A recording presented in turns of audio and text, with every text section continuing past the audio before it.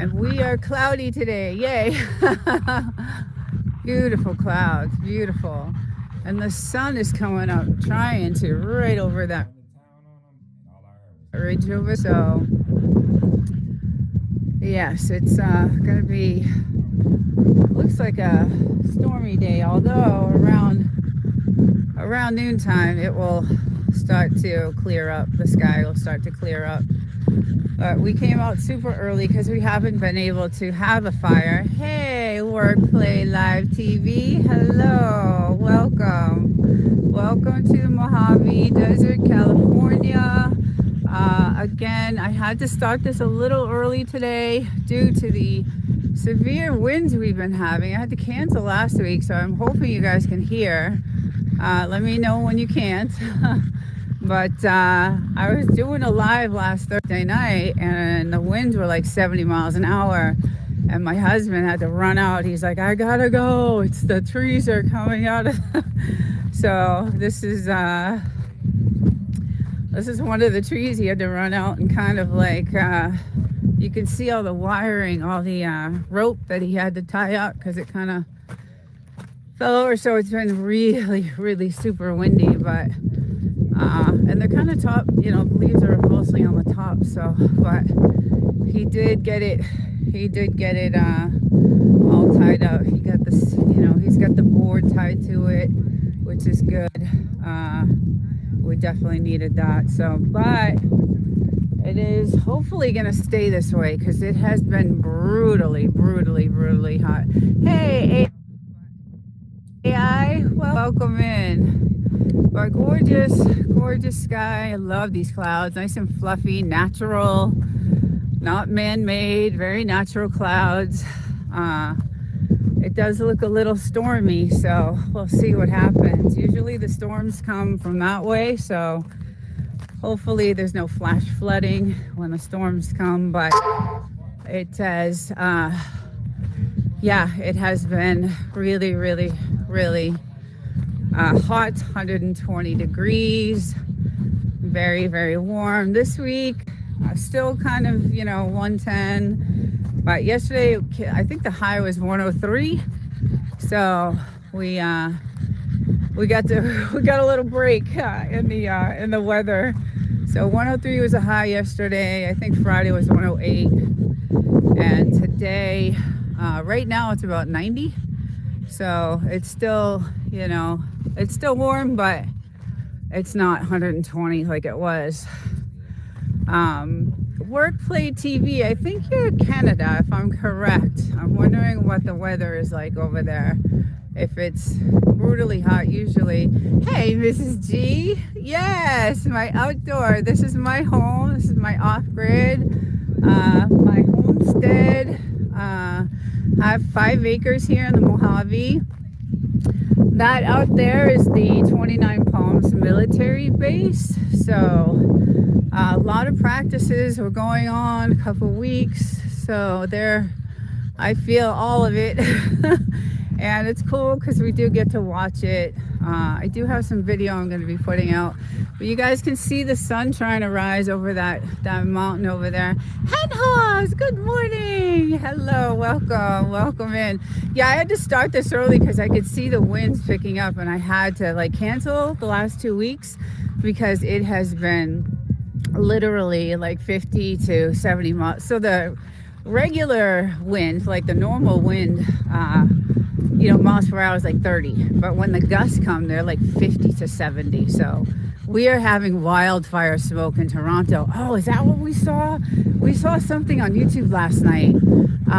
We watched this channel, Mr. MRBB or something, and he showed this massive smoke cover. It was insane. So I was like, oh my God, that's awful. I didn't know what it was.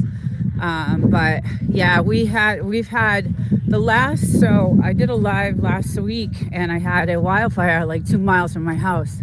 So there was yes, that guy, you watch a lot of my stuff. We got a lot in common. Yes, do you watch that, Henhouse? He's got an interesting channel, actually. He shows a lot of crazy stuff, and So my poor little Frenchie has been dying to come out and have a fire. Fire's up north, yeah. So today we took advantage of the cloudiness and got out here super early. I had to start this early and yeah, and start this. But the clouds are gorgeous today. Fires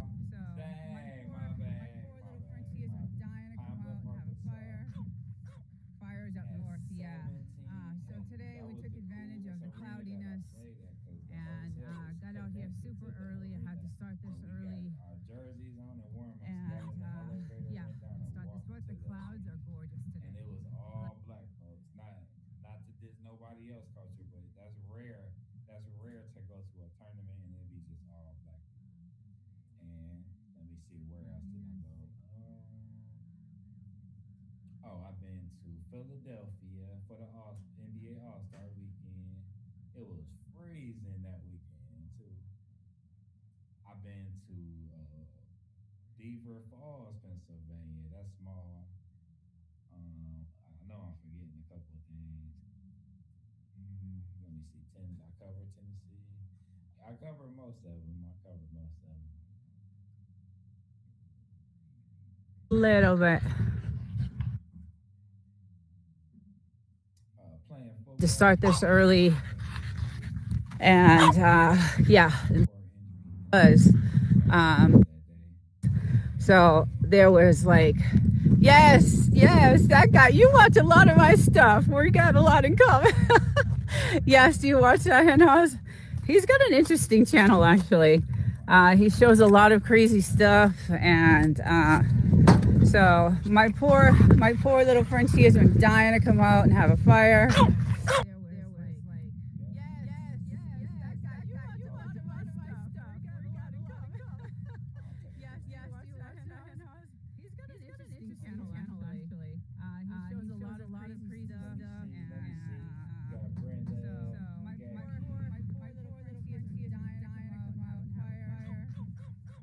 Mr. Block. We got Miss T with the T. Shout out. I gotta tilt my phone so I can see y'all. I got my bifocals on. Just to let you know, Key, I watched your grandma video 3 times and was rolling. The two beans in the center Little bit. had me rolling. We got Char Rose. Good morning. Hello, welcome in. Yeah, I had to start this early because I could see the winds picking up and I had to like cancel the last 2 weeks because it has been literally like 50 to 70 miles. So the regular wind, like the normal wind, miles per hour is like 30, but when the gusts come, they're like 50 to 70. So we are having wildfire smoke in Toronto. Oh, is that what we saw? We saw something on YouTube last night. We watched this channel, Mr. MRBB or something, and he showed this like massive smoke cover. It was insane. So I was like, oh my God, that's awful. I didn't know what it was. But yeah, we've had so I did a live last week and I had a wildfire like 2 miles from my house. So there was like, yes, that guy, you watch a lot of my stuff, we got a lot in common. Yes, do you watch that hen house? He's got an interesting channel actually. He shows a lot of crazy stuff and so my poor I'll brush up and get good at it. But I was changing the music, y'all hear me a little bit. judgment. Did y'all hear me when I was coming to change the music? I'm starting to get it a little bit up here. So I'll brush up. Across the world, that was not, natural. I did. That was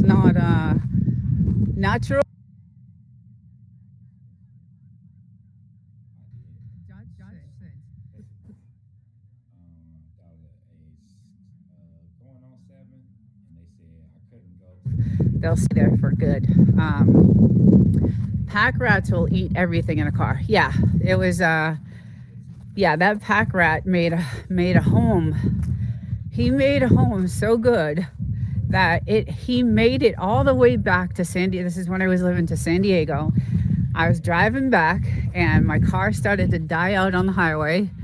And I brought it to the dealership right away.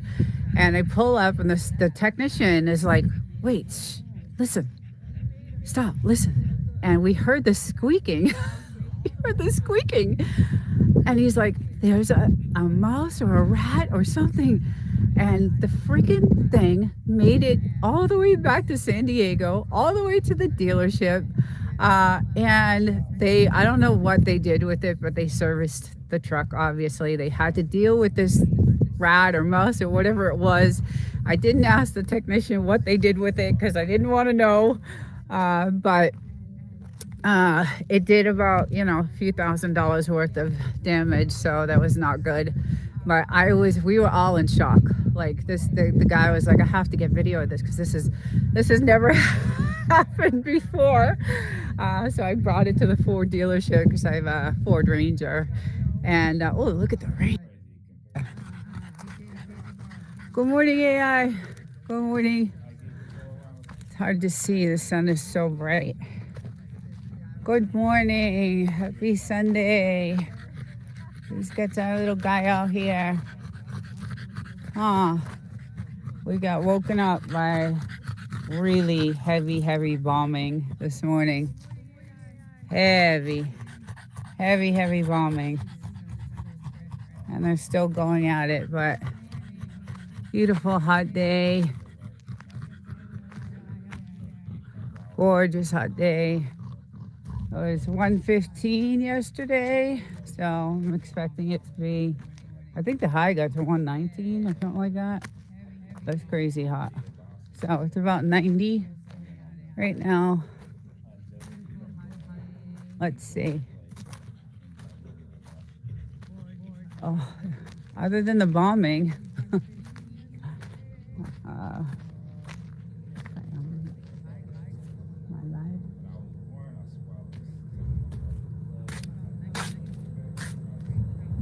okay. Oh boy. Let's see what we got going on over here.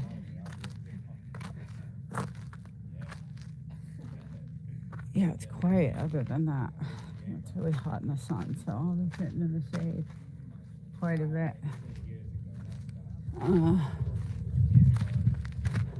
Walk over here for a second. I got my little chair I'm going to be sitting in. Okay. Let's go check something really quick. I go check Wolf and Snort. Good morning. Yeah, it takes a few minutes to connect actually. But these bombs have been shaking our house. I don't like it. It's been really heavy. They're still going at it. I don't know if you guys can hear that, but all day yesterday, all day today. All day yesterday, actually. Let's head over here, little one. Good morning. AI, welcome. Glad you could join today. I don't know how long I can handle it out here. I was just saying, it's about 90 degrees right now, but I've been out for like an hour and it was 75, and within the hour it's gotten to like 90. So yesterday the high was 115 or even higher, I think 119 maybe. But they are bombing the hell. I could see the smokestacks now. I could see the mushroom clouds over there. Hi, good morning, David Schneider. Are you building a homestead in the desert? We just finished building the homestead in the desert. So we got it about 5 years ago, 7 years ago. And we just built the plants, and I do have a podcast, Homestead Junkies, a Sunday night. So it's all about that, off-grid living, and because we are definitely off-grid. Actually, we're connected to the grid now that we're all set up.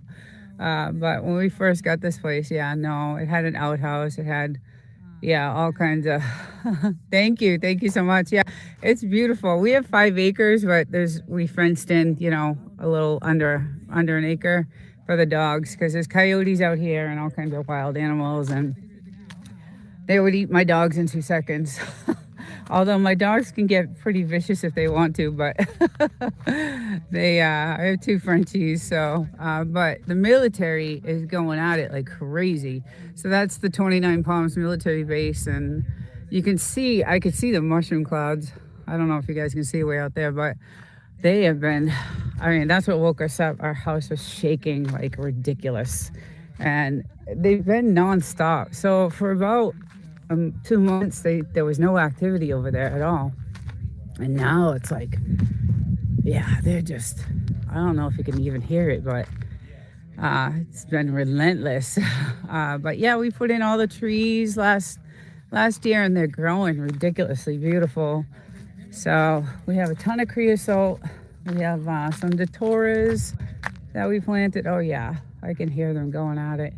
They'll stop around noontime, 10, 11, but it has been relentless lately. So yeah, we built this homestead. It took us a while, but we have our own water source, which is great. And we're pretty self-sufficient out here. Although we are connected to the grid now, thank God. So we had all that done. AC and all that stuff. So we're pretty good. We put in a huge water filtration system, but it's gorgeous out here because no one else can build around us, and just beautiful. I love it. So very, very nice. And usually early in the morning we burn our trash, and I take the recyclables back to town because I live in town too. My husband lives here full time, but so we had the fire going, but it's burning hot, so I can't even go near it. But my little guy loves it. He has a good time. So that's his favorite thing. Bring around the fire. He's so cute. I love him. We did get some new neighbors, though, unfortunately. No, I shouldn't say neighbors because they're really far away, but they had the music cranking loud last night. It's still far away, but you can still, because the mountains, everything echoes off the mountains. So let's say, who else? It is to shelter from the wind, and no one can see outdoors. Oh, what is the square depression fort? A pound for swimming pool. Eventually, we'd like to, but no, yeah, so I have a hot tub over here, and I like some privacy. So this right here is a trail road over here, so all the four-wheelers and stuff. So if I lay out in the sun here, after I get out, everybody can kind of see. So if I lay down here, no one can see me from the road, so that helps. But we did it for the wind, because the winds can get up to 70 miles an hour here. We've had like some vicious, crazy winds, and lately, like last weekend, it was relentless. The winds were just insane. They were 20 miles an hour steady, and then 50-mile-an-hour gusts. So let's see.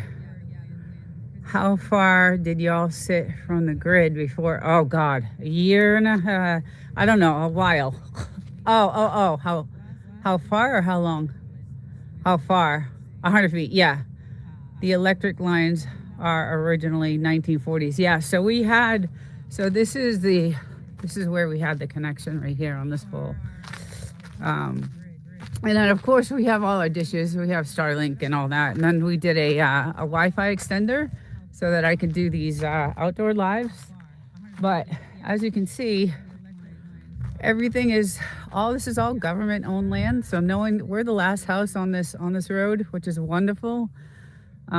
This is an empty, I did a video one time and I went over to that house and I kind of went through it, and it's crazy because that house still has like the sink, the stove, the water hookups, they have 2 outhouses, and that's our closest neighbor right there. But then someone just bought this little shack over here because they were working on it all night, and that's where the music.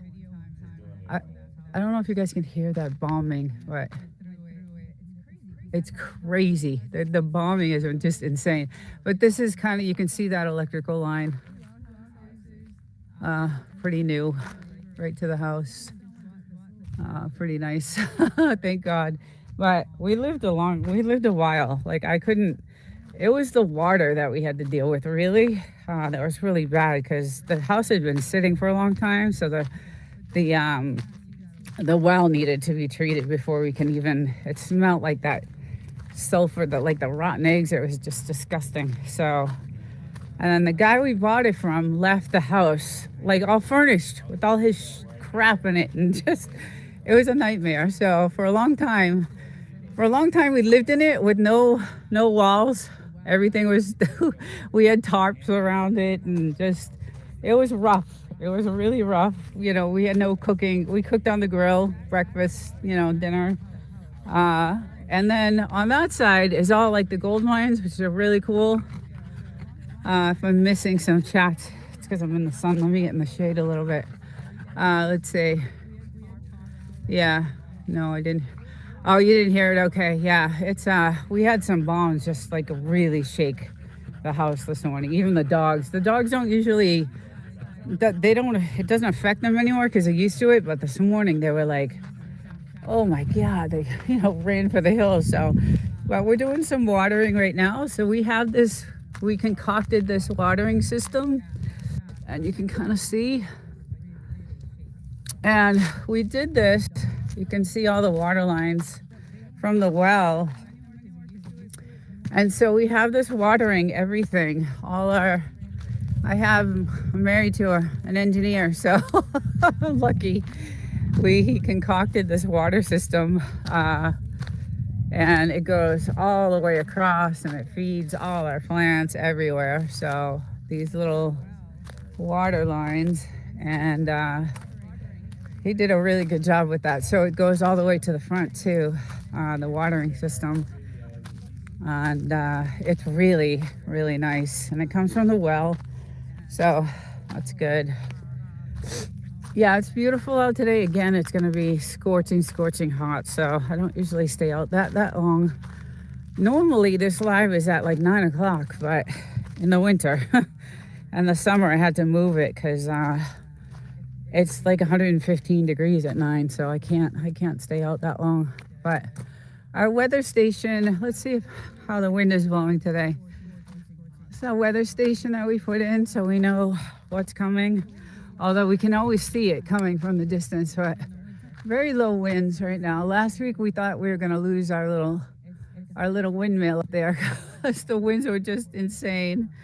But the trees are looking beautiful. And we're starting to get. Now this tree never, ever blooms. Well, I shouldn't say never, but we're getting beautiful color off this. So little flowers here and there, but it's beautiful here. It's gorgeous. Mojave Desert. Good morning. Let's see, Crown. I gotta go in the shade. I can't see anything. It's so bright out here. And I have sunglasses on, but it's just super bright. But good morning, welcome in. Let me get your name. Yeah, this is the Mojave Desert in California. So we're about, I don't know, maybe 150 miles from Death Valley, I think. It's about right. A little bit more than that. We're about 4 or 5 hours from Vegas, that way. But across the way is all gold mines and really cool stuff to go see. If you heard of Joshua Tree. Crown Ranger. That's what it is, Crown Ranger. Hey, welcome in. Yeah, so there's a half a mile or two. Yeah, so this is you can see all the water, the tubing for all to water. These trees, we want some shade here. So when we bought this originally, there was nothing, like no trees, no nothing. And this was all leveled, right? And there was an outhouse kind of where our target practice is. Like if I walk over here. So that's the nice thing about this being out here is we get to target practice, and we have all kinds of toys that we get to target practice with. So this is a really cool shop in town that we get all our I don't know if I can say the word, but Anyway, this is one of our tiger parks. So around here is where the outhouse was, and we did pretty good the other day. I got, I'm getting to be not a bad aim, but we usually line the. Let's see. I can't take that call, sister. I'm live, sister. um, yeah, so that's what's nice. We get to have fun out here, and uh, do our thing. So I love it. We have a good time. It's been way too hot though to be outside. And there's my other one. There's my little girl, and she's the one that gets in trouble. So I gotta watch her. She got bit by a rattler, and was not good. We almost lost her. But I'm gonna go check this ant. You guys gotta see this thing. It's insane. Now we have a bunch of these ant family farm things everywhere, but we kind of don't let them get near the house. So I'm on my 5th scorpion in the house right now. Little baby ones though, so they don't do much, but this thing is insane. Look at this. That's pretty crazy.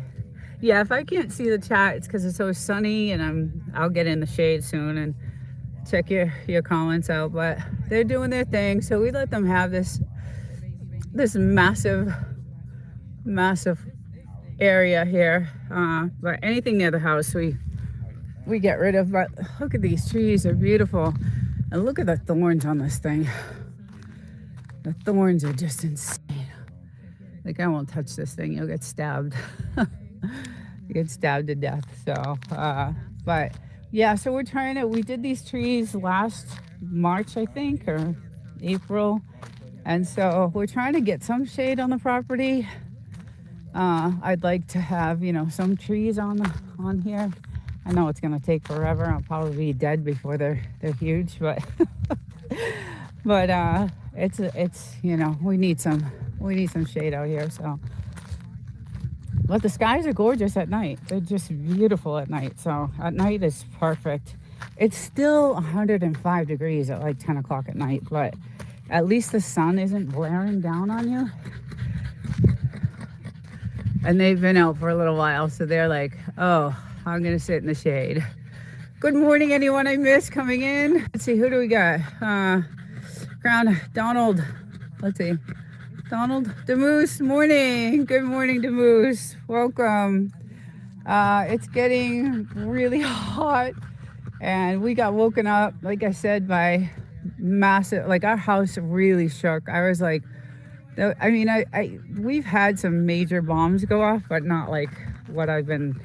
Yesterday, relentless for hours upon hours upon hours. So today, they're going crazy again at it today. So I don't know what's going on. It had been so quiet for like 2 months. There was no activity out there. I thought they were all deployed, but maybe some new guys got shipped in or something. I don't know. Because this is a Marines base, and this is where they all come before they actually get deployed. So, but I do see some mushroom clouds in the back there. So, but I was able to do some rock hunting yesterday, which I love to do. Still haven't set up the generator, but I got some cool stones. I love these. This one's kind of weird looking. It's got like crazy colors on it. I don't know, it's just strange. I've never seen anything like it. It's really strange. So I love that one. If I shine these up, they're gonna look crystally, all these. So I was able to get some cool stuff. I go out and dig before it gets too hot. But I'm definitely gonna sit in the shade because the sun, the rays out here are like double what they are anywhere else. It's just insane. So super, super hot. And the rays will kill you. But it's gorgeous. No cloud seeding. no aerosols, which is nice. There's actually birds. Usually you'll see the sky loaded with, cloud seedings. And good morning, Donald, if I missed Anyone in the chat? Good morning. It's oh, what is it? 7:30. So yeah, it's pretty hot. 1:15 yesterday at like I don't know 10 a.m. I'll pull this out over here so we got a better view. I know, buddy. It's hot. You can sit there, bud. Go ahead. Yeah, it's hot. Yeah, so it's been really brutal, and it's expected. It's not like it's anything new. Um, but that's what it is out here. So, but yeah, these trees are doing amazing, and our watering system really worked. As you can see, the winds are like really insanely crazy. So we have to hold the trees up because they're not big enough yet. Oh yeah, we're watering right now on this one too. You can kind of see our little engineered water system, and that goes all the way around the house. He did a good job with that, and he connected it like with these little connectors. Really cool. But yeah, it is brutal. And there's our Wi-Fi extender so that I can go around and go around the house. Special treated windows we had to put in, and yeah, this place was a disaster, but we bought it for the land. First of all, 5 acres, and we bought it because we knew no one else could build around us because it's all government owned land except for this piece of property right here. And the views, obviously, we bought it for the views. So we thought about doing something with stargazing on the roof because that's what we used to do. We used to put a ladder and go on the roof and stargaze because the skies out here at night are just amazing. So we thought about maybe extending a deck, to sit out on. So that's a thought we might do. Amy, hello, my love. It's good morning here. I'm not sure what, I think it's nighttime there. Good morning, honey. How are you? Welcome in. Yeah, just doing a little check out of the skies.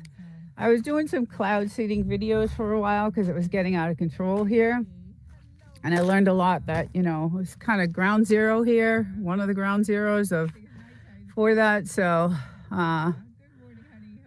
I did some research on that, and it was really out of control. But I think since the whole gas thing and the cost of gas and all that stuff, I think that's what stopped it, or else it would still be going, I think.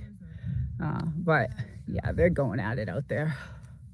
I have some video. I don't know if I should post it or not. I keep saying that I want to, but it's military, so I don't know if I should do anything like that. But I have some really cool shots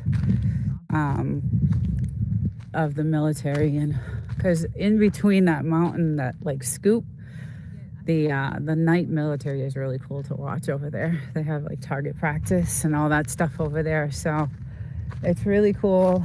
But unfortunately I was not able to use my hot tub. It's hotter than what I would set it at right now. It's probably like 110. I don't know, it's really hot. So I usually set it at 103, but it's really warm, so I wasn't able to get in it this weekend, unfortunately. Usually the summer months, it's hard. I don't get to use it a lot unless we change the water and refill it. And even the water coming from the well is really hot. They stopped when the war started. Yeah, exactly, which is strange. It's really weird. Oh, they're on this side. That's why I see it. So they have barracks on this side so I see it right over there. That's why it's so loud. They're in between, and I see all this. Oh damn! Look at that. I see that now. That's why it's loud. They're not on the other side. They're right in the middle, right in that area. That's why it's so loud. Yeah. Yeah, they have like a barrack over there, 3 of them, I think, on the side. So, but no wonder why it's so loud. Got all our wood set for us. Yeah, we're kind of like, doing a little prepping here. We got our generator. You never know what's going to happen. Stocking up on all the rice and flour and all that stuff, sugar, all that stuff. So you can't really grow food out here. So it's not like we can grow anything. Can't really grow food. So the climates are just too hot. I'm going to shut this door because the air conditioner's on. And my little one went in. She's going to want to come out though. Yeah, so it's really gorgeous day today. The wind is light, so yesterday it picked up, and you can see so towards the afternoon it does pick up. The wind does pick up. Like it gets there. It can get out to 20 miles an hour, so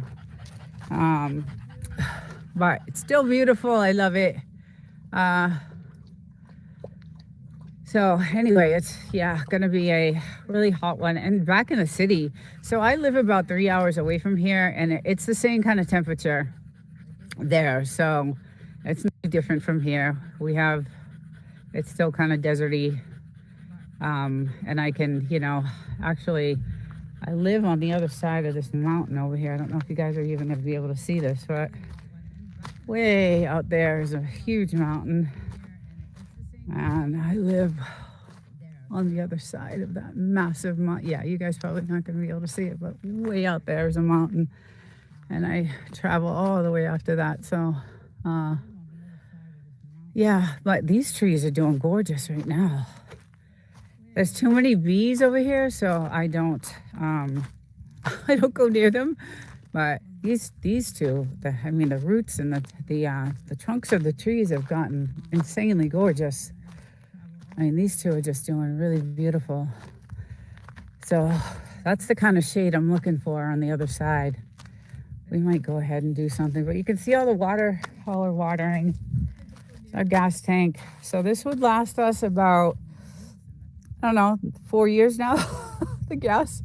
We do a lot of barbecue cooking, so propane is what I know this is propane too, but we do a lot of, in the winter we'll go through some of that, but in the summer we do a lot of barbecue, so we don't really, that's why that gas lasts so long.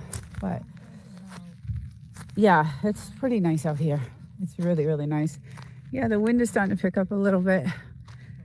So we have our little monitor in the house for the windmill, and last weekend that thing was going crazy. Thought we were gonna lose it.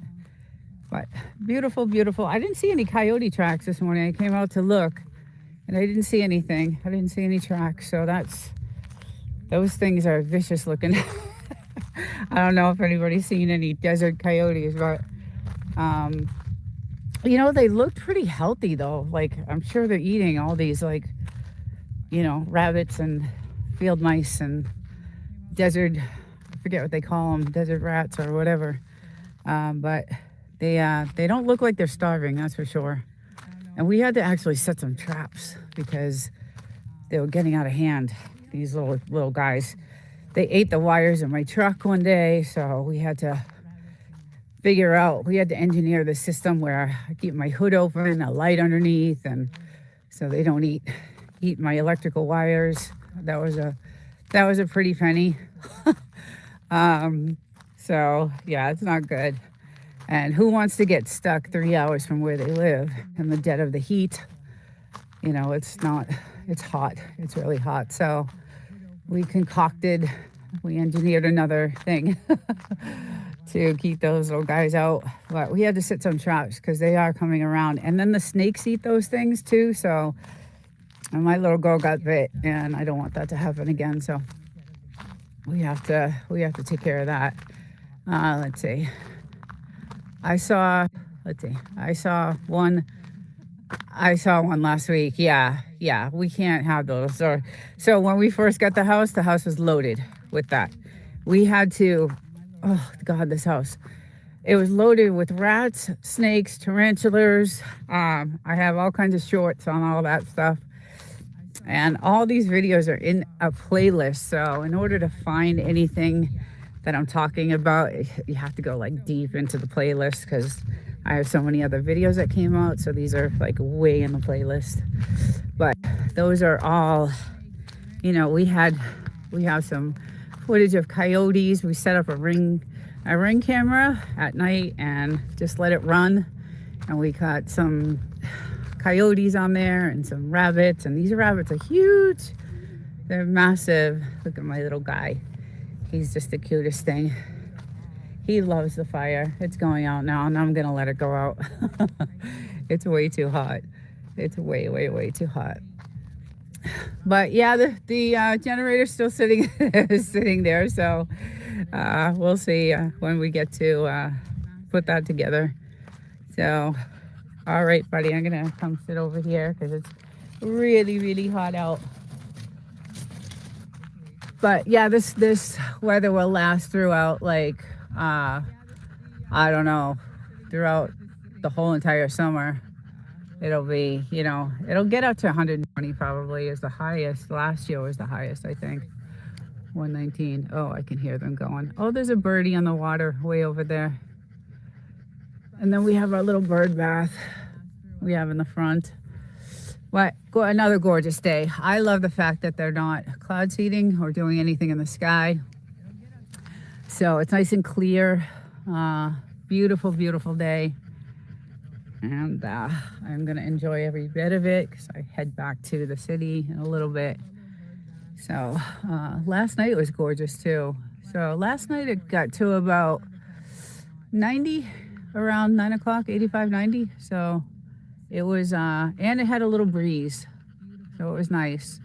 I almost did a live last night because it was nice out, but I was exhausted. I did a live in the morning and then I went to a bunch of other lives. And and this is kind of the only time I get to relax because during the week I'm working 24/7. And so it's nice to be out here and just chill.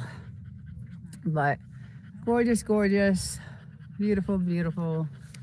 Oh, and okay, so yesterday I was ready to film my show. And all of a sudden I hear my little girl scratching inside my studio. This little area inside here is a studio. And I hear her like crying and scratching at this box that we have. So I go over and, I move the box and she goes charging at something. And you can see her. She's hunting. She's hunting right now. She's hunting. Look at her. She's hunting. So she goes charging at something. And then I was like, I heard her, crying. So I go over and there's this like thing swishing around and it was a tail of a lizard. So she got the tail. And I was like, I thought it was, I don't know. I thought it was a worm. So, but it was a lizard. So we had to kind of put her on the other side, find the lizard, look at, she's after it.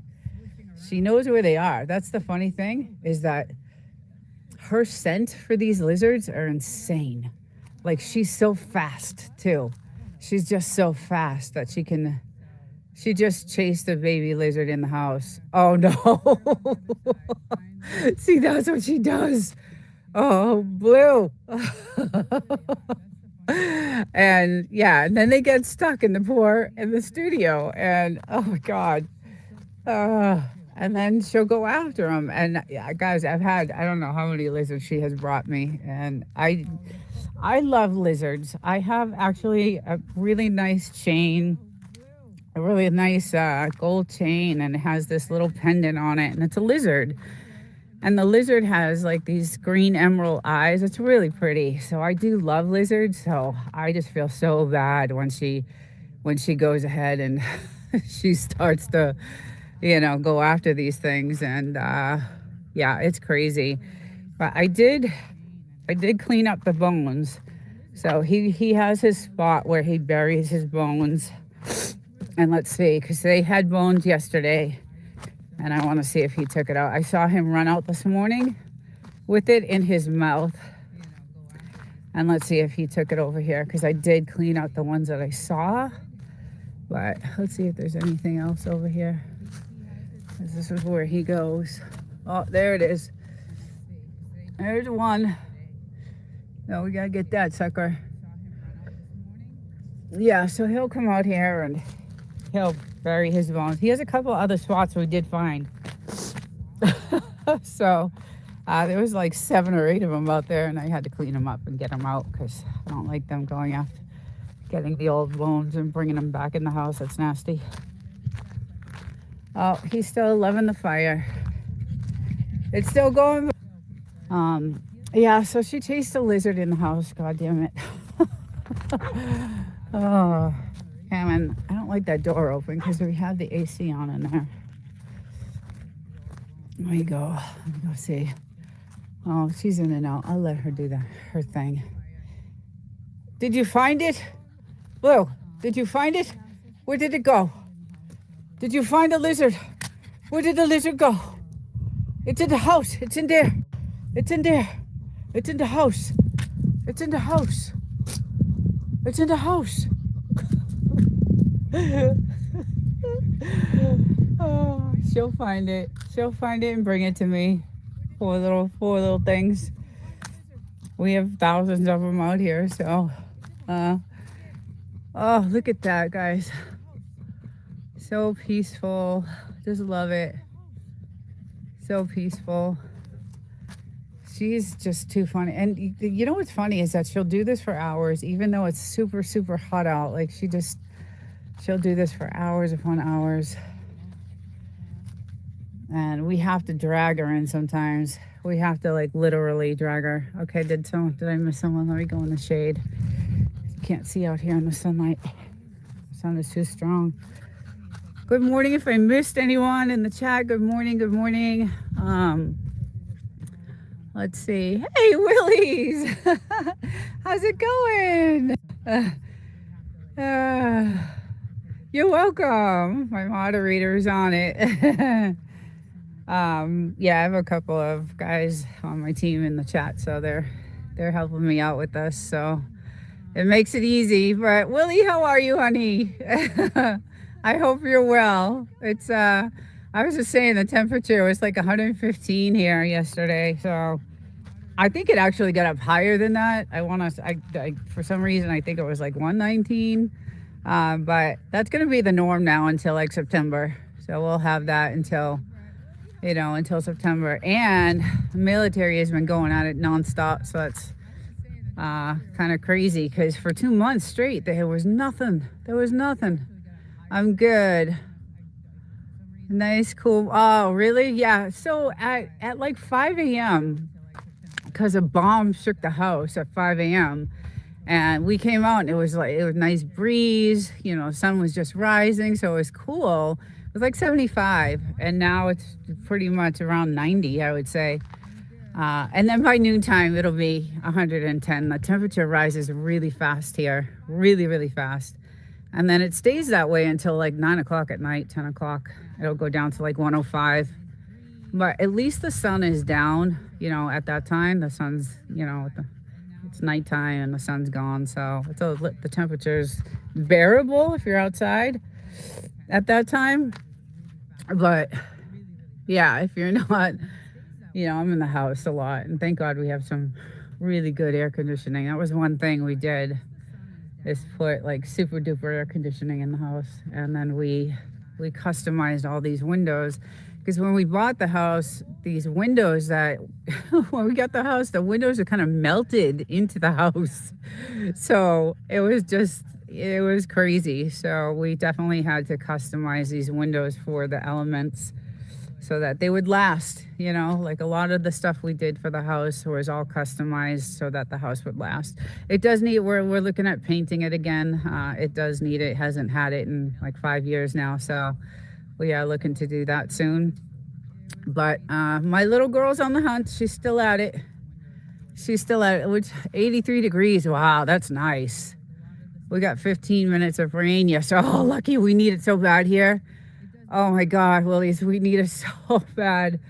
It's and we don't need the flash flood rain. We just need our a regular rain to happen. That's the thing about here. Like when it rains, it's those flash floods, and it's like really bad. It's you can't drive, you can't go anywhere, and then it damages your property. As you can see, I have these massive, holes in the land. So, but we just need a nice rain, and it's you can so out here you can kind of tell the dirt when it's like dirty. Like it's just ugh, you can smell it. And but when a nice fresh rain comes in, it cleans it a little bit, and it's nice. So we need one of those. We need a rain like that, because it's starting to. Yeah, we kind of sometimes take a hose and just sprinkle, everywhere. Plus, we do have all our. Look at this thing. We have all our water, all our stuff hooked up, all our watering everywhere. So, but someone did buy these houses over here. So way down here, someone did purchase these little cabins, and there's a couple of them. And yeah, they're over there now. And so we do have a neighbor. Now that's our kind of, I don't know if they're going to Airbnb those or what they're going to do, because they're little tiny little little tiny cabins. And then there's one in the distance over there. So, and they were out there last night. The music was crazy. It brought me back to the day when we bought this place. When the music was, in that White House, it used to be illegal activity, and they used to have a band over there. And they would play for all hours. And hey, CV, and who else did I miss? Terrence, and let's see. Good morning, welcome. Yeah, it is really blazing hot. But yeah, someone bought the gray one, the other gray one, and I see them over there right now. So they'll be. They finally, that was open for such a long time too. Like years and years and years. So we're waiting on this piece right here. So this is another, I don't know, 3 acres, 2 acres. So I'm waiting, because this little road here, there's like a little road right here, and this is ours still. So our property goes out a little bit. So we're waiting for this piece of land to come up for sale. We want to grab it, because again, other than that, there's no one can build. And most of the front of this property is ours. So most of our land goes out that way. And then off to this side. So, yeah, so which is nice. But yeah, I'm waiting for that property to come up. And we watch all the time. We have a realtor too that we're really good with. So he's definitely watching for us. So if that comes up, we'll grab it. It doesn't have a well on it. That's the only thing. So as you can see, it had like a water tank. I did a video over there one day in my playlist. So that's the only thing. It doesn't have a well, and wells right now are around 50,000 to put in. So, but I would do it. I would, just get it for the land itself, and work on it slowly and see what we could do for water. But I want that piece of land. And it's just been vacant. We've had this place for a long time, and it's just been vacant. So let's see, who else came in? Beer back neighbor just, okay, all right, CV. Yeah, it's, I want that piece of land really bad. Even if we kind of did camping thing or something, some kind of rental or something. But again, we've got to figure out the water source on that thing, on that house.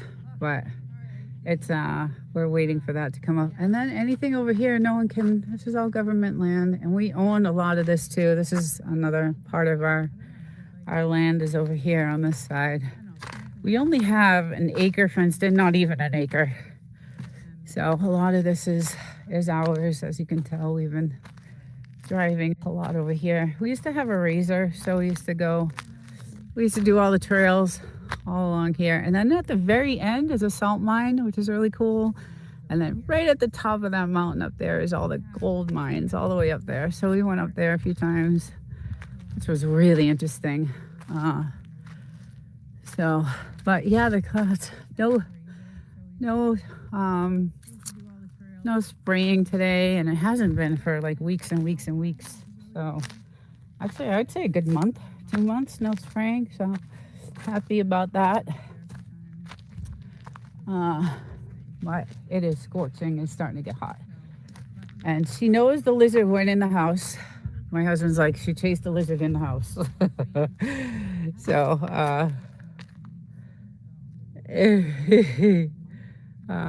it's your state owned. Oh, Wolf and Snore. It was the workers that were playing the music. Yeah, it was the workers, right? Yeah, I'm hoping it's like an Airbnb thing and that, you know, that's all it is. Or, quiet neighbors, because the people that bought that White House are really, I mean, you never know they're there. Just like us, are really quiet. And although we weren't back in the day when we first got this place, we had we had music going. We had someone come to the house. It was crazy. It was like midnight and we had the tunes going. And I look out these windows and there's a truck like right here with his lights on and he's flashing. And he's like, I live a mile down the road and I can hear your music. So we were like, oh no, oh my God. So we cleaned that up real fast. Good morning, Cranky Frankie. Good morning. Yeah, that was back when we were young kids. Doing our thing.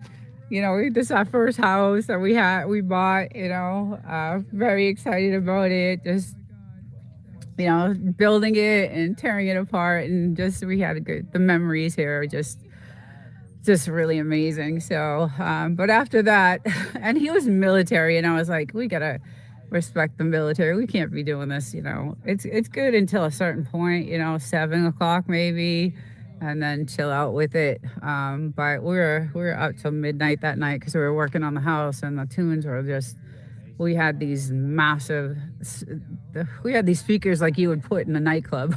So it was crazy. Now you have to soundproof it all. Yes.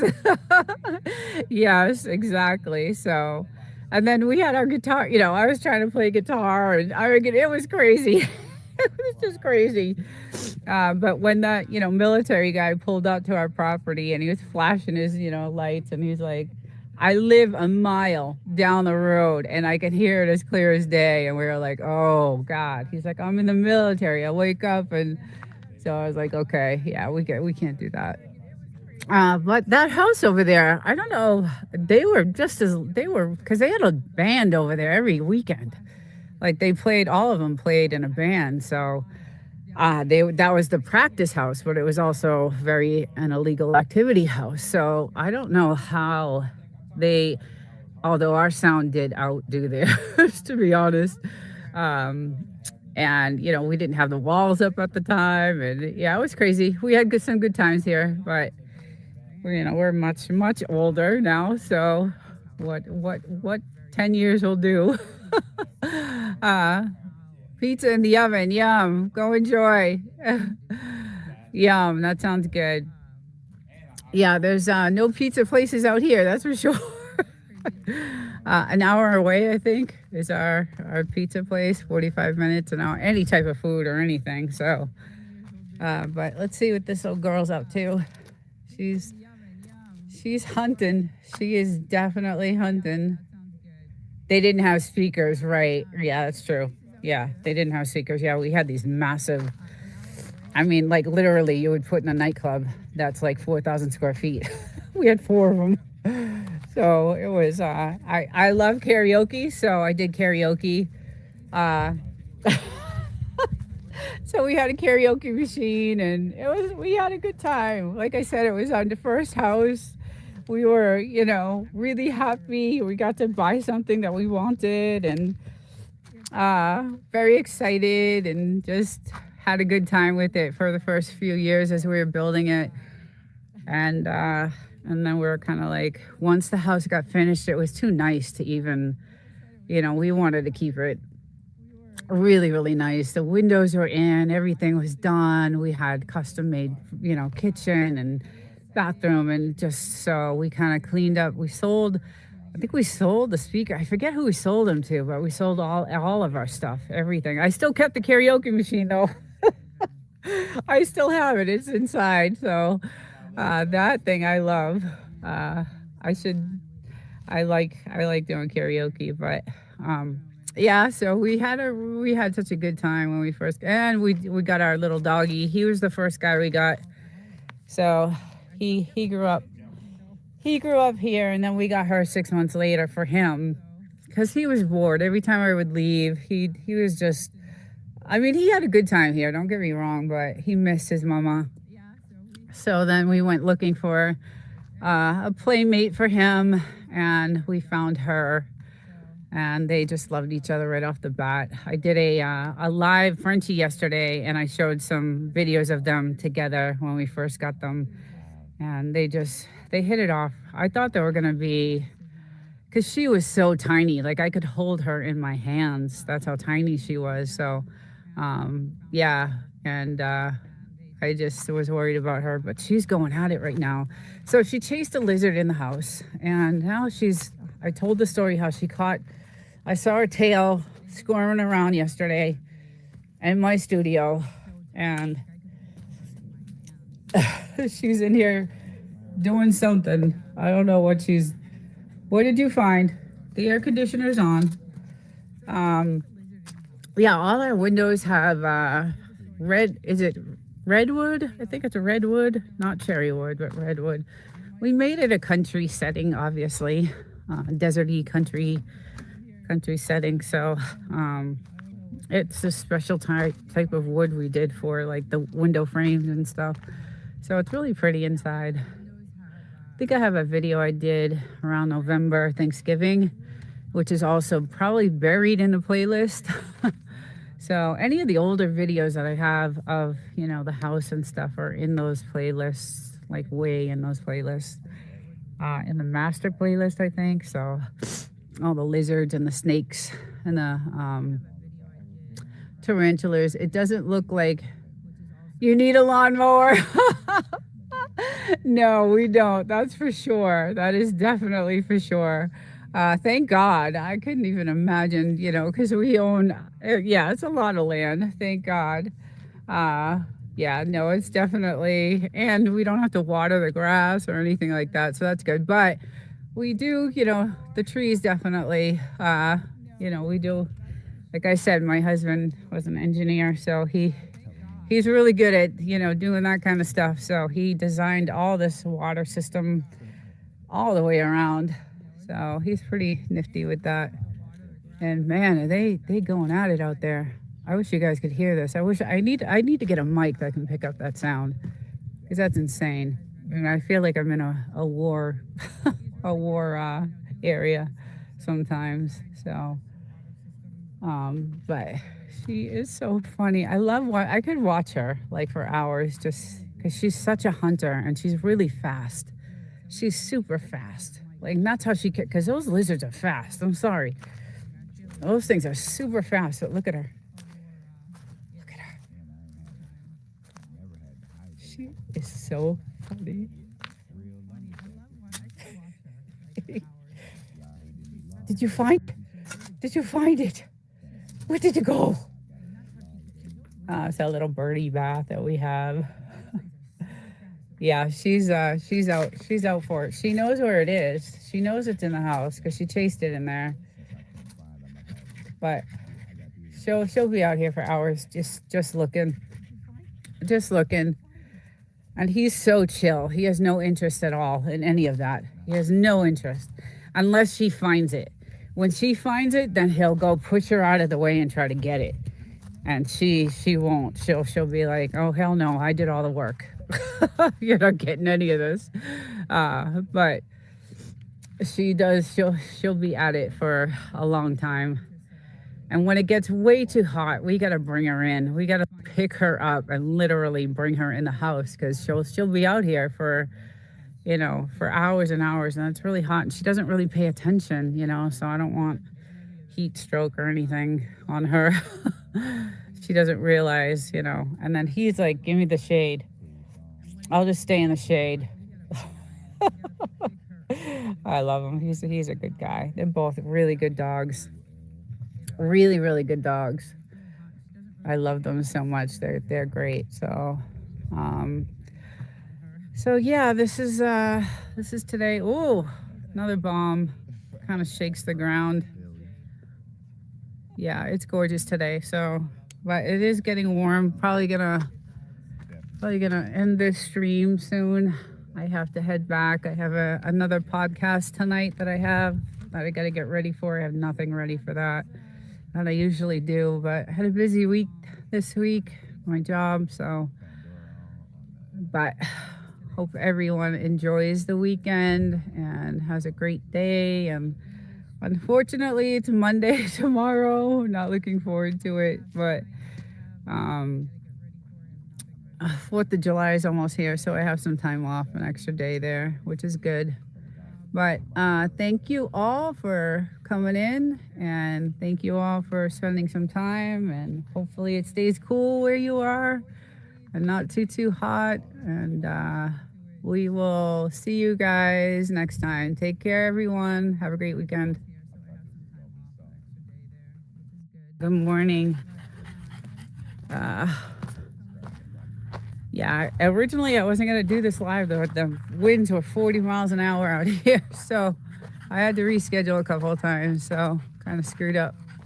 Started a couple of lives that didn't take, so I ended up just going back to this one. But gorgeous day today. We woke up with the military out there, doing their practices. So that's the first in a long time. But yeah, it's blazing hot out here. It's really warm, so. And again, we came out earlier and the winds are really, really, really hot. I mean, going so fast, 40 miles an hour. So, all right, let's see. Let's get this little guy.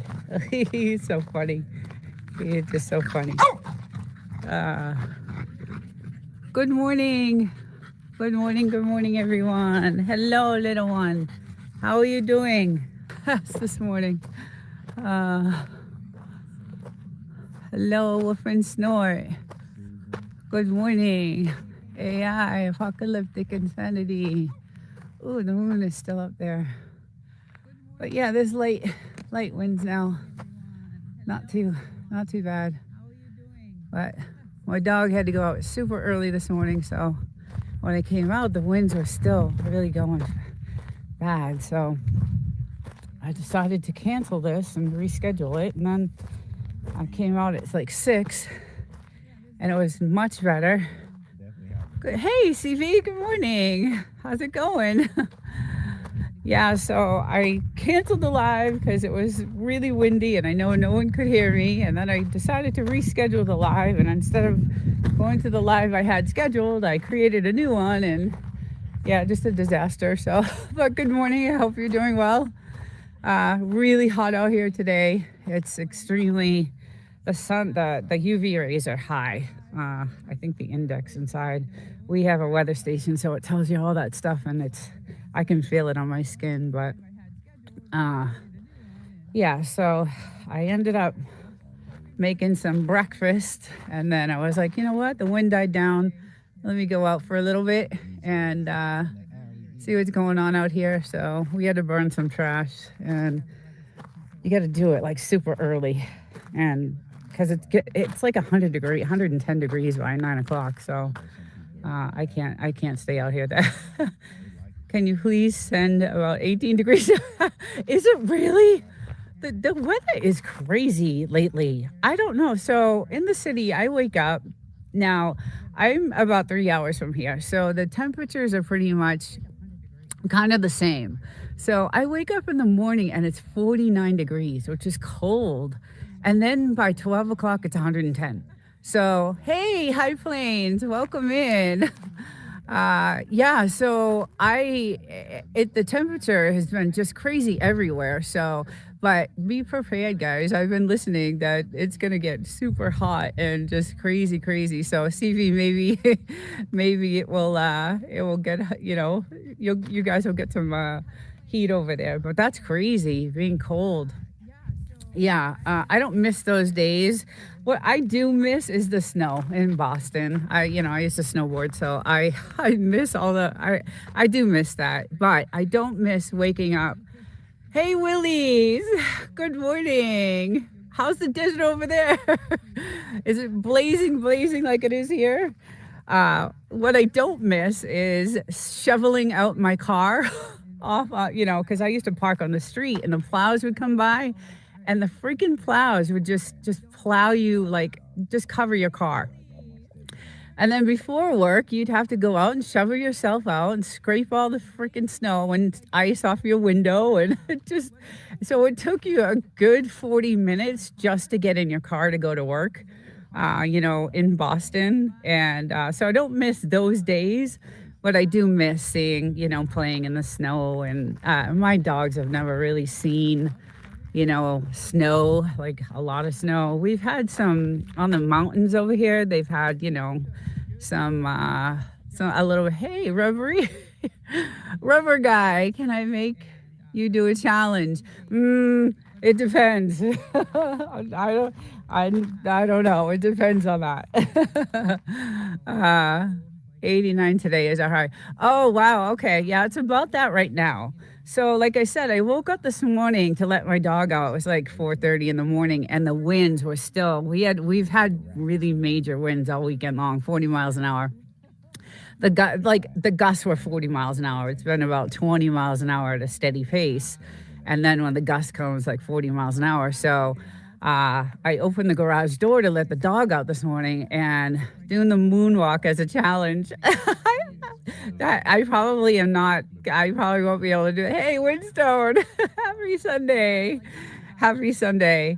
Yeah. So I opened the garage door at 4:30, and the gust of wind, like just blew me into my truck, and I was like, okay, I think I need to cancel the live because when it's windy, you can't hear me at all. Even with a mic, I tried with a mic, and you still can't hear. So I decided to cancel it, and then. I got up, a few hours later, 6:30, and went outside, and I'm like, oh, the winds are down, for the first time.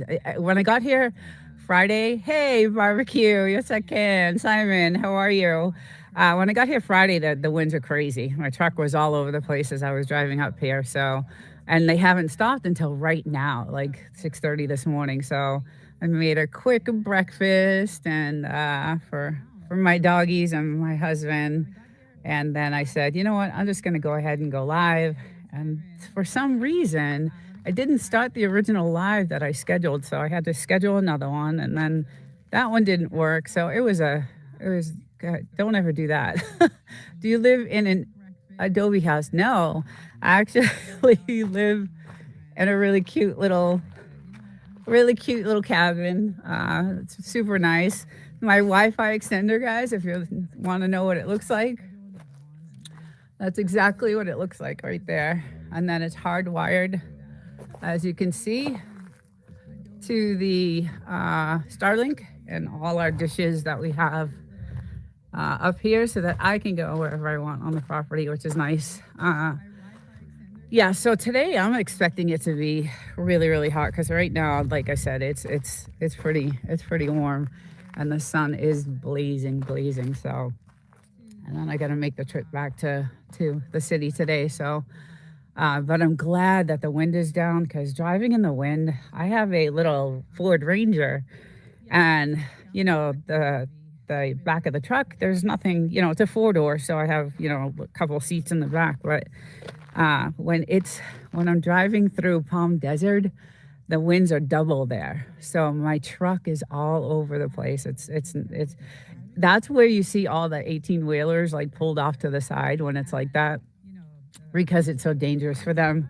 But today, hopefully it'll be a nice, easy, ride home. And then it burns the hell out of your gas when it's windy like that because you're fighting the wind and it's just Yeah, it's just crazy. But today it looks like I'll have a nice, easy drive if the wind doesn't pick up again, which I'm glad. And I looked over at our little weather station, and our little windmill it was, you should have seen that thing. I thought it was going to fly off yesterday. It was going like insanely fast. And I'm like, we're going to lose it. It's going to go. But it's barely moving right now. So I'm happy about that. Yeah, yeah, see, it's kind of stopped. But that we were just like, because we just replaced the whole entire thing. Like, this is all new. We had the other one up for 5 or 6 years, and then just a couple of weeks ago, we just replaced all of it. So all that's new, and it's close to. Oh, I see. I thought you were talking about that. Yeah, Adobe Road. Yes, yes, we are very close to that. Yeah, so that's the truck, and it's small. So when the winds are blowing like that and a gust hits your truck, forget it. You're like, it moves it. So, it's scary for me. I hate that. But anyway, our trees are doing awesome.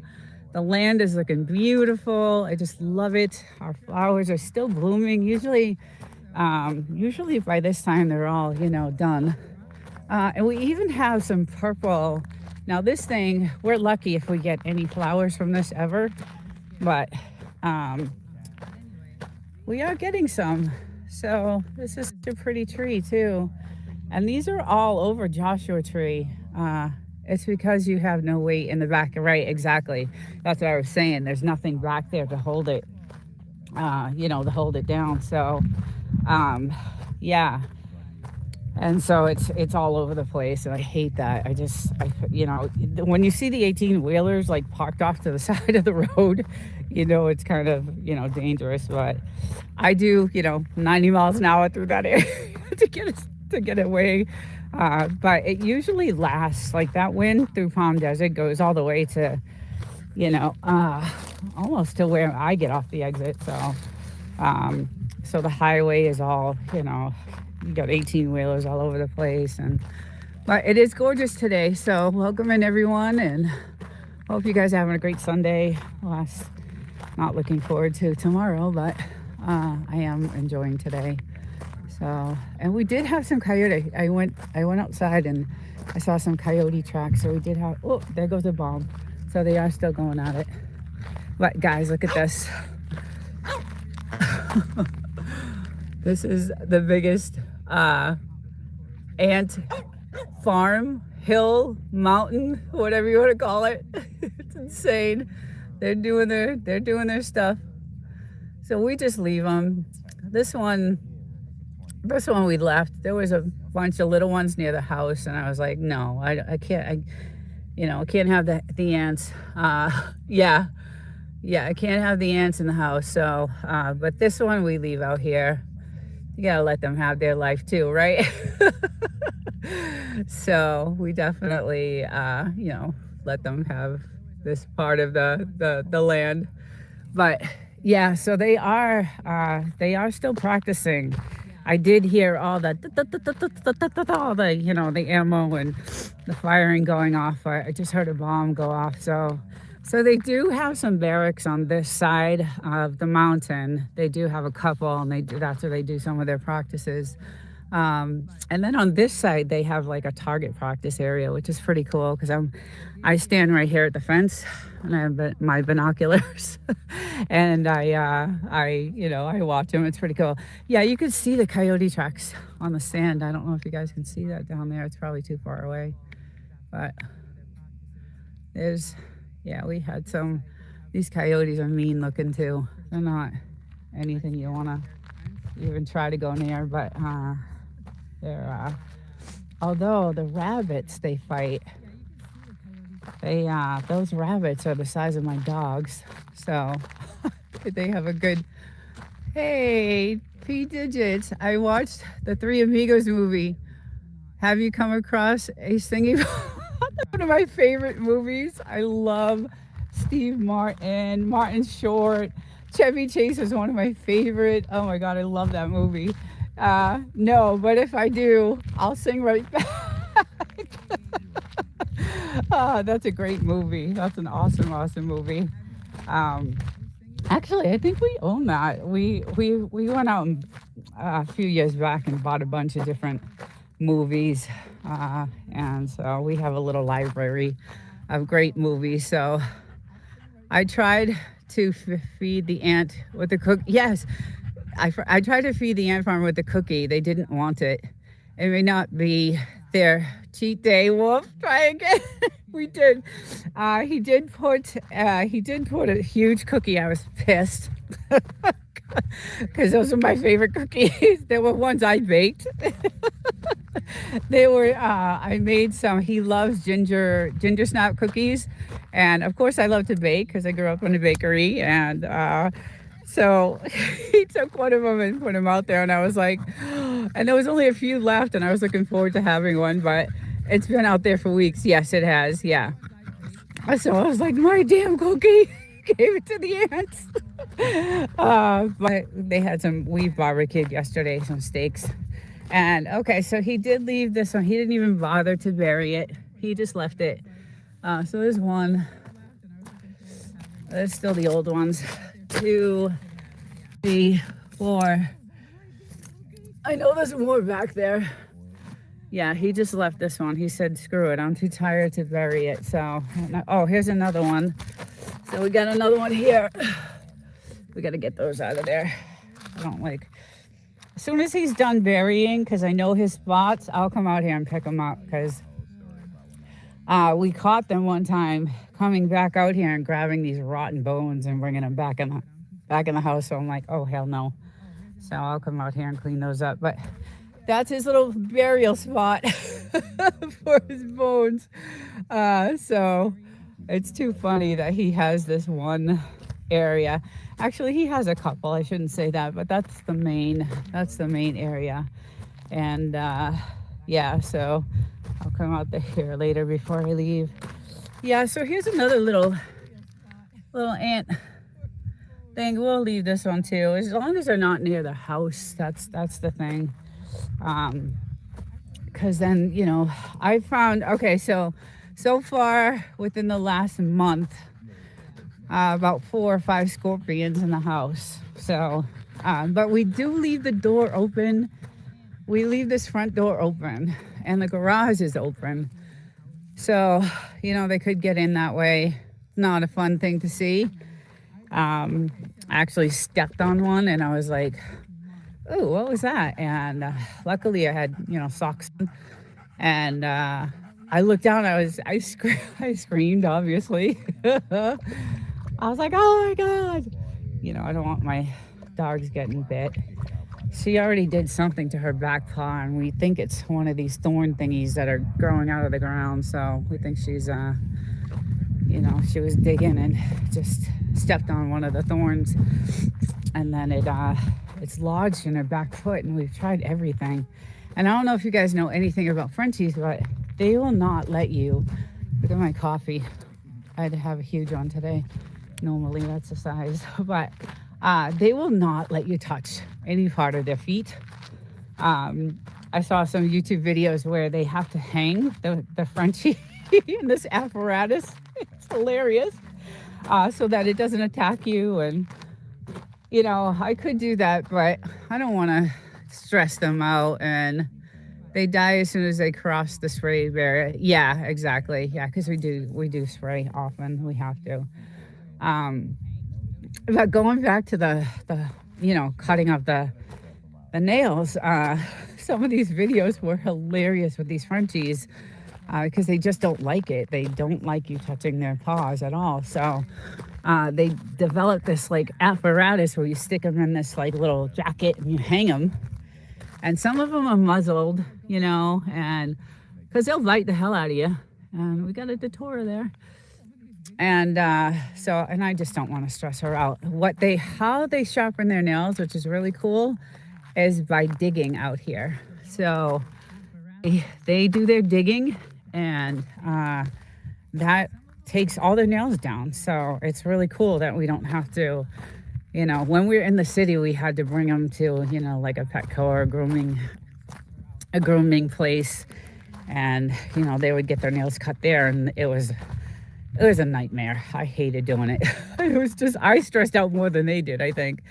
But here we don't have to worry about that. But she did step on something, and it's hard to get a look at it because she just will not let us near it. So we're treating it with we got some antibiotics from the vet, and we don't know if it'll get infected or not. But so yeah, and then this guy, his paws will be all, because it's so dry out here that when he runs around the fire, it cracks his little paws. It cracks the skin on his paws. So yes, they do. Would you like to take a crack at the mystery wheel? Let's see, beautiful desert. How are you? I'm good. Let's see, I'm behind on the chat. Hey, how you doing? Tantrum. Oh no, the milkman. I can't even see it. I don't have my glasses today. The milkman's kid. What's going on? Welcome in.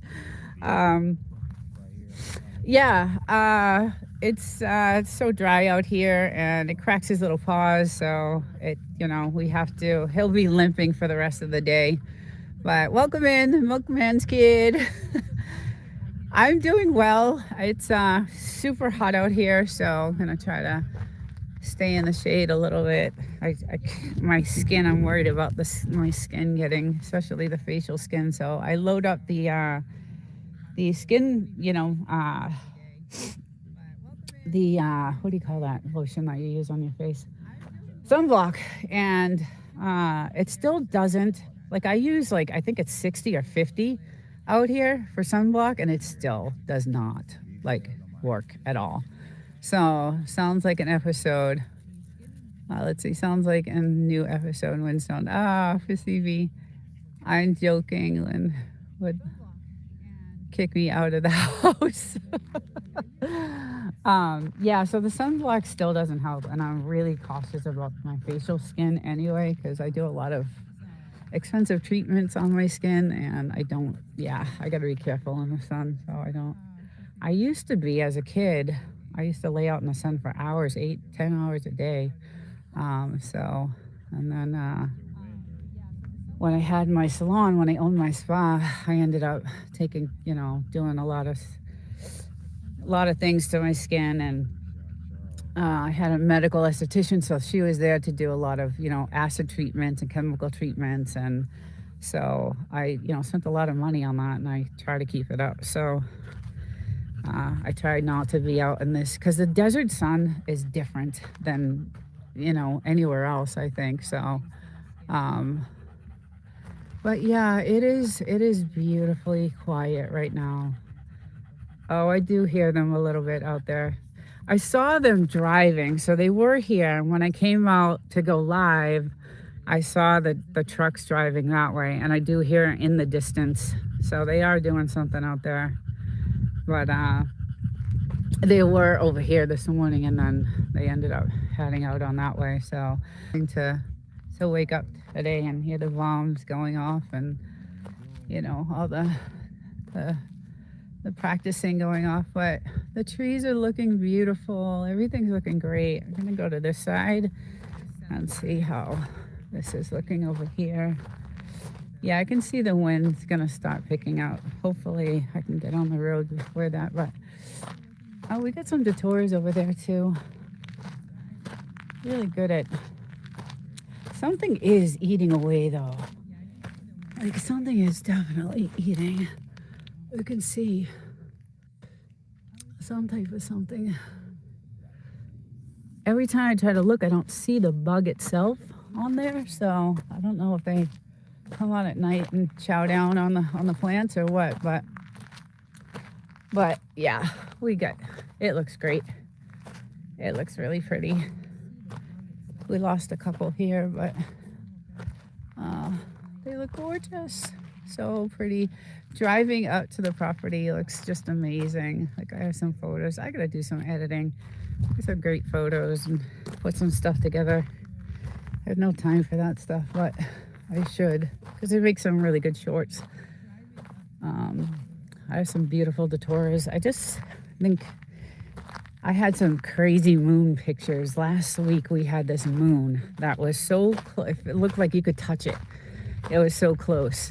And I got some really great pictures. So I have a short coming out on that tomorrow, I think. So, and that was amazing. It was just, I hadn't seen anything like it in a long time. But it was on this side coming up, and it rose so fast. Like it was so quick. And it was like this orangey, not blood red. It was not a blood red. It was like a weird color. It was weird. It was like apocalyptic. And so I got a picture of that. Oh wait, Civvy, Timmy threatens me with divorce regularly. Oh geez. Deep fried scorpion in Alabama white sauce. Is that a real thing? High in protein. Is that a real thing? I guess anything is possible.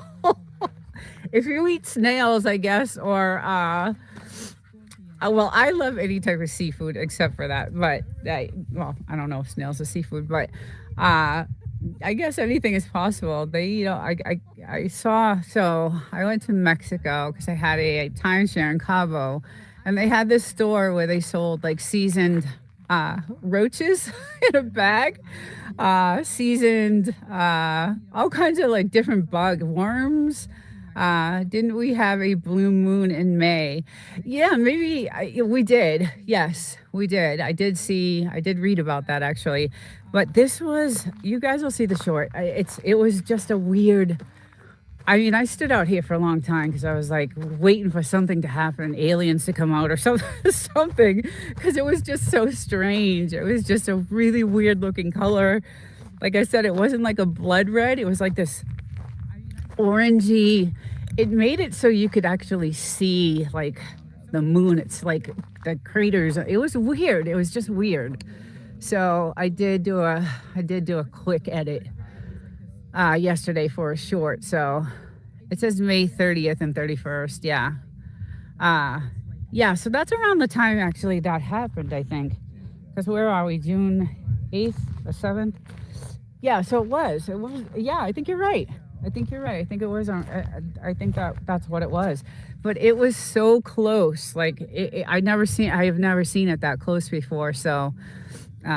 Yeah, so I stood out here for a good 45 minutes, and because I was like, something's gonna happen, I know it. I'm one of those like conspiracy theorists waiting for something to happen, and obviously nothing did, but it was just a really cool thing to see. So I did. Hey Fluffy, how are you? Welcome. Good morning. Welcome to the Mojave Desert in California. Beautiful day today. Very windy since Friday. Really windy. So and today is the first, like just a couple of hours ago it started to settle. And like I said, our little windmill up there was like, we thought we were gonna lose it because it was going so fast.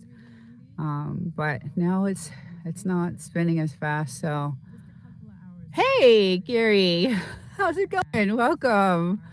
Good to see you. Welcome this Sunday morning, Mojave Desert. So Friday was 110.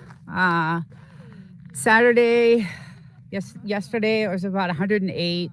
So today I am expecting it to be right up there. Just like regular desert weather temperature. Hi, little girl. What are you doing? We still have not put our generator together, so don't make fun of us. It's been sitting out there for, I don't know, a month now. So we're getting it ready, though. We are getting it ready. We just haven't done anything with it. So, but yeah, let's see. Probably won't be able to stay on long. About to head over to Mama's. Oh, but saw you're alive and so dropping in. Oh, thank you. Hey, Reds, welcome. Thank you, Gary. take care of mama. Gotta take care of family, right? Most important thing in the world is that. So, good morning, Reds. Welcome, Mojave Desert. I would say it's about almost 90 right now. And the sun is really, really hot. And it is, yeah, I can feel the UV rays are really strong. We did have a fire going early for the dogs, and we had to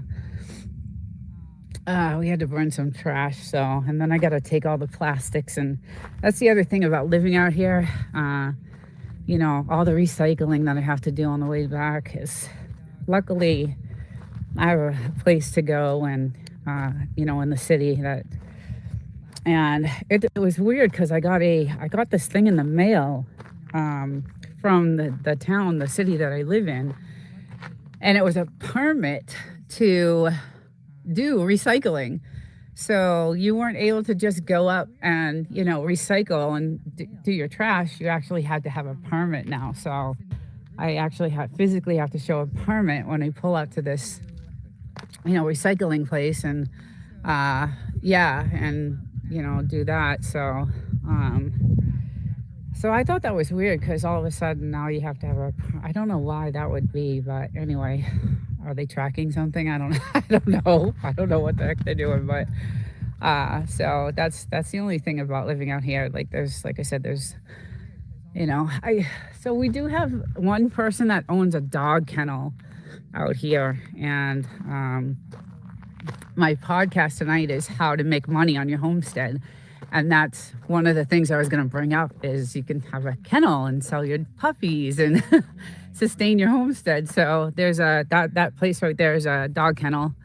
And they do have one of those huge like garbage, bins out there, that big metal garbage. So we do have some garbage trucks that come by, and dump the garbage, but we didn't want any ugly bins on our property.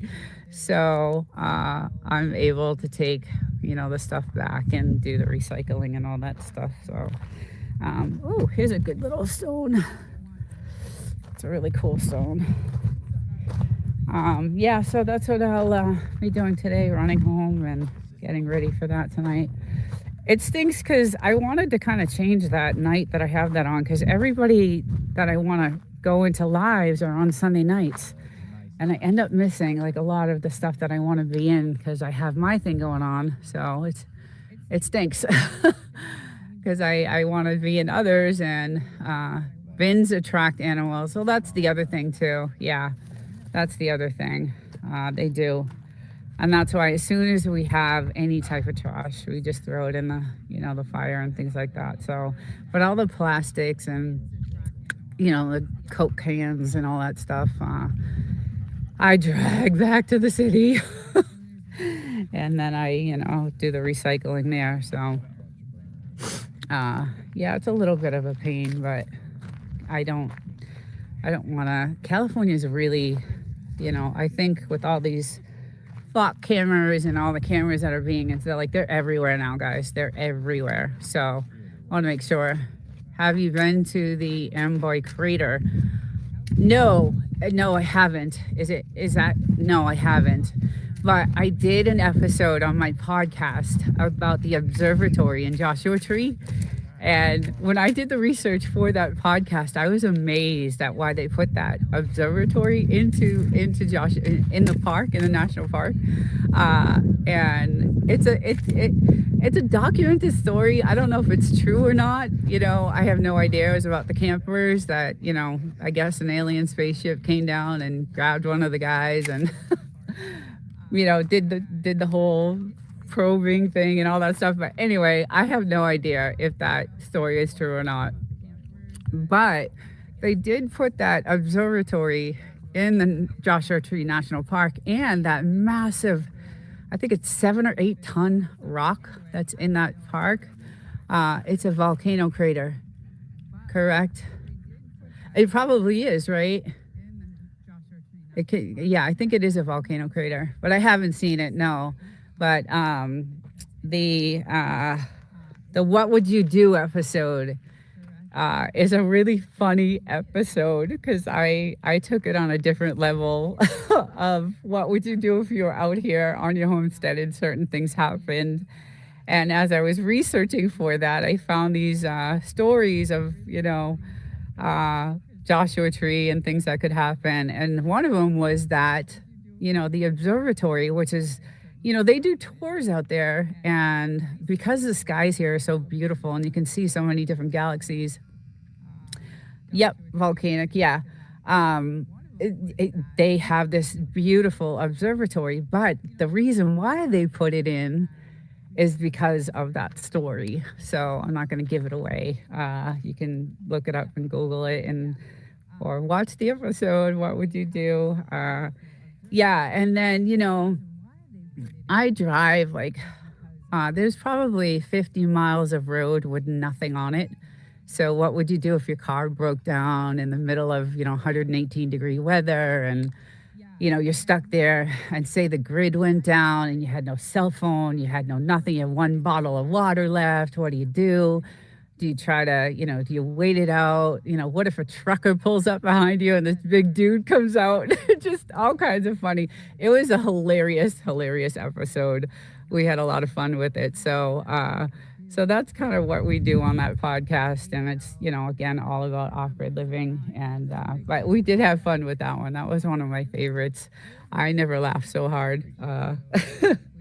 And I do it along with another channel that has, they live off-grid too. So Sky Limit, yes, the Milkman's Kid, yes, that's the one. And they do the tours out there because they have all those massive, telescopes. And at certain times of year, you can see just the most amazing galaxies. But I found out the reason why they put it in there. So, and I don't know if it's all, like I said, if the stories are true or not. They are documented though, but whether they're true or not. So I took that episode to a different level than my partner did, and because I wanted to have fun with it, and I knew Joshua, like this area has a lot of history, right, because of the gold mines and things like that. So I've been to Lowell Observatory a couple of times. Very, very cool. Yeah, I wanted to go. This would be a good stretch to run RC car. Yeah, so we used to have a razor, right? We used to have a razor, and we did all this. And at the end of this, at the very, very, very, very end, way the hell down there, is a huge salt mine.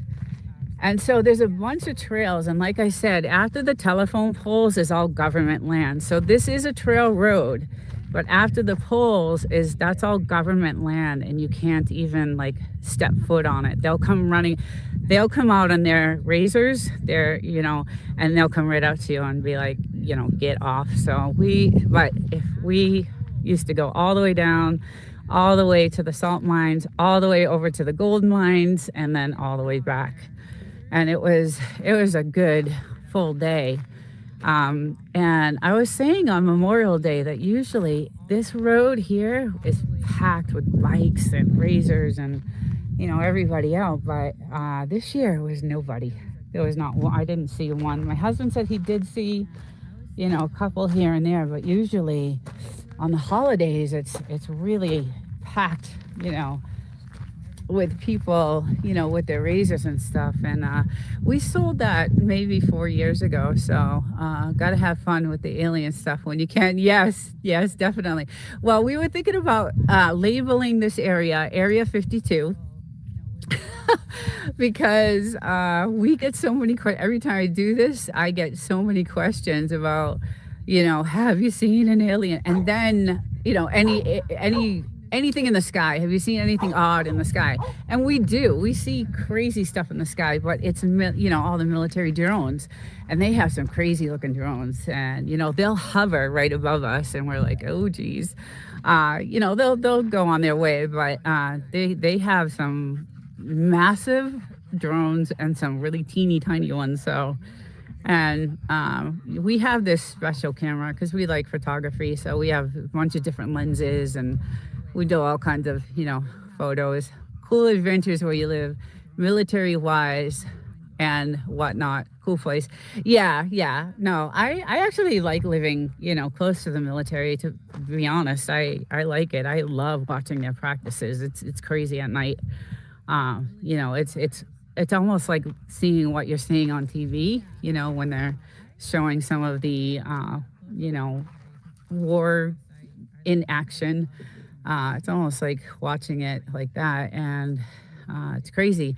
But we do get a lot of, have you seen, anything weird in the skies? And so we were like, yeah, one of my subs said you should start, maybe making a brand of saying this is Area 52 and get some Area 52 t-shirts and hats. And so, and then I found that she's the one that gave me the idea to, kind of do a little bit of research on that, because I was like, hey, let me look into it. There are some high altitude aircraft that I'm not sure what they are, too slow for satellites and too high for planes. Yeah.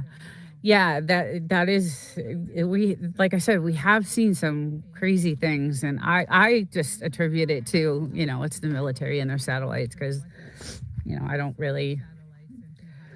know what's out there in the skies. So, but it does look a lot like, uh, Area 51. So, but she's like, yeah, you guys should start calling it. And then I found that story, about the campers that were out here in Joshua Tree. And Joshua Tree is about an hour and 15 minutes, I pass through it as I go home. And the story was is that there was these campers out there, and it was late at night. The fire went out, and they went to sleep. And one of the guys, got abducted and probed, and then returned back. And he woke up the other guy and was like, "Oh my God, this happened and that happened." And so it was in that episode I did. And whether, like I said, whether the stories are true, who knows. But I had fun with it. It is documented. And then the observatory went in, and they have all those telescopes to, originally that's what they were looking for, I think. But yeah, I don't know. But I did have fun with that episode. It was really cool. And then obviously all the other stories that go on out here, right? All the bodies that are somewhere out here, and yeah, there's some crazy history out here, just really crazy history. The oldest creosote bush is out here. I think it's 16,000 years old. There's some really cool stuff out here, and then all the gold mine stories. I love that. Sounds like Brokeback Mountain. Yeah, it does, right? It does. It sounds like Brokeback Mountain. Yeah, but there's none of that stuff going on. It does. It does sound like that. But yeah, I really did like having the razor, because in that area, I'll head over this way because you can kind of see some of the trails. Hopefully, you can see them from here up on that mountain. And guys, the views are just amazing. When you go to the top of these trails, it's deadly getting up there. I'm not going to lie. I was in fear of my life when I was in the passenger seat. We had a razor that you could see. Oh no, it was a two. It was two. That's right. It was two. And some of these, when you get, hey, welcome in to Moose. Yeah, some of these trails, it was like your machine would be almost like standing up. But in the distance over there, those are some of the trails, and they're super rocky. And like, my poor husband, I was screaming and I'm gonna die, and I was more in fear of getting hurt that I couldn't go to work than anything. I'm like, if I can't go to work, we have no money. So yeah, but once we get out there, it was just so gorgeous and just amazing. Same with the other side with the gold mines. When we were out there at the top, it was just so beautiful. Yeah, it was just absolutely gorgeous. Did I miss someone coming in? Amy, good morning. In the Philippines. It's a morning here, so it's probably night there. Yeah, at the top of those mountains, oh God, the views are just amazing. The salt mines are pretty cool to go check out. It is really beautiful out here. It is just gorgeous. If we can deal with the heat, uh, it had gotten the hottest year ever was when Death Valley was 129 degrees, and it got about 125 here. So you couldn't like go outside at all. We have a garage, luckily, and that's where the dogs had to go out. And so we were constantly cleaning the garage because that's the only place that they could go out. So, long walk back if you get hurt. It's really a one-way trip. And that was the other thing. So that's why. Okay, no, no, I hear you about the coffee because I have my huge one here. It's probably melting because I love iced coffee. That's all I pretty much drink is iced coffee. I love iced coffee. And I have a massive one that's probably melting to. Let me put this in the shade, yeah. Um, but yeah, it's like really amazingly gorgeous. And even some of the gold mines, they do the tours there too for the gold mines, which is pretty cool. But we were able to take our razor up there because you can only go so far with your truck. So if you have a four-wheel drive, you can get to so far, and then you got to either hike it up or, if you have a razor, you can take that up to the top and, check out those gold mines, which are really awesome.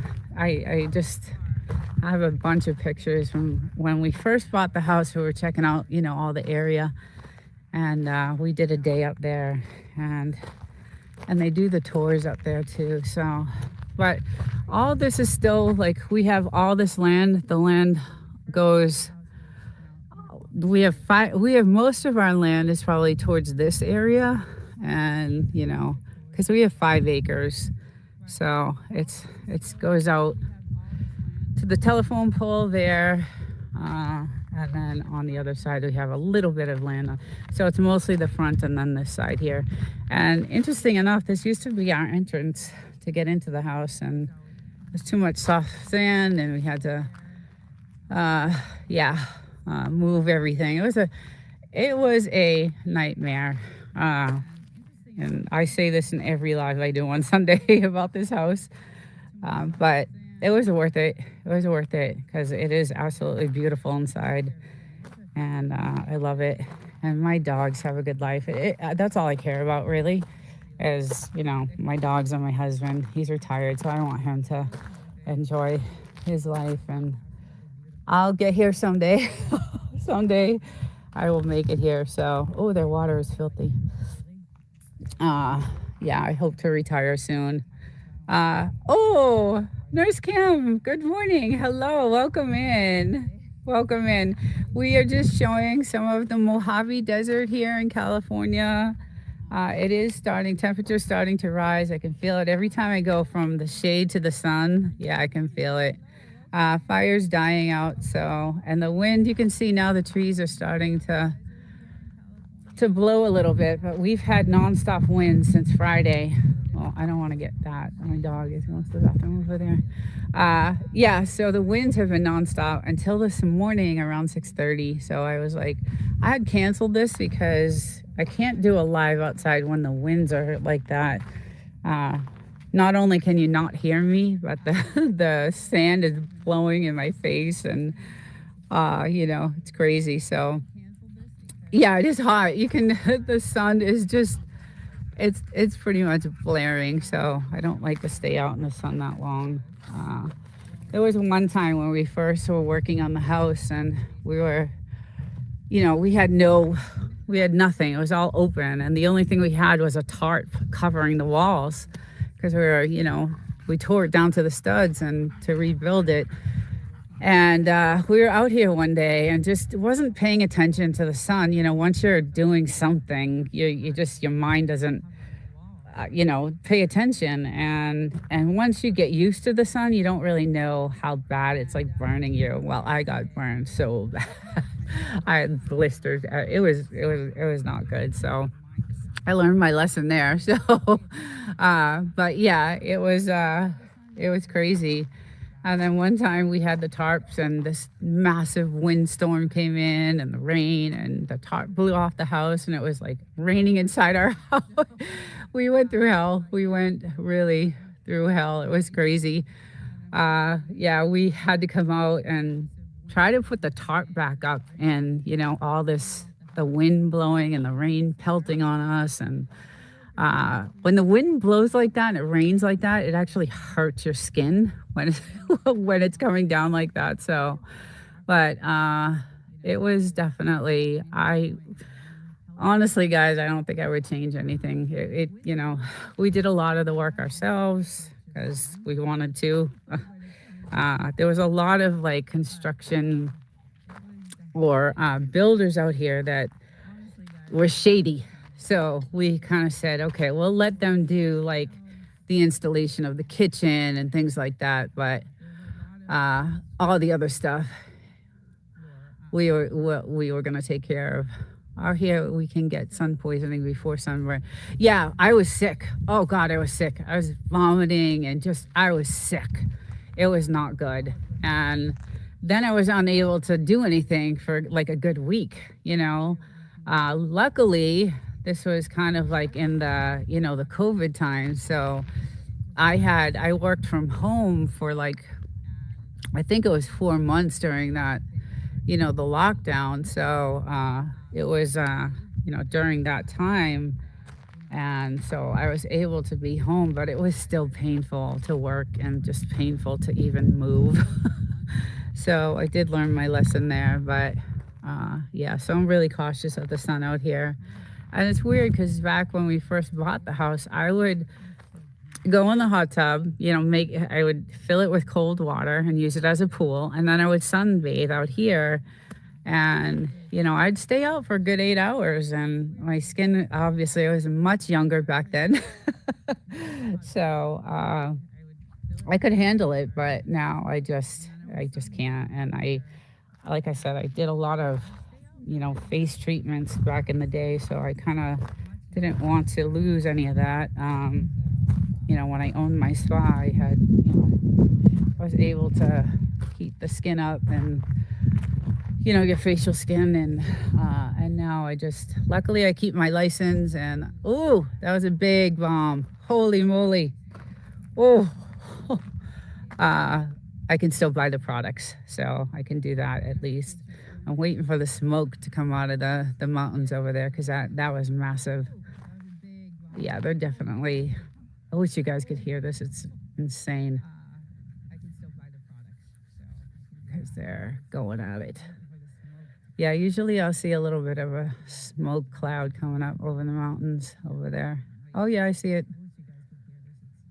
Yeah, it's so they're on the other side now. I did see them driving. They were on this side and I saw them drive out. So and it was it was when I first came out live, so they're probably, oh, there goes another one. I don't know if you guys can hear that. What are they doing? So they're bombing. They're bombing, and you can hear the gunfire. You can definitely hear it.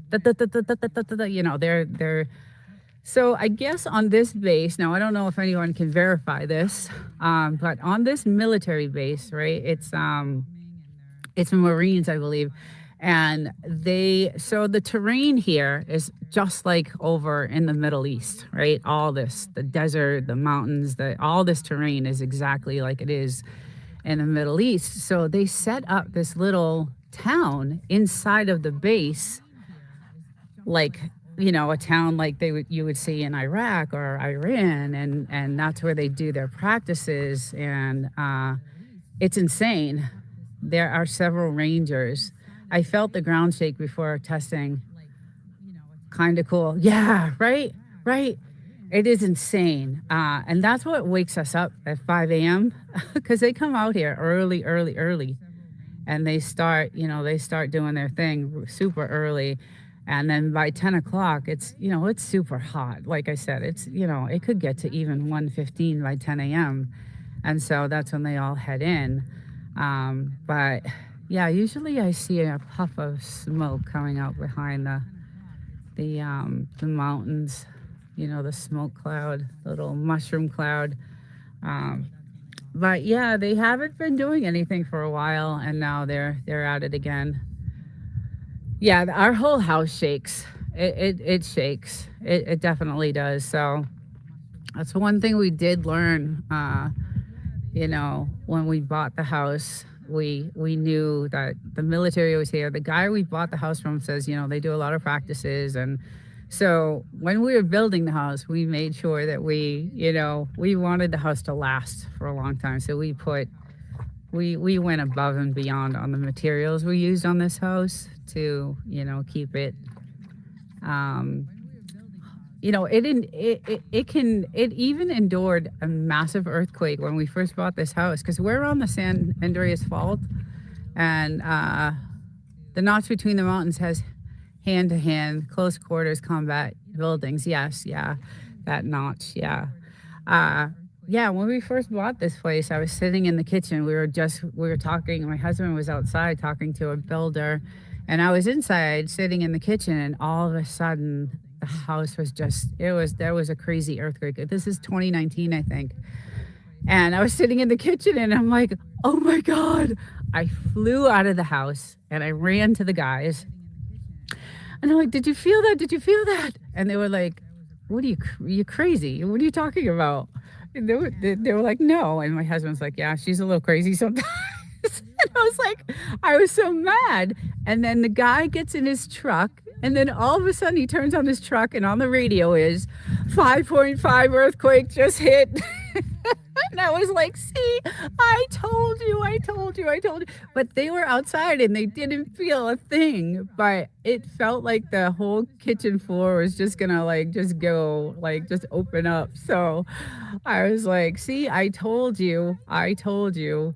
And yeah, so it was a 5.5. And like I said, we're on the fault. So I felt it. I was like, oh my God, that was, kind of the first real heavy earthquake. We do feel some in San Diego, but not about. Yeah, it was about 4 or 5 years. Yes, exactly. Yes. Yes. Uh uh yeah, it was crazy. I was like I said, that was the first real heavy earthquake that I felt. And then last week on Tuesday, we had one from the San Jacinto Mountain, which is also on the fault. So, and that one was violent too. My whole building shook. My lampshade fell on me as I was, I was in bed. But that one only lasted like seconds. The one that happened a few years ago, it was a good 20 seconds. Like it lasted. And I was just like, oh, hell no, I'm running outside because I didn't know if I was going to, fall in the floor or not. But the one on Tuesday was a 2.9, and I was 3 miles from the epicenter. So I was 3 miles from where it started. And that's why I, felt it so much. And that was the second, most violent kind of earthquake that I've been through. And then in San Diego, we had the ones that kind of sway the buildings. They're not more. Good morning, Meritage. Good morning. Welcome in. They were more of the buildings swaying, right? Because there's a lot of high rises downtown, and we lived on 6th Ave, right downtown, in the heart of everything. So that one was more of a swaying type of thing. Still scary, but not violently shaking your furniture and things like that. So, and then I picked up my phone and there was a survey, emergency alert Tuesday night, and they wanted to survey, they wanted you to do this. Did anything move in your house? How long did it last? Were you scared? Did other neighbors? And, it had all these questions. So I did the survey because I think it helps them out, to, I don't know. I think it helps them figure out things about the earthquake itself. So yeah, it was. So I've been through a few of them here, and that's why Tuesday night all these people started running out on their balconies. It was around 9 o'clock, and I was just like, it's just another earthquake. So I didn't really make a big deal of it. But we've had our share here. So Thank God they haven't been anything like, I think it was 72 that California had that massive earthquake, or in the 70s, I think, which decimated like LA, and it was pretty bad. The other thing too is we lived over the San Diego airport, so we were in direct flight path of the planes. So on my live yesterday, I had some video of my dogs, and we had some planes going overhead. And it's funny because where we lived in San Diego, we had a rooftop deck, and we were so close to the landing, like the planes would come in, and I would be on the deck and I would be like waving to the pilots in the plane. And they would wave back. They would wave back because I used to sunbathe up there on the deck. We had a nice rooftop deck. It was nice. It had, barbecues and all that stuff. And so, but we're in direct, path flight of their landing, and they would really come close. So I actually saw the pilots, and I would be like, "Hey, what's up?" And they would wave back. It was hilarious. So we did, when we first got that place, we had to get used to that because the airplanes are like insane. Our windows rattled, and after a few years, though, the town or the city of San Diego made all um, the owners of these buildings put in these certain type of windows, and that did help with the noise. So, and you do get used to it. We lived there for 13 years, so you do get used to it. Earthquakes are serious business. We had a tornado land in the back of our house, 280,000. Oh, geez, Meritage. Oh my God. We do, yeah. So I have some video footage in my yesterday's live. Silly Frenchie's doing silly things because we were at the park, and actually I have more footage of that because I did do a lot of footage. I have some footage actually of the planes say that the pilot saying hi back to me. But Meritage, that's not good. That is awful. That is that. Yes, you got to have the insurance. Yeah, you're lucky for that. Yeah, see, we had to get for earthquake insurance. I mean, guys, the insurance on this house is probably more than the mortgage itself, because of all the things we had to get on here. So that's the other thing in California. Like I said, I really love this house, but this state is getting. I don't know what's going to happen. It's getting so unaffordable. Um, I'd rather have an earthquake than a tornado. I agree 100% with that. I've seen some clips of these tornadoes, and the damage is just insane, just ridiculous. But Reds, I do have some footage of these planes, and yesterday's video of my dogs were at the Balboa Park because we lived close to that, and that's where I would take my dogs. And so we have some footage of them playing in the park with the planes going right over our heads. Like literally, we were so close to that airport. We were 2 miles from there. So, but the flight path was right over our building, and it never used to be. They had the flight path in a few, like maybe a half a mile further up, and then one year they changed it, and it ended up over our building. So let's see. Still here, just in the lab, creating some torture for you guys. Winstone. I know you have something going on today. I want to get back in time to see it, and if not, I'll rewatch. The cooking thing is just, yeah. I get some good ideas. I love to cook. I love to cook when I have the time. I love to cook. So and on the barbecue here, I do all of that here. I like to do all that here. So my nephew just graduated and yesterday, and they had this big, huge Italian outing, and I was just like, oh, I wish. They sent me a ton of video of it, and there was so many. I have a huge family. I have like 25 cousins, and just a lot, and the food looked amazing. It just looked amazing. So. Uh, they were, my nephew has a house on the lake in New Hampshire, and they have the boats and all Just beautiful there. So that's where they had the party, and it looked just so good. So I was like jealous that I couldn't be there cooking with my sister, and because she loves to cook too. Um, I know, when not again. I know it's torture. I literally drool like when I'm watching, and for the most part, I try to diet a lot. So when I'm watching these, I'm like starving. It's like, oh my god, it looks so good.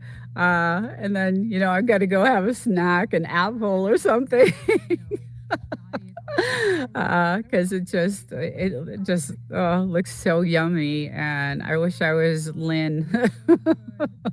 I was on Trini's channel the other day, and he was doing something, and I'm like, "You need a taster." I commented, letting him know that, because he's the taster for his food. So I'm like, I volunteer to be the taster, and he was like, definitely. It was so funny, but he has some good stuff on there too.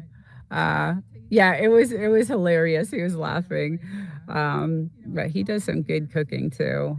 So yeah, I love Civi's channel also. She's a great chef. Her talent is like just some of the stuff she can cook is just insanely.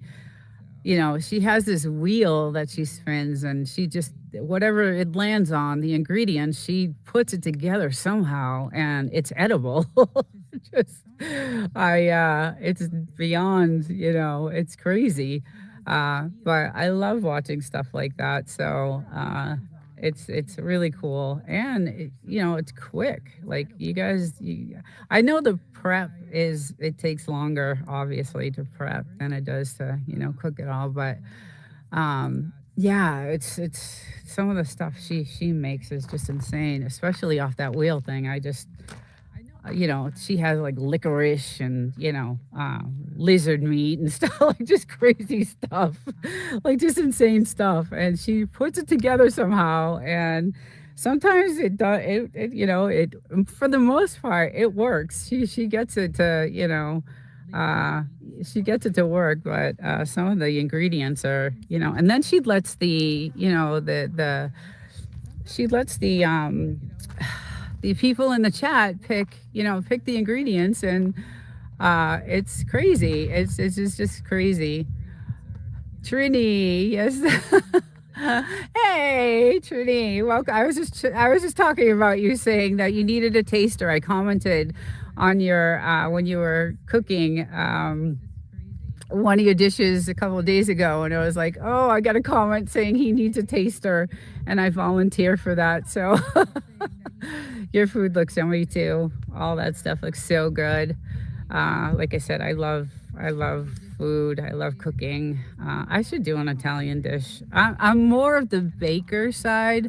I love cake decorating. I have some photos on my posts on my page of some cakes I did, and cheesecake, New York cheesecake I did. So I do like more of the baking. A little artistic, so I like decorating. So yeah. Hey, welcome in everyone. Trini, DeMoose, if I've missed anyone. Hey, Blue Demon, welcome in. Nice to see you. I sewed to you the other day, so thank you. Thank you for stopping by.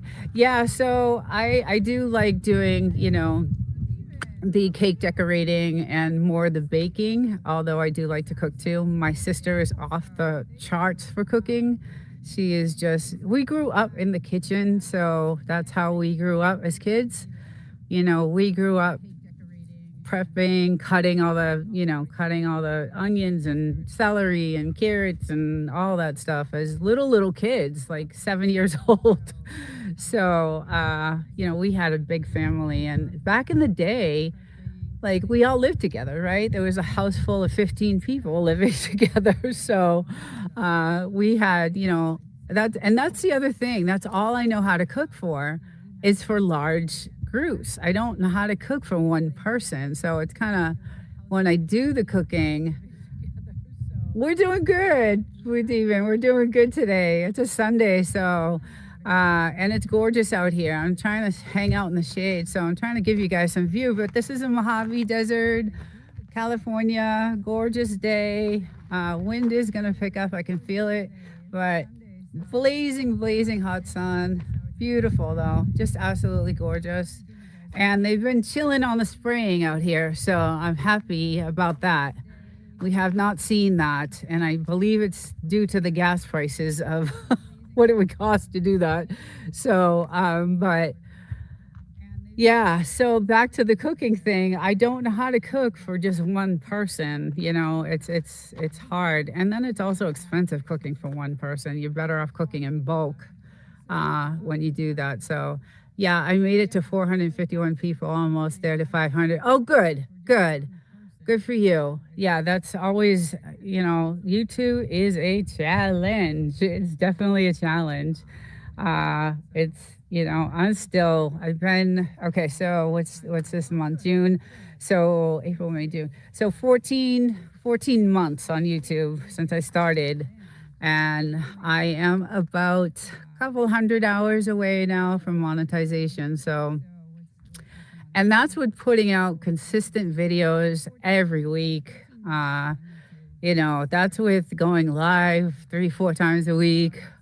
So I think the downfall for me was the trading of the playlists. Like, I think that's what screwed a lot of my hours up. Like, I will never, I go to channels now to watch because I want to watch. I don't make any trades with anyone. The hours would appear and then they would disappear. But we figured out a lot of stuff in testing. We did a lot of testing for a bunch of months, and I think YouTube caught on to that. I think if you're honestly watching the person's,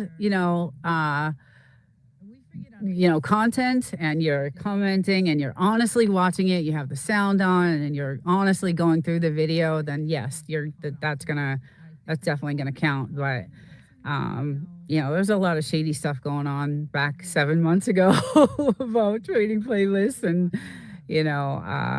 so I would see hours there and then they would disappear, and even more than I expected. So we started doing some testing on all that. So, and that's when I stopped doing that. So, let's see, just comment on the shorts on my lives. Uh, let's see. That's the way I see it. Yeah. Yeah, I don't know how to cook for one person. Who said that? Winstone. Yeah.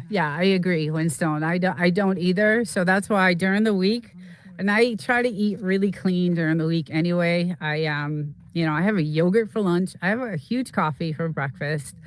A little yogurt for a sugar-free yogurt for lunch, and then for dinner, I just have a salad with some chicken, and that's what I have 5 days a week. Like, I don't veer from that. And then I do Goga. I do Goga's yoga for a couple of days a week, and that does help. I love his yoga. I just love him. I don't know. I just love him. Because I used to do yoga a lot back when I had my spa, because it was inside of a health club.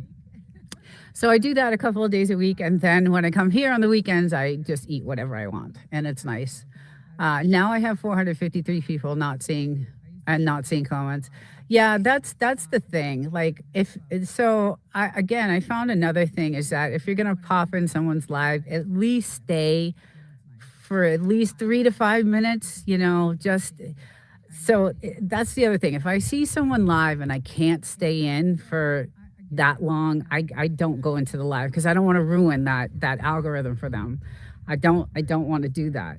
And so if I go into a live, I'm gonna be there for at least the 5 minutes. If I don't have time, and leave a comment, and then I'll go out and obviously hit the like, and then I'll go out and comment, on the video itself, and that does help. But I just, as bad as I want to pop in and say hi, and I do pop in and say hi and say, listen, guys, I'm at work, or I'm here or there, and I can only stay in, but I will be there for the 5 minutes. And I just know that that's at least, doing that does help. You can't just pop in for 30 seconds and leave. That kind of hurts. That hurts that live. So I try not to do that. And again, I try to get in all the lives that I can. Well, first, because I enjoy them. Second, because I learn a lot from them. Some of these lives have a lot of good information, and you can learn a lot. And obviously, the cooking ones I do because I just love to watch the cooking. But yeah, I know, like I said, through all the testing we've done, my team and I, and running 8 hours a day, 40 hours a week, we still do. Because YouTube's changing constantly, and that's how we're finding out all this stuff that's going on. Anyone else, please comment. Yeah, it does definitely help, to leave comments and specific comments that are related to the video. So find like a word in the video or find like a timestamp in that video and, tie it into that comment because that is what's going to stick. That's what so I talked about trigger words and trigger signals that this AI picks up. And that is one of the things is that if you have something in that video that is actually mentioned, it can see that. It can see that you actually watched it. You saw the timestamp, you saw the word, and you tied it into the comment, and it actually sticks. So, that's our theory anyway. That's my theory because it's been working for me. So, and I try to do the same. So, let's see. Blue Moon, I tried to comment on your channel, but it's blocked. Oh, how is it blocked? I'm not seeing anything blocked. Go into your settings. Go into your settings on your studio. I believe it's under customization, and then go into your is it the manager settings? I know it's in customization. Only you can change it in the settings. Yeah. Right. Right. Yeah, you might have that blocked actually. Because I think my team they did say that. That's right. Uh yeah, check that out. You might want to check that out. And see what's going on with that. But it is in the customization settings. And then open yourself to raids. Make sure you're available for raids, channel raids. You want to do that too, because that really is a cool thing. I like that. That is definitely a cool thing. The only thing with that I wonder is that if a channel raids your channel, and then some of the people pop out, leave after 20 seconds, what does that do? I kind of wondered about that. So a channel comes and raids your channel, and maybe 7 of them end up staying, and then the rest just like kind of leave. How does that affect that live? So that's another thing that I have a question about. I'm always thinking outside of the what does this do, what does that do on the YouTube Studio app. Yeah, so go to your YouTube Studio, and then off to the left-hand side is your customization, your earn tab, there's a bunch of different settings. And if you see customization, I have a YouTube Studio on my phone, I would do it on the desktop. I think you can. I think it's the desktop. I don't know if you can do it on. I've never done it on the phone. I've always done it through the desktop, so I'm not really sure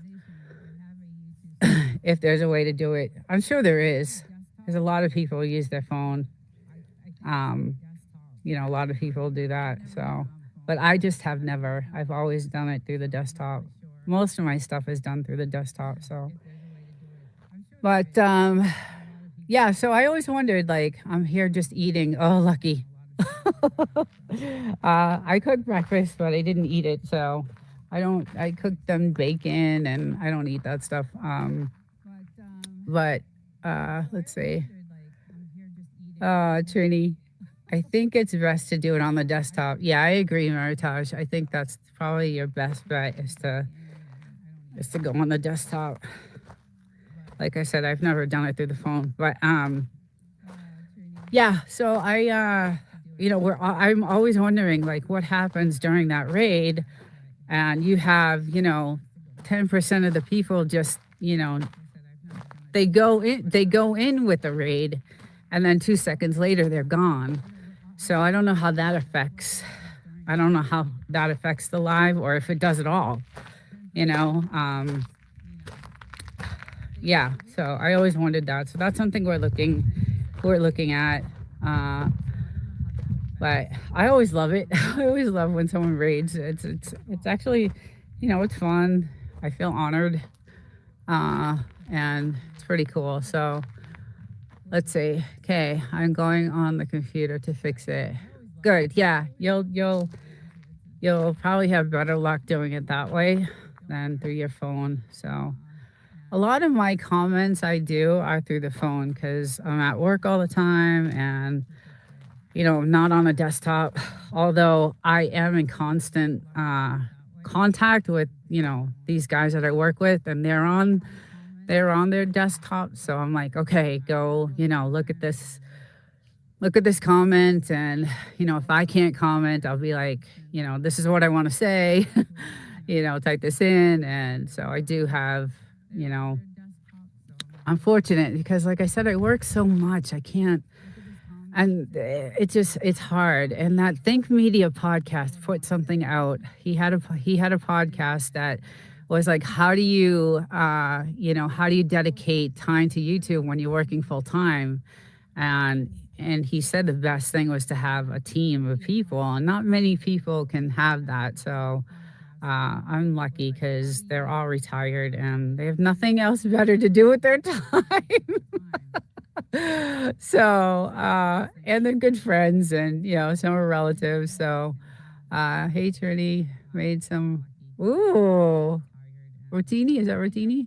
Well, you should have 5 or 6 new subs. Yay! Right, awesome, awesome, nice. Yeah, so he did recommend, having some kids and Reds. If you're still on, your son seems like he would be a good tech person. Should hire him as your assistant. He could do some of your maintenance and commenting and things like that. I don't know how old he is, but he seems like he's a pretty smart kid. Although you're smart too, so. Uh, but yeah, if you guys, I was fortunate when I started this. They were all in. Everybody was like, "Yeah, let's do this. Let's do this." And now it's like, oh, I don't know what's gonna happen to YouTube, but anyway, we're still at it. But there's all kinds of things I'm always looking into, and the raid thing was one of them. So we'll see what happens. Oh, my little guy decides just to go in and leave the door wide open and air conditioned. Uh, there he is. What are you doing in there? Huh? What are you doing in there? Huh? What are you doing in there? Oh, shut that. Got the AC on in there. But yeah, so where do I go next? Clicked the custom. So there should be another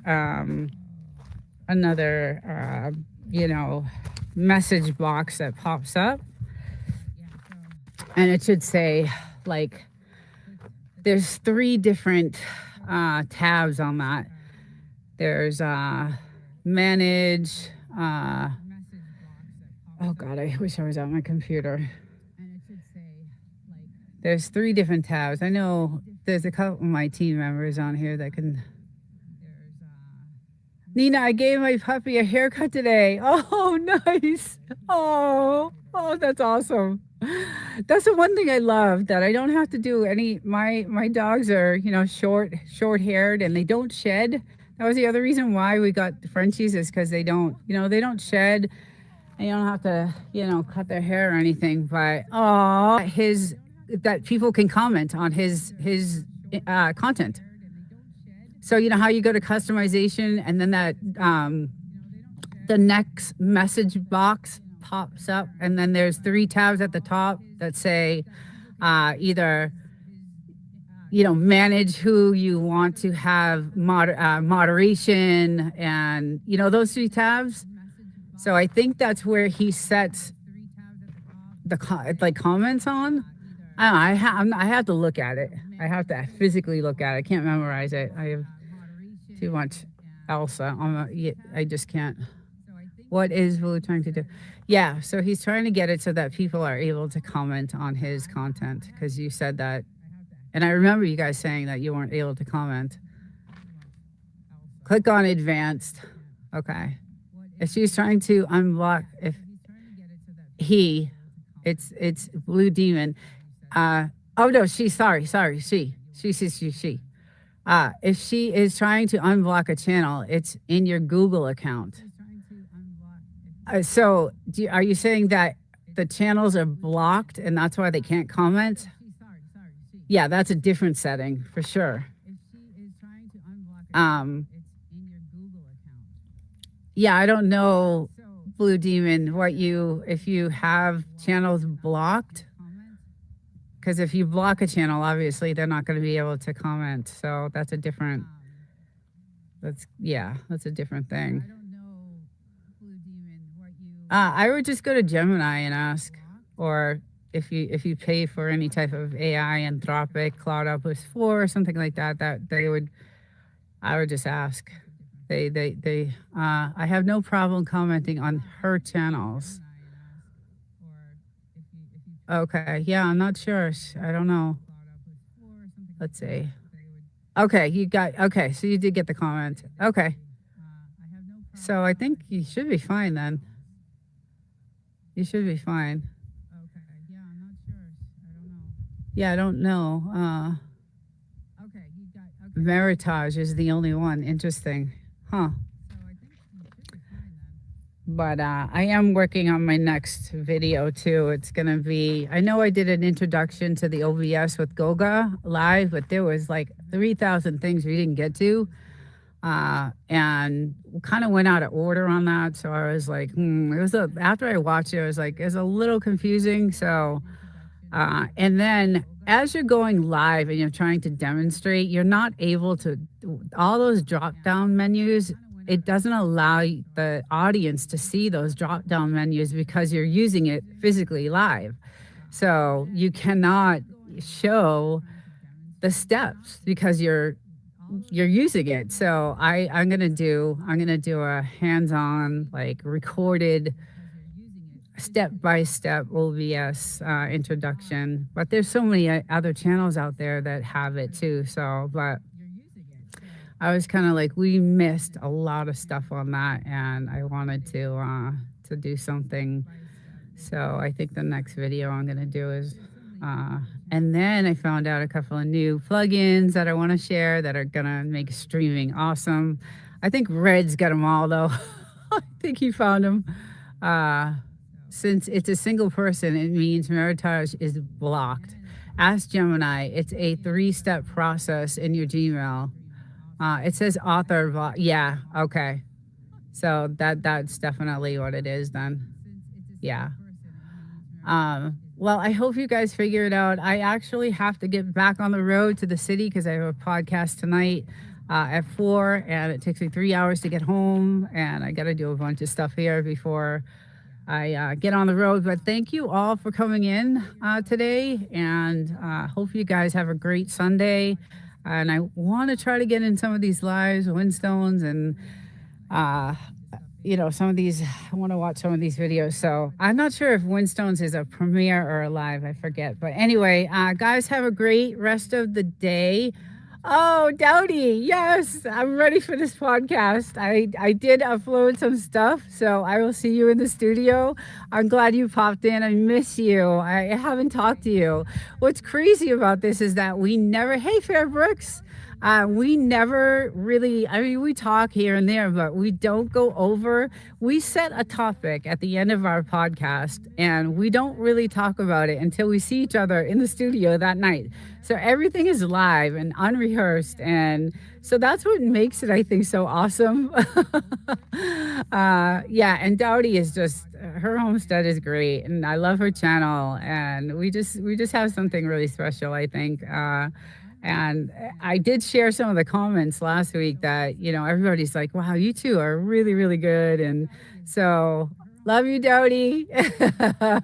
I got a crazy story for you. Oh, some random people are driving down my road. Okay, tell us. Oh God, I need to hear this.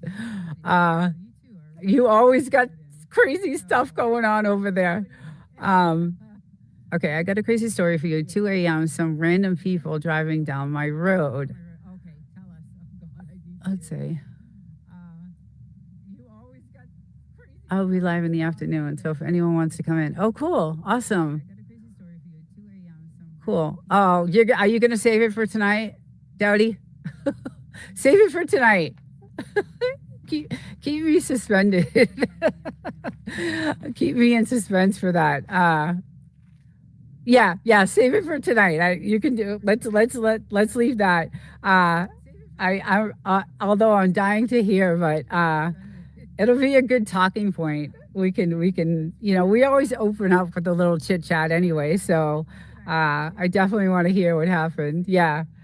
Uh, yeah, I had an earthquake on Tuesday, so I'll probably say something about that. It was crazy, but I love our topic tonight. It's going to be another good one. I'm excited. So, yeah, so I will have to. So, yeah, you can come to my live then. Let's see. Yeah. So anyway, guys, have a great rest of the day and enjoy the cooking and eating. I'm jealous. I want some. And then, Dowdy, my love, I will see you. I'll probably be in the studio because we'll use the EV Mux tonight. And I'll probably, be in the studio maybe 15, 20 minutes before. So I will see you if you want to pop in. And usually we're right on time. Like both of us are like popping in right at 4. So it's literally unscripted everything is just it just goes. So but okay, I'll see you later. And everyone, yeah, I'll be in there a little bit earlier today, so if I make it back in time, I'm hoping to. Take care, everyone. Have a great Sunday. Thank you all for joining, and I will see you guys in the next one.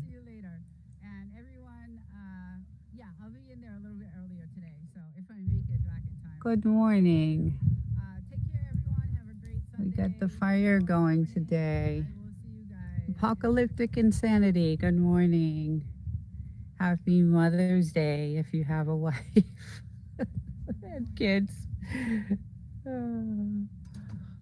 Oh, it's a beautiful day in the desert today. Gorgeous day. Gorgeous. Absolutely gorgeous. It's about 72 today. Hey, mental raccoons. Oh my goodness. How are you? It's been a long time. Yeah. How's it going? Good to see you. Happy Sunday. We're just chilling out in the desert and the yard. We did a fire early this morning for the little guys, for my little ones. So yeah.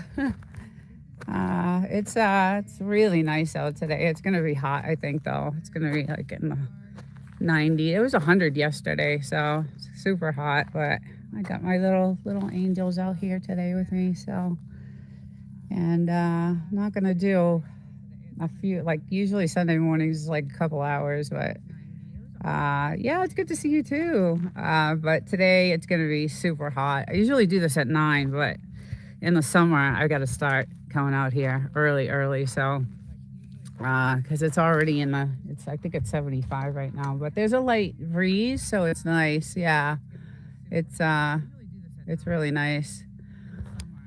It's gorgeous actually right now. So, but it was super hot yesterday, and we didn't have this nice breeze. So, but yeah, I hate to leave today. I go back to the city, so.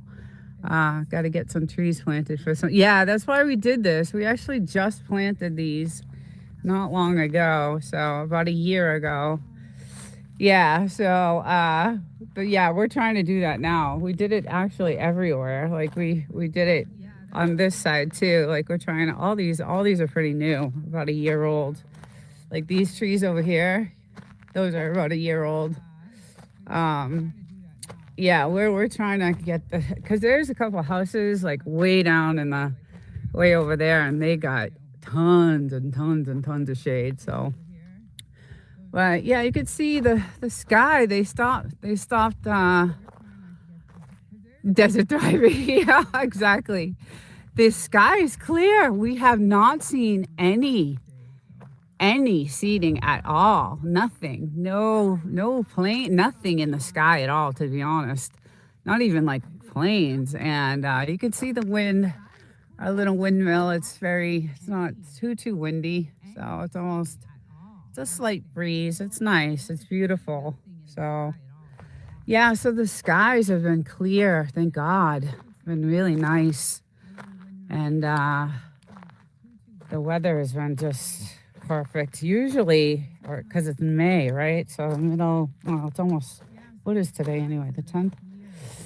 Yeah, so it's usually, yeah, really, really hot right now. It's usually 100 degrees right now in the morning. So we're lucky that the weather isn't too bad. So, but yeah, just chilling.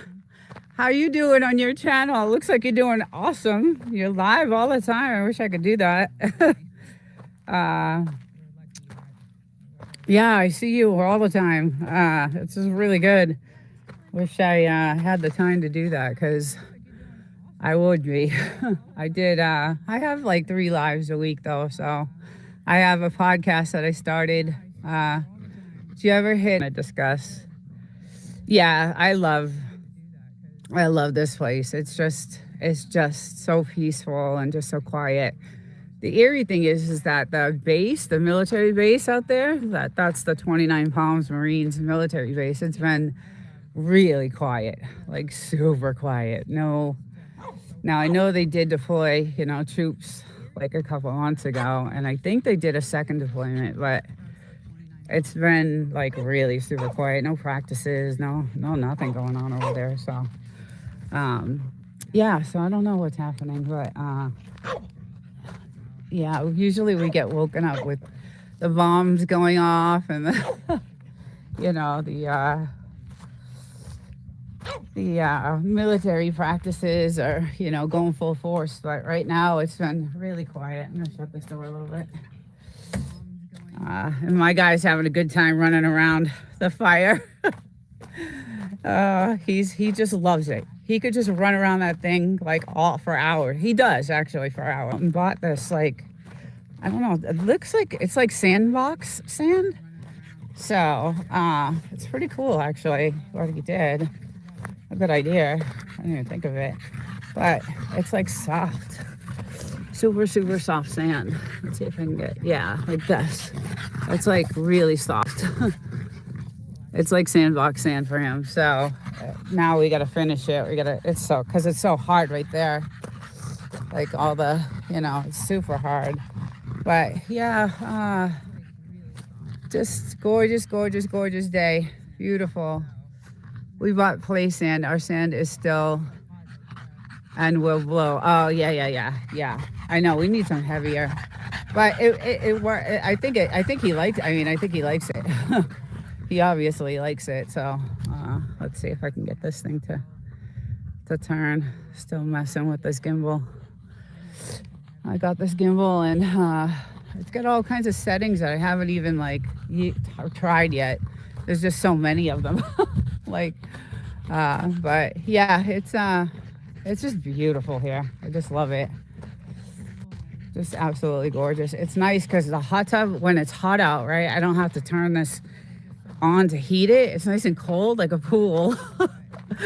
So it's been refreshing to, it is still warm. It's still like about 90 degrees actually when you get in it in the summer without having to heat it. So, but it's been, refreshing not having to, at night especially, it's cool. I love that.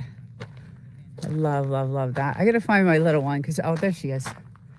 She's the lizard hunter. And last week, she almost caught it. She almost got one and I got it on camera and I was so happy. I was doing a live last Sunday, and she chased it, and I was so happy I got it during the live. It was great. I was really happy. There's a lot of bugs out here though today. I don't know what it is. I'm not supposed to have bugs out here, but there is. Anyway, I hope you're doing well. It looks like you're doing good and still going at it. Uh, yeah. Look at him. I just love the way he loves that. Just loves it. Uh, just having a good old time. Yeah, he's just, that thing was like going really, really big. We got some new wood delivered, I think Thursday or Wednesday. So it's different type of wood. Hopefully it burns as good. I think it will. So, but we were down to this little pile over here, and I'm like, oh my goodness, we got to get some, just in case something happens in the world. We're not able to get anything. So, but yeah, the skies are gorgeous, gorgeous. No seating, no nothing. Look at how beautiful that is. Oh, just gorgeous. And the sun is, whew, is blaring. It's just like, whew. Oh, it's almond wood. That's right. That's right. Yeah, almond. So, yeah. Let's get this thing. I'm using the knob to turn this. So, yeah, so that's what it is. It's almond wood. And I don't know what kind the other wood is. We got this wood like a year and a half ago. So it lasted a while. It was a couple of cords, 3 cords, I think, 2 or 3. Look at, she's in the bushes over there. She's so funny. I gotta watch her because she gets in trouble. She gets bit by snakes and stuff, and I gotta keep an eye on her because she likes to chase the lizards, and I can't have that going on. So I can't take my eyes off of her. But the Torahs are coming up. I have some beautiful, I gotta put some videos together because I have some gorgeous pictures of the Torahs and beautiful flowers, and all the flowers around the property are just really gorgeous at this time of year. Around the end of June, they start to, die off because it's so hot. But it is really pretty. Goes all the way down and then all the way this way. Really pretty. So pretty. I just love it. And then these trees just have thousands of bees, so I don't go near those those trees over there. I do not go near those because there's just too many. You can hear them from here. There's so many of them. So, but yeah, Memorial Day is coming up, so I believe all these Airbnbs around us. Well, it's usually busy up here on that weekend. So luckily I got to get an extra day. So a 4-day weekend. I'm happy about that. Anytime I get to spend up here is so precious. So, and now that I have the podcast on Sunday nights, I have to leave like almost right after this live. So, but yeah, I don't know if anybody's ever been to Joshua Tree, but it is gorgeous, and just it's got those huge, huge, huge boulders and rocks and all the yuccas, and so tonight's podcast is going to be really interesting. I got some crazy scenarios that I'm gonna. So the podcast generally is like living off grid. Anybody who is homesteading and living off grid. It's usually about, things like that and what you have to do to live off grid, and, the sacrifices you make and the enjoyment that you have. So it's, people think that it's just amazingly, we went through hell to get this place, to where we need it. So I do it with another channel that's a homesteading channel, and she definitely is off grid. She's not even on the electrical grid. So it's pretty cool. We have a good thing and it's fun. And that's originally what I wanted to do. So is podcasting. So it was cool that I met her on YouTube, and we hooked up, and now we have this, we're on our 7th episode. Let me turn it that way a little bit. And look at what she's doing. Oh my goodness. Woozy? Lucy, you okay, Dose? Huh? Oh, she's so cute. I love her. I just love her. She's the best. And happy Mother's Day to anybody out there that's a mom. I just saw that I got a text from my sister, so I gotta hit her up on the way home because I got a long ride home. It's probably gonna be crazy driving today because of Mother's Day. So, but I hate to leave these guys. Look how cute she is. She's so curious about everything, just about everything. I just gotta keep an eye on her. He's good because he probably went in the house. He goes in and out of the house because he gets hot. He gets really hot. Oh no, he's over there in the shade. There he is. But yeah, it's just absolutely beautiful. Just the views and the skies. It is a little hazy, so you know it's gonna be burning, burning hot. You know it's gonna be like ridiculously hot. So, let's see what he's doing. You okay, bud?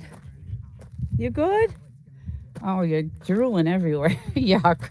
Oh, God. Oh, buddy. Oh, yeah, you chill out for a little while, okay? Okay. Oh, look at these Satoras. Oh, wow. Oh, how pretty. He's going back. There's definitely something eating it. Look at the leaves. And there's new ones growing. Wow, that's pretty. I didn't see that this morning out here. But she's on a hunt. She's definitely on a hunt. Good morning, Mike's Adventures. Good morning. Happy Sunday. Just out on my regular walk in the morning, looking at the skies, nice and clear. They've been clear for a long time. Nothing going on in the skies over here lately, so I'm happy about that. I think everybody's catching on to what's happening in the skies, and now it's like all of a sudden stopped, like just stopped. Very strange, just really weird. All of a sudden we have nothing. I haven't seen a plane all weekend, to be honest with you, and it's just weird. They just were going at it, and now we actually had beautiful, fluffy white clouds yesterday, like just gorgeous. So I was like really happy that is not happening right now because it was just out of control. So yeah, it was just nonstop and just ridiculous. But it is definitely hazy today. You can see the haze in the air. So, and the moon is still, I can see the moon. Yeah, so once the news started reporting the chemtrails, it's really crazy. And it's been so nice. And I can definitely, I could feel a difference. I could totally feel a difference.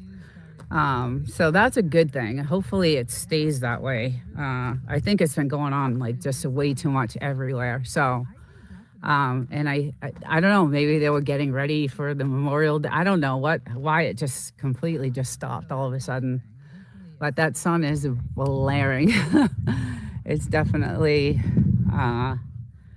really going to be hot today. It was like 102 yesterday. So it's getting, it's like 75 right now. So not too bad. But yeah, in the afternoon, it's crazy because the heat peaks at like 3 p.m. So it gets the hottest at like around 3. And then it'll linger to like 8. And then at 8 o'clock, the sun will start to go down, and around 7:38. And then it really doesn't cool off till like 10. And it'll only cool off like 10 degrees. So it's still like 100 degrees when you wake up the next day. It's crazy. Wow, we need some of that warm weather. We're only going to be, what? 45? Oh my goodness. Still? Hey, Devil Dog, good morning. Welcome. Tell Jamie happy Mother's Day with all her little baby puppies. Uh, yeah, it's actually gorgeous today. Nothing in the sky, clear skies, beautiful, beautiful. No, nothing going on. Just ridiculously gorgeous today. I'm really lucky to have this. Really fortunate to see this. It's very hazy, so you know it's definitely going to be really hot. But yeah, gorgeous. It's still quiet over there at the military, so it's really, really, I want to go back to sleep. You should. It is early. I had to start this early today because I can't come out at 9 o'clock anymore because it's like 110 degrees. So I had to start really early this morning. But thank you for popping in. I appreciate that. You've been in my lives a lot, and I really appreciate that.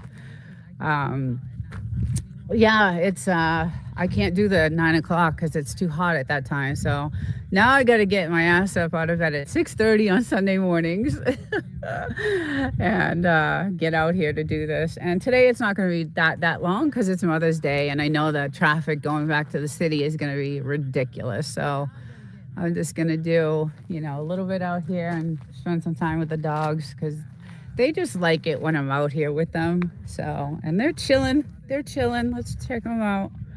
Let's check my little angels. She was out hunting. There's one. And he's been running around the fire. So, he's all pooped out. He's definitely tired. But they enjoy this so much. So, just as long as I'm out here with them. And I do my little walks around we have a good, I think it's like almost an acre. So I used to actually use this as a running track when I was running. I used to be a runner. I used to do a lot of running, a lot of marathons and things like that. So I used to run like 50 miles, 50, 60 miles a week every day. I do, 7 to 10 miles every day. But the neck injury and the neck surgery stopped all that, so I don't do that anymore. But yeah, I used to use this as a whole running track, and I would do the whole entire 12 to 15 times around, maybe even more than that actually. So that was cool. It was nice. Out here in the morning I'd get up super early and do that, but now I just walk it because I'm getting older. And my neck is all messed up, but yeah, today's a good day to just chill. I wish I could jump in that hot tub because it's perfect temperature right now. It's nice and refreshing, but I know the traffic today again will be crazy, but I love the skies today. I love not seeing any crap in the air, and I just love it. It's just so pretty. And tonight's podcast is going to be so interesting. It's going to be so cool. We started going live with that, so it's really fun. It's called "What Would You Do" is the title, and it's all about living off grid. So we have some really crazy scenarios that we're going to bring up, and hopefully it'll be fun. I'm sure it will. The last one was super fun, so I love doing that. You need an ice tube, yeah, 14 times around. Yeah, I used to do 15, 16, maybe even more than that. So yeah, I wouldn't, because I ran so much during the week that this was just, I was a die-hard, for years, I don't know, 25 years, die-hard gym rat. Like, I would not skip a day. I would not. And it's been like, I don't know, 10 years now that I have not. Let's see, I'm 57. I'm 57. So around 45, 46, I stopped because I had the surgery on my neck. And now I, I do walks and stuff like that. And I got a really physical job. So I am like on the manufacturing floor constantly up and down. And so where I work, it's kind of like a campus. We have 4 different manufacturing sites. And one of our areas is Tustin. We have another campus there in Tustin, California. So we have one in Menifee, and then Tustin is the other one. So I am like booking it around all day long, everywhere, back and forth each building. And up and down. So I do have a physical job. On Fridays, it's nice because it's, yeah, they're loving it. Fridays is a chill day. It's kind of like I do a lot of, my coding and VBA coding and all my spreadsheet formulas and things like that. So I'm sitting a lot on Fridays, but Monday, Tuesday, Wednesday is, whew. Yeah, look at him. He just loves. And we haven't really done any practicing. We haven't done any, shooting or anything like that. So we've been chilling on that because ammo is so expensive right now. It's insanely expensive. So we have not been doing anything with that. But yeah, I check these. She loves this hole right here. She just loves this. She goes in here and it's nice and cool. She'll dig a deep spot. And this is from a storm that came in, like, I don't know, a few months ago. And she just loves it under there. I just am afraid of the snakes. So I check it out all the time. Was land dug down to hold water? Oh, you mean this area? No, we dug this. We had this dug out for some privacy. At the time when we bought this house, there was a lot of illegal activity going on that we weren't actually aware of. So there's a lot of houses that have been taken down and just completely, the feds came in. We watched it all happen. The feds came in and just took down all these houses, and they were trying to, I think they were trying to make this like the next Humboldt County. And we were just like, oh my God, what's going on? So we dug this out because I would go in the hot tub and then I'd lay out. But there's a road here in the back, and there was a lot of activity going on when we first got this place, and I needed some privacy, so we dug that down. But we're going to put up a fence and needed it squared, yeah. That was, yeah, well, we did do that too. We replaced the fence, but we do have a well. We have, we had this put in when we got the house, so, well, it's replaced. There was a nasty well tank here and stuff, and we had it all redone because the house had been sitting for many years before. Solid wood fence, yeah. I still think I need it. But anyway, like there were houses down there, and they actually fixed one of them up. They left one of them, and that white house, I don't know. So this is pretty much the only house they kind of left and redid. And this was the main house that was, the activity going on over here, which surprises me because the military is right over there. And like everything was going up, like all these farms, these, weed farms. And we were like, oh my God, what's happening? Hello, good morning, Amy. Hello. So that's the only house that they actually, did anything with. But everything else, they like just tore it down and, we watched it all happen. We watched them cutting down all the marijuana trees, and just, it was insane. But we were happy because it was kind of a little dangerous. We didn't know, what was going on. So, and then we figured it out.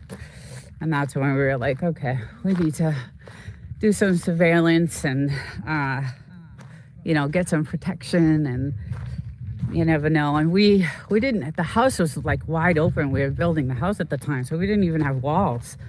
So we were like, yeah, no, we're gonna, take care of ourselves and make sure. Yeah, so it's thank God they did that because it's so much better and so quiet. And yeah, so they just, push the sand up to build, a wall. And it's fun too because when we target practice, we line this whole entire area up with milk cartons and, Coke bottles. And let's see, I got some really cool stones today. This is a good one. That there. But yeah, I got some nice stones today. Let's see if you guys can see these. I got some really cool ones I picked out today. So I have like, it's funny because I have collections all over the place. Like I'll leave my little stash of stones everywhere. I got them everywhere. So plus my whole house is loaded with some nice crystals and things I find out here in the desert that I like. So yeah, I go sometimes, I'll take a few hours and I'll go off and I'll take a little shovel with me and a little pick and I'll go digging. And I'll look for rare stones and things like that. Only you don't find many, but I do find some gorgeous, gorgeous stones. So, Amy, I hope you're doing well. I don't know if you're a mom, but happy Mother's Day. Rare stones and things like that. Only you don't find many, but I do find some gorgeous, A few hours and I'll go off and I'll take a little shovel with me and a little pick and I'll go digging. And I'll look for rare stones and things like that. Only you don't find many, but I do find some gorgeous, gorgeous stones. So, Amy, I hope you're doing well. I don't know if you're a mom, but happy Mother's Day to any moms out there. I'm a mom, so my daughter's I get them. Oh, there's a plane up there. I'm getting these texts right now, and she's like, happy Mother's Day. So I'm probably going to call her too on the way home. I do see a plane. That's like the first one this weekend. It's been so quiet. It has been just so quiet, so nice. I love it. I love it. And I love to see the sky blue and clear. Just absolutely beautiful. Well, where is she? Where did she go? Where did she go? Where did she go? Is something biting you? Yes. Something's biting you. Oh my God. Whoa. Where are you? Let's see if we can find. Oh, she's over there. Look at how cute she is. Oh God. Oh God, she's so damn cute. She stepped on one of these thorn thingies and her foot is still not right. I was coming to see you. I was coming to see you. Oh, she is just so beautiful. I love her. So cute. Hi, little one. Look at how pretty you are. I got some good pictures of you this weekend. Yes, I did. Yeah, we got a ton of wood. It looks so huge, right? It's the same delivery. We got it from the same guy too. It was kind of expensive though. She's harder to find than Waldo. Exactly. Yeah, so I think this is 3 cords of wood or two or three. That was like $1,500. So yeah, it should last though. It should last a while. It was kind of pricey. I was like, well, I think that's what we paid the last time. Maybe a couple $100 cheaper. But at least we got it because we were running super low and we definitely needed it. That's all we had left was right there. And I'm like, you gotta go get some wood. We like our campfires at night, so it's so nice. It's just beautiful now that it's been a good, I don't think they've done anything all week this week in the sky here. And the moon, I can still see it up there. It's very cool. So it's been nice and clear and the night skies are gorgeous. Just absolutely beautiful. So I know the Memorial Day weekend is a big weekend out here. So there's a lot of like Airbnbs out here. And we'll probably, there'll be some activity. Everybody 4-wheels and, does the trail. Because that's a trail road too. So everybody will be on their 4-wheelers. Yes, they have to haul it 200 miles. Oh, I didn't know that. Oh, 3 cords. Okay. I didn't know it was 200 miles. I thought he was close. I thought he was in Yucca or something. I didn't know he had to drive that far. Yeah, that's not good. That's why it costs so much. That's why he charges an extra couple $100. But anyway, it's you gotta have it. I think they stopped the spraying due to jet fuel shortage. Oh, that's why we don't see the planes. That makes sense. That makes a lot of sense. That is absolutely. You're so smart. You're just so smart. I didn't even think of that because they did. They're canceling flights everywhere, like everywhere. There's just, that is true. And I think that's, yeah, maybe that is that. That would be unfortunate if they start up again, but I think that that makes total sense. Like, absolutely. I know what's going on with the airlines. They're struggling. I mean, just, it's awful. It comes from Big Bear. It's 100 miles to his property, and he's 100 miles from us. Okay. Oh, okay. Interesting. Yeah, for some reason, I don't know why I thought he was in like Yucca Valley or Joshua Tree. I don't know. I just thought he was close by, but that's a long way. I drive 175 miles back and forth, so. And it's clean burning, cured hardwood. Yeah, good. Good. That's the other thing. It's not all smoky, and neither was this wood though. This wood, it was good. It was good quality. It was really good quality wood. So, but yeah, it's a little light breeze. You can see the trees. Our trees are doing actually really well. Like I'm really loving them. They're starting to fill out and look really good. Some of these over here are still scraggly. They haven't, we got two really gorgeous ones on this side. Those two, just a couple of them actually, two or three. So those are just gorgeous. I won't go near them though. Johnson Valley with the oldest creosote bushes. Yes. Yes. Yeah, those trees, but these ones, I don't know, they're struggling a little bit. This one's a pretty tree when it's all bloomed. Oh my goodness, it's so pretty. It has these purpley flowers, and I know Wolf and Snort knows the name of the tree, but when it starts to bloom, and it's like there's a few coming up. Yeah, it's starting. So it's really pretty. It's all purple, and it looks pretty with the white behind it, all the white trees and the desert willow. Okay, yeah. Yeah, so when you're driving out so I come up this way and, come up and I see this whole beautiful piece of property and I'm like, oh my God, that's mine.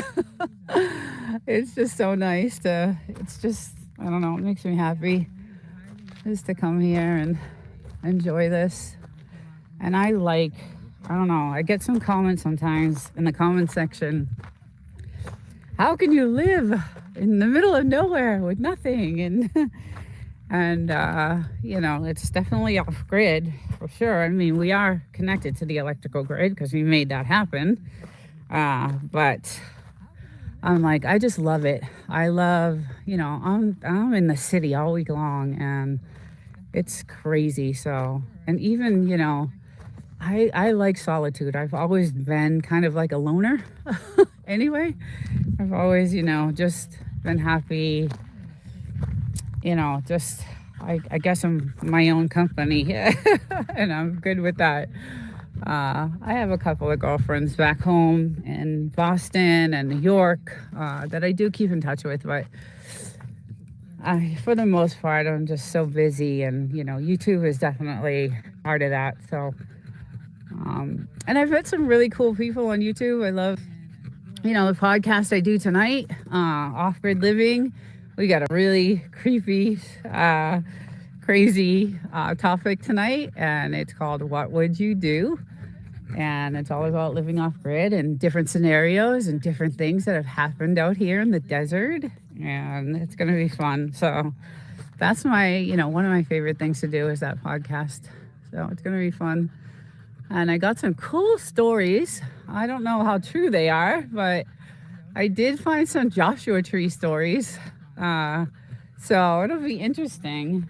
And I know the dome they built, they do these sky tours. Like you can come out and look at the sky through these massive telescopes. And there's this big, white dome that they built, and all these huge telescopes, and they're gorgeous. I mean, just amazing. And they do these tours out there, and they take the people out in certain times of year, and they go out. And so there's a reason why that went up, and I'm going to show the story that I found. I had no idea. I've been living here for a long time, and I was like, I knew it was there, you know, because I saw the tours going on, and we see the advertisements for them every time we go into town. But I didn't know the story behind it. So whether it's true or not, I don't, you know, I'm definitely, I don't know if all that stuff is true, but well, you know, it's just interesting. There's a lot of history in this area that I'm just starting to, you know, learn about. So, and it's only because I'm doing a lot of research for the podcast, and it's very cool. I know there's a lot of other stuff that's gone out here that isn't so good too. So, but it's interesting to read about the history of this area, and you know, the gold mines over there, and just all the cool stuff that, you know, used to go on back in the day, 40, 50 years ago, and how people lived. And just, you know, we're on unmaintained roads, and we don't have any services out here. That's the only thing about living out here, is not having anything. You know, we're getting older, and you know, there's no ambulance, there's no police, there's no fire, there's no, you know, nothing, no taxis, no Ubers, no absolutely nothing. So that's the only thing about living out here. So if we were to, you know, hurt ourselves or get really, really sick, we'd be screwed, because you know, it's an hour to get, you know, to the hospital. So it's not good. And then they're not coming out here to get you either. We did get our generator, so I'm very excited.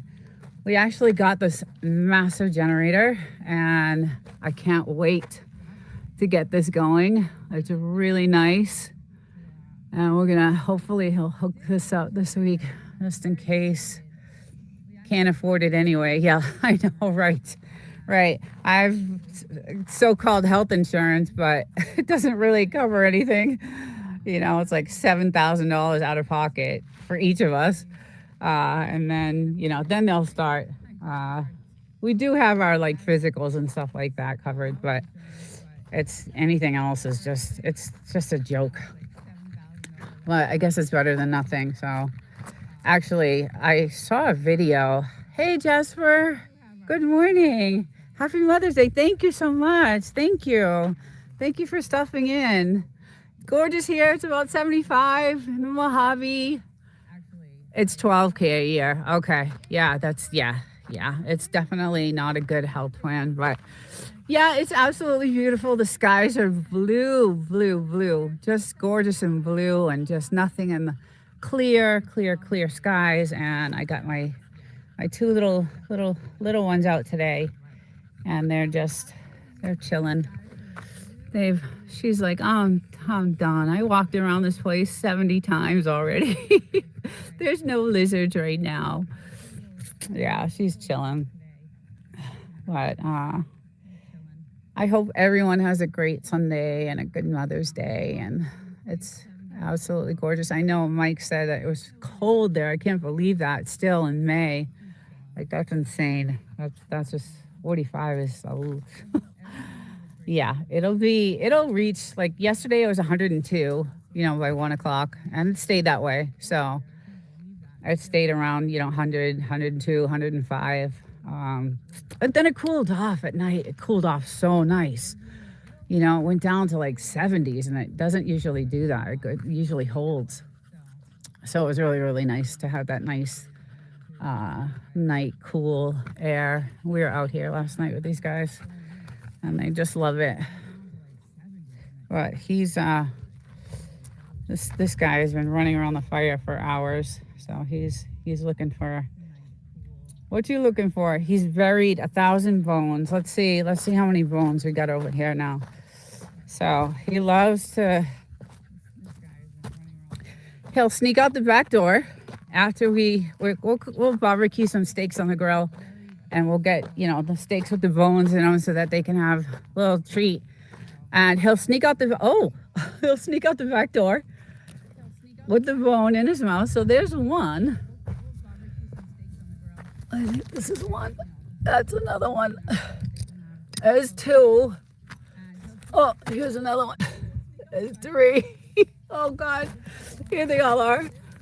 Oh, 4, 5.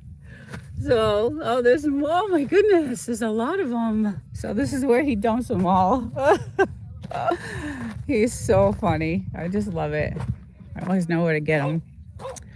I gotta pick those up because he'll come back in the house with them. So we'll clean those up and get those out of there because he's got new ones from yesterday. So yeah, we'll barbecue on the grill on Saturdays and give them little treats. And they love it. And then, oh, did you follow me? Oh, you followed me.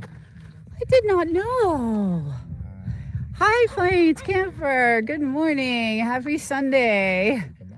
It's supposed to be hot the next 4 to 5 days. Oh, okay. Thank God we have AC. Thank God. Yeah, it's going to be, then the temperature will start picking up definitely for sure. And I do have great AC at my apartment in the city. So that's a good thing. I don't have to.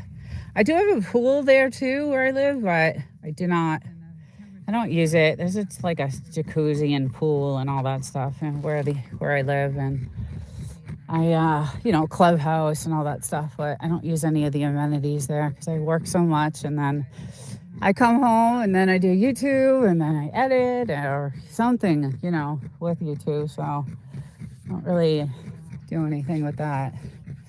But if I did want to, there's a pool, nice, good pool, and there's always a lot of people out there. Unfortunately, my apartment is actually right near the pool, so I get to hear everybody living it up out there. So, yeah, it's pretty funny. But, and now it's cool because I actually put a Ring camera outside of my apartment door because all my packages are getting stolen. It's not the best of neighborhoods over there, and so now I get to, even when I'm out here, I get to see who's walking by my house and all the, my apartment, and I got to keep an eye on that place because it's just, not good over there. But it is it's weird because it is gated, it's a gated community, but it's still, you get people jumping the fences and the walls, and there's a lot of homeless over there. So it's kind of, you gotta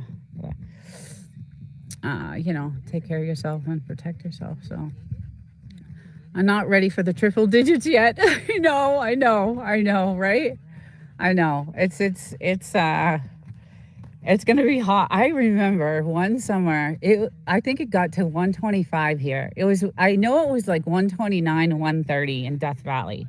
And I know, we have similar weather, a little bit cooler than Death Valley, but it was 125 degrees here where we were. And thank God we had the air conditioning, put in at that time.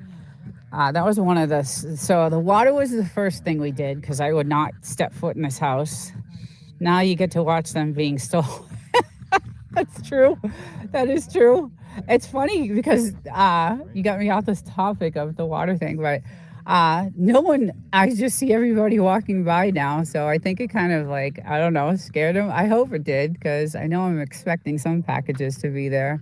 And I did see, them put them down. So, but anyway, the water was the first thing we did. And then the air conditioning was the second. And then we started building the house. So I just wouldn't step foot in this house because it smelled like rotten eggs. It was so bad. It was just, oh God, it was just so bad. Hey, Reds, happy Sunday. How you doing? How's your OBS going? I will send you that file. I've been so busy. I have just so much going on, but I will definitely send you the file because it's really cool to be able to use both. Because now you can, and I know you figured out the whole, I got your email and I'm dying to look at it. I just haven't had time, but I will definitely check it out. But thank you for that. Thank you for sending that. I'm excited to find out how you did it. I was able to get it started. I just never, went any further than that. So, but I'm glad you did. That's really cool. You got it going, and it looks like you're doing really good. Because I do actually see you.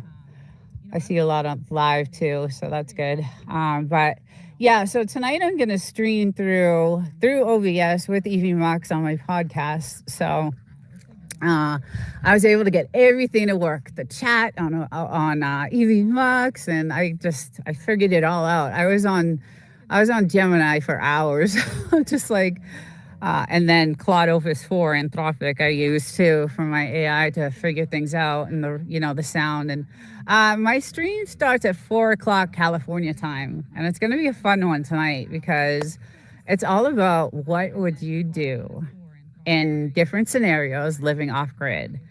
And I took this episode, so this is our seventh, and I took this one a little far out there. Like it's gonna be like some scenarios that are kind of creepy, and just I wanted to have fun with this episode. So yeah, if you get a chance, it's live. We're going live now with this podcast. For the first six, we needed to get we needed to get settled in. So we did our first six, filmed, and then this episode tonight will be live. And we have a pretty good group in there because the channel that I do it with, she's definitely off grid. She was No Doubty Homestead, and now she changed her channel name to No Doubty Network. But really cool. I'm glad I met her. Really fun.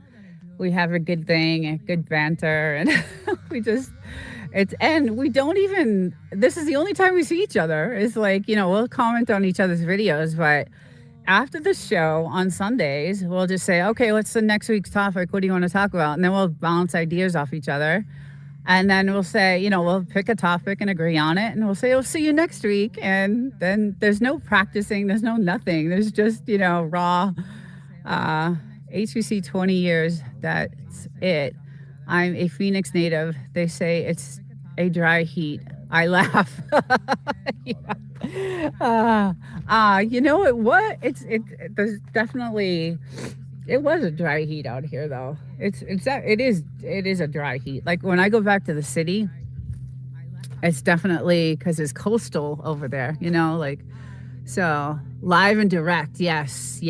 It's just, there's no, what do I tell her, because I gave her access to the Evie Mux so that she can, when you have Evie Mux, you can give different administration rights to, whoever you want. And that from watching, Windstone or Devil Dog or any of those guys. So she goes in and she loads her stuff. I go in and load my stuff. And then when I get home on Sundays, I just open it up and we just go. So we don't,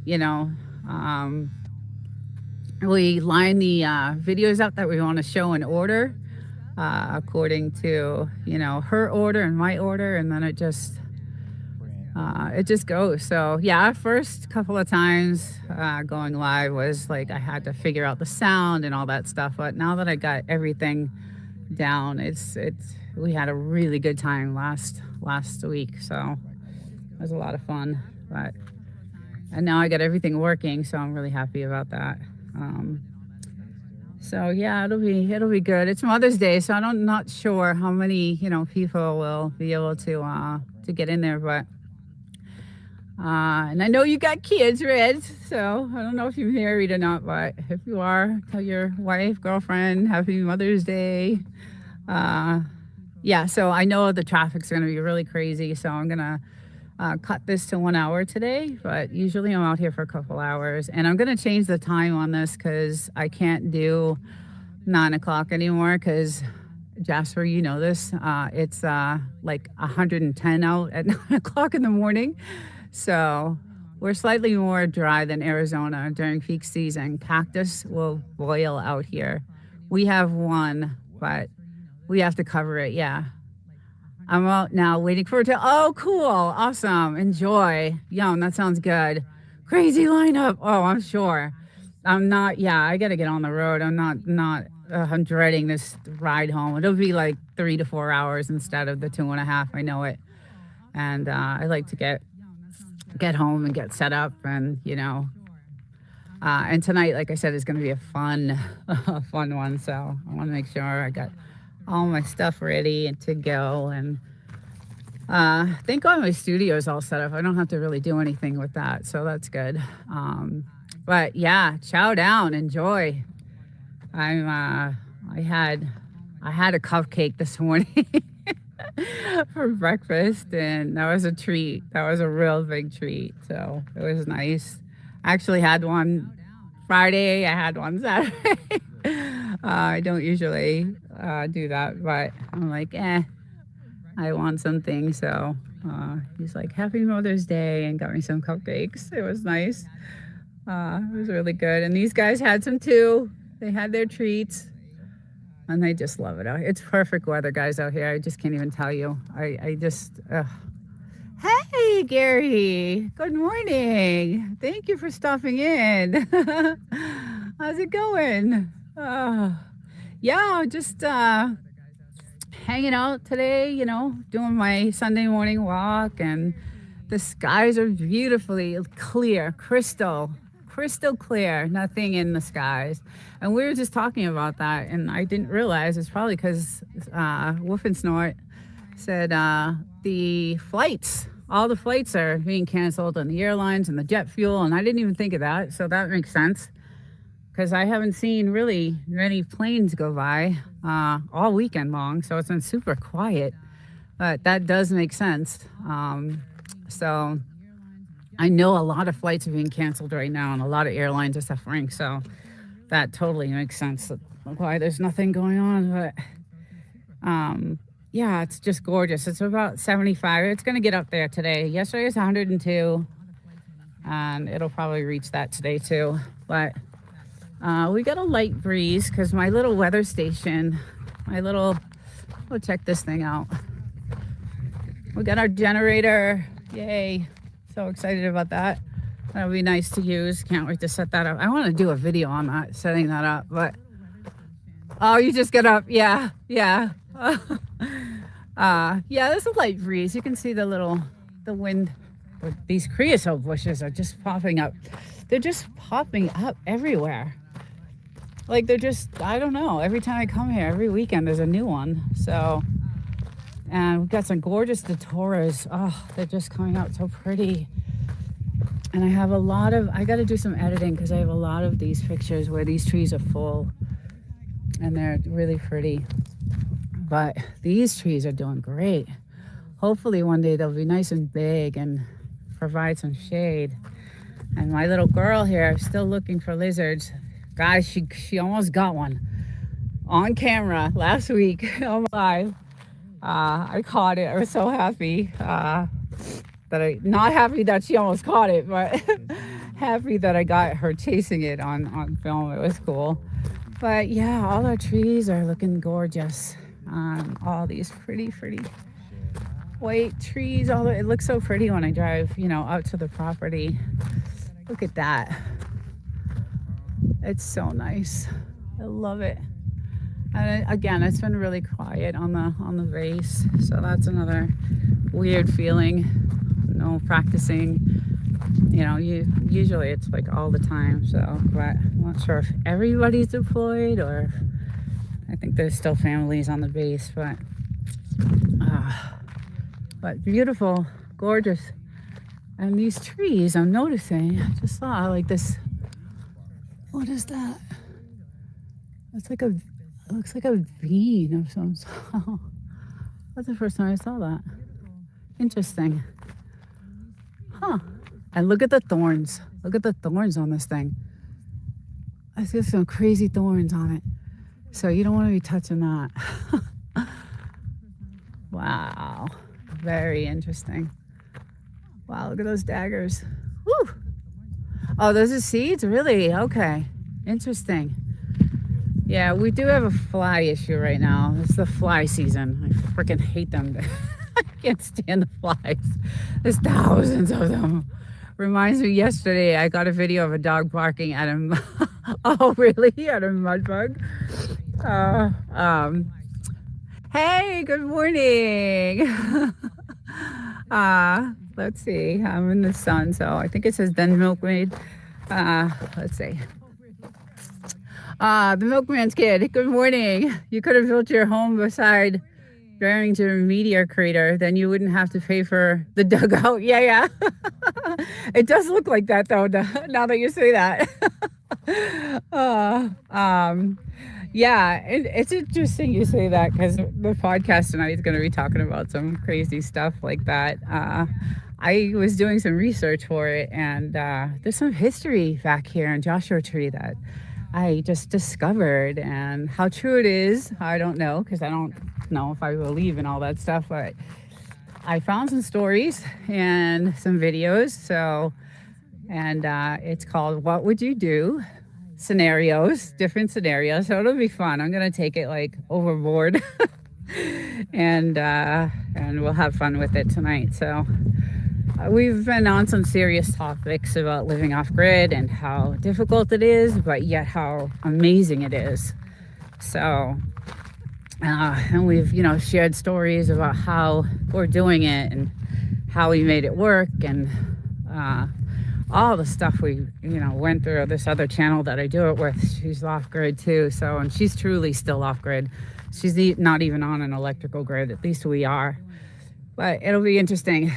There's a road by the telephone pole out front. The dugout would hide traffic if we had some. Yes. Yeah, that's kind of why we did it, because I would go in the hot tub and then I'd lay out like in the sun. I'd either chill on the couch, but at the time there was a lot of like illegal activity going on around here. It was not good. When we first bought the house, we didn't know. I had no idea. We had no idea.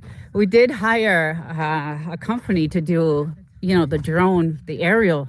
We had to get permission from the military and the town and all that stuff. But so we only knew, we wanted to see where the flood zones were and stuff like that before we bought the house. So we did that, but we had no idea what was like around us. So, and then when we found out, we're like, oh, let's get this place under surveillance. And, we couldn't leave. It was so crazy that some of the houses they would go to and they would steal all the copper.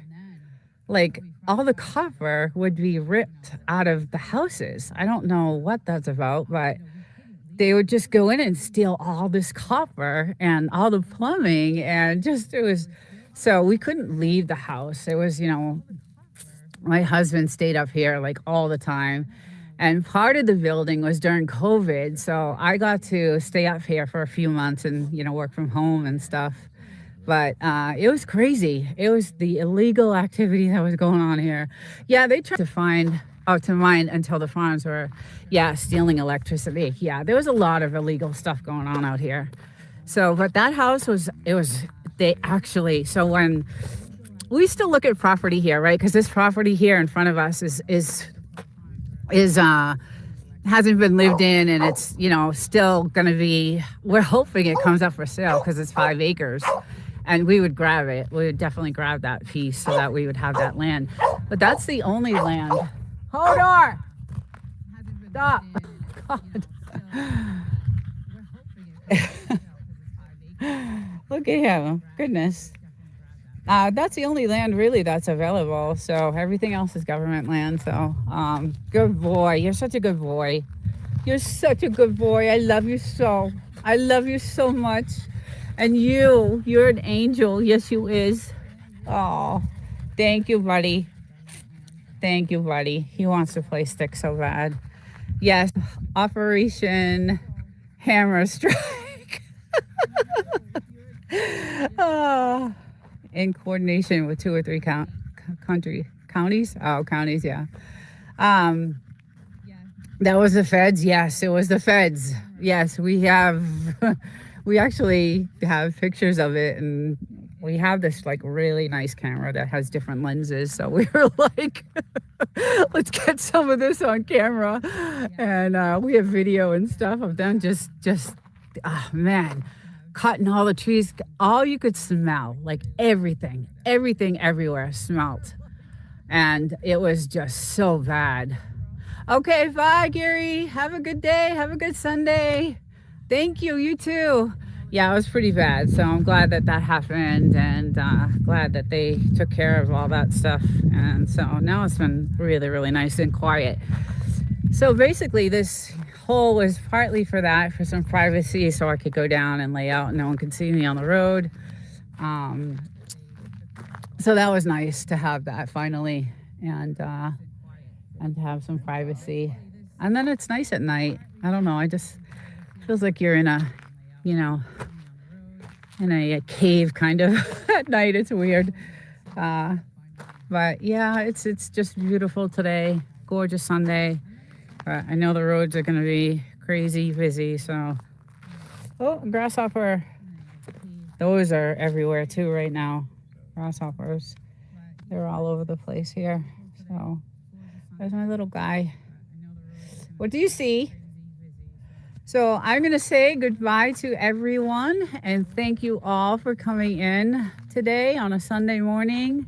The time will change on this one to around 7:30 in the morning. So due to the heat, and I hope everyone has a great, great Sunday. Thank you, Mike's Adventure. Thank you so much. And yeah, everyone have a great Sunday, great Mother's Day, and I will see you all next week, hopefully. Take care, everyone.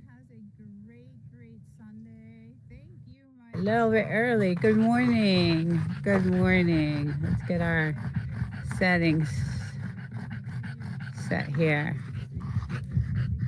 Tap filter. All right. There we go. There we go. See if we can do this here. Yeah, decided to start a little bit early this morning. Fire going. Been out here really early, actually. Get these guys all wound up and cooled down so they're not barking through the whole entire thing. But good morning, Apocalyptic. Wild Child, good morning. Hello, my love. Wolf and Snort. She seems to be walking okay right now, but the poor little thing is still, her little paw is hurt. So I hope you're doing well, Wild Child. I don't know if you're working today or not, but if you are, don't work too hard. Yeah, I have, it's really hot out today. Hi, Jess, good morning. Yeah, I decided to go on just a few minutes early. I got to get on the road early today, so I have a lot of stuff to do back in the city. So, good morning. Glad to see you. And yeah, it's really hot today, huh? It's like really warm. So the weather is starting to change. And how's Marcel? Hope good. So cute. Adorable little doggy. Just the cutest little thing. The lovable little thing. Yeah, so it's starting to change. The weather is starting to get really, really, really warm. And it's the skies. So let's look at the skies, right? Because that's what today, the morning is about. The skies look really, really clear today for some reason. They don't look all seeded. They're a little foggy, but hey, Tuber Chat, Kevin. Hello, good morning, welcome. Oh, cool, awesome. And congratulations on your 6 years. I was in the chat yesterday. I don't know if you saw me or not. It was kind of late in your chat, but congratulations. You definitely worked hard for that. So I hope I can make it to the 6 year mark. I just actually got a 1 year from YouTube. They sent me a congratulations 1 year. So I was like, yay. Man, the skies yesterday were so streamed out. Did you see it? Yes. We are doing good. So many lizards and little chipmunks things out here for him to chase. I think, yeah, that's so. We were just talking about this morning. We were walking around the property, and we're trying to plant like little trees outside here, like outside the fence, and something ate them all the little babies that we had. Something ate all of them, but the skies today, yeah, they look pretty clear. It's kind of weird because this is, I think, one of the first times that I have not seen the seeding and the spraying. And there's a couple of planes out there, but that's not, I don't think that's anything to do with, I think that's just, their, what do you call that? That comes out of the air. I don't know. It doesn't look like it's seeding to me anyway, but it is a little windy. Let's check out our weather station here. And you can see the winds are starting to pick up. So they're moving a little bit. So it's going to be a little windy, I can tell. It gets really windy towards the afternoon, but what a gorgeous day. And it's going to get really warm, I could tell. It's, the weather is definitely starting to change. So it's very quiet today, very quiet and peaceful, and I love it. They still look kind of glazed, but not streaked, right? Yeah, they still look a little, like I said, they're a little bit, they're not clear, but they're not like loaded with streams and those fuzzy, in the back, way in the back there they are. But here it's not so bad. So I was really surprised this morning to come out and see, kind of clear skies. Well, as clear as they can get. But yeah, there wasn't, you guys know, you've seen a lot of the skies here in the morning are just loaded. And I didn't see that this morning. So I was like, well, good. That's great.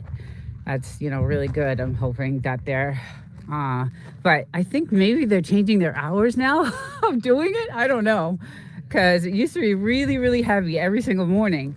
And now I wake up and it's just the aftermath, it seems, it just seems like the aftermath of what they did. But we actually went out and bought a super duper duper generator. So we're gonna hook this thing up at some point. We're gonna try to, just in case anything happens, we're one of those prepper couples. And Jess, you're welcome to come down if anything happens. So we went out and got one of those, and we're gonna hopefully hook that up this week. And I finally found, guys, I'm gonna show you something. And I have a video I'm gonna put out, but my poor little girl, her little paw, her back paw something was wrong with it. And I was looking around the property and I'm like, what could this be? And I found, let's see if I can get an angle of it. I found these little prickly plants growing, and she's stepping on them. And then they grow into these tree-like things. And so I'm going around the property and trying to find, they're really hard to find.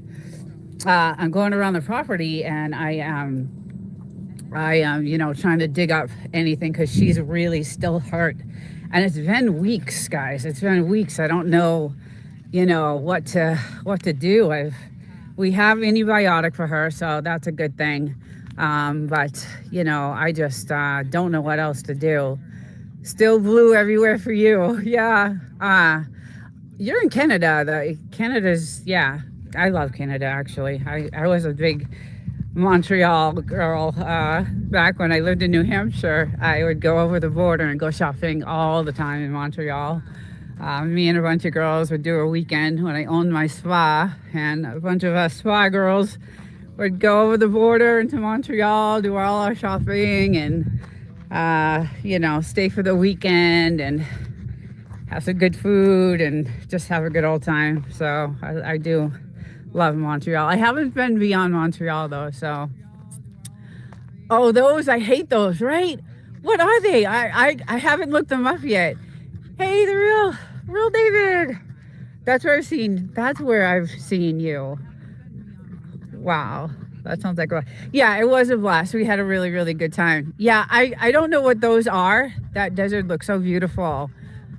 The Milkman's kid. Hey, good morning. Thank you. Yeah, it is gorgeous. Kevin is near Niagara Falls. Yes, right. Yes. Okay, we did go to. That's right. When we came to California, we did go to Niagara Falls. We did the upper part when we drove here, uh, or was that Texas when we drove? We did a couple of road trips anyway, and we did go over to Niagara Falls.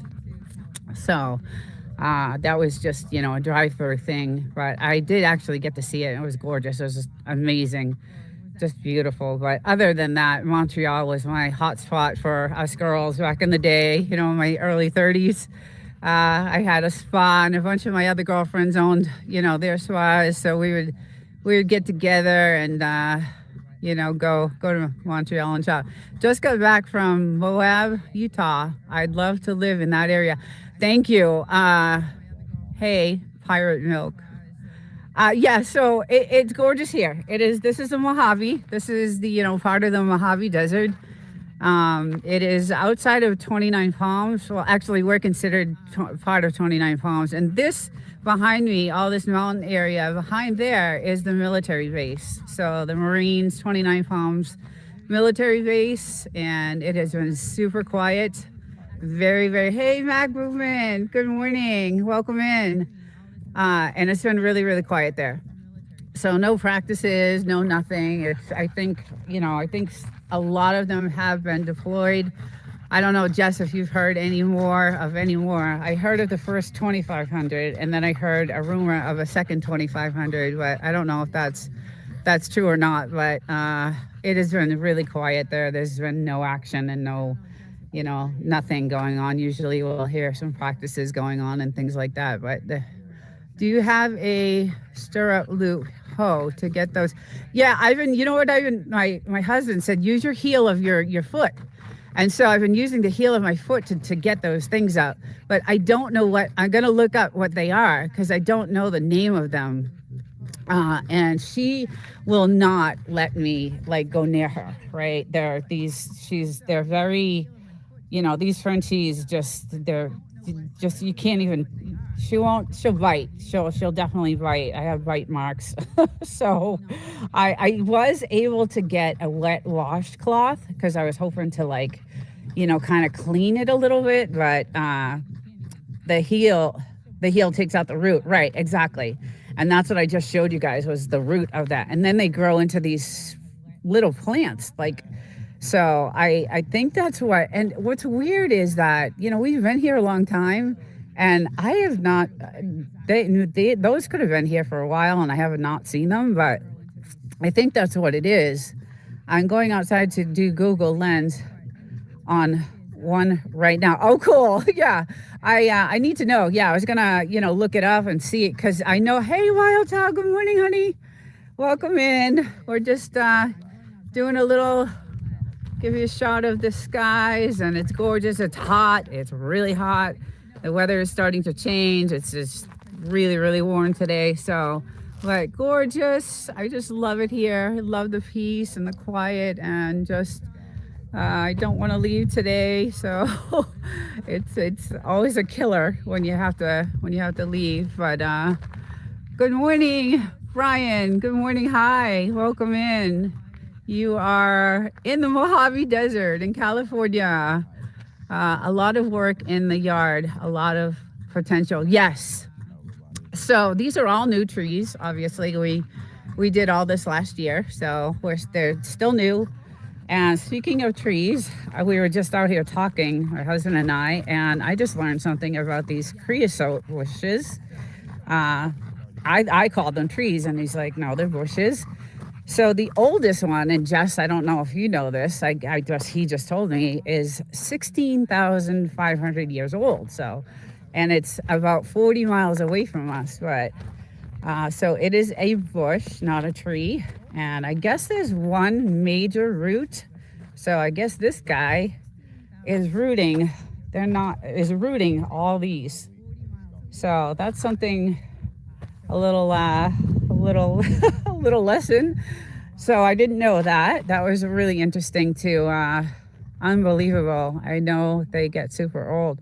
Yes, yeah, they're I just learned. My husband was like, yeah, he found out that the oldest one is 16,500 years old, and it's around us, 40 miles from us. So I'm thinking Yucca Valley, Joshua Tree. somewhere around there. So, but we're gonna get some beautiful flowers. These look like they're coming in here. So these are gonna start to bloom. But we do have something eating away at our leaves, and I know there's these little rodents everywhere. And usually, and I have some videos I'm going to put together of these flowers because they're gorgeous. They're, datoras. So, but this is our latest datora. And they were all blooming the other day, which is gorgeous. They're beautiful. And then obviously all our beautiful white flowers that we have. I'll take a walk over here. And goodness, our trees out front are, really, really going beautifully. But the bees are thousands of bees. And I stay far away from them because, you can there's just too many of them. So, but we have our beautiful, everything looks gorgeous here. It's just beautiful. I don't know, I just love it. The mountains and the peace. And something I never asked, I think, where did you put all the dirt from the dugout? Oh, okay, so that dirt, I believe, is what built up. So this was all flat. That's a good question. I think this is how we built up. It was just like kind of pushed up to make this, like the dirt was pushed up and just, everything was just pushed up to kind of make this kind of like, I don't know, area here, like this wall kind of. And I think those pokers might be devil's spine flowers. Okay. Yeah, so I think the guys, the contractors just came in and just bulldozed everything and kind of made this wall for us. So because this is all flat land, this is completely flat. So they came in and kind of, pushed everything. It's in Johnson Valley, California, where we get out firewood from. Okay, I missed a conversation. But yeah, so I think they just kind of pushed the dirt out to make this wall for us, like this little, wall. But yeah, we definitely have to, do some things. I've been trying to get those damn things now that I know what they are. Devil's spine flowers. Yeah, and they grow, these damn things. There's a million of them. I have gotten as many as I could today. But they grow into these like tree things, and they're even worse. So I think she stepped on it, obviously, and I don't know if it's still stuck in there. I don't know what to do because it's been weeks.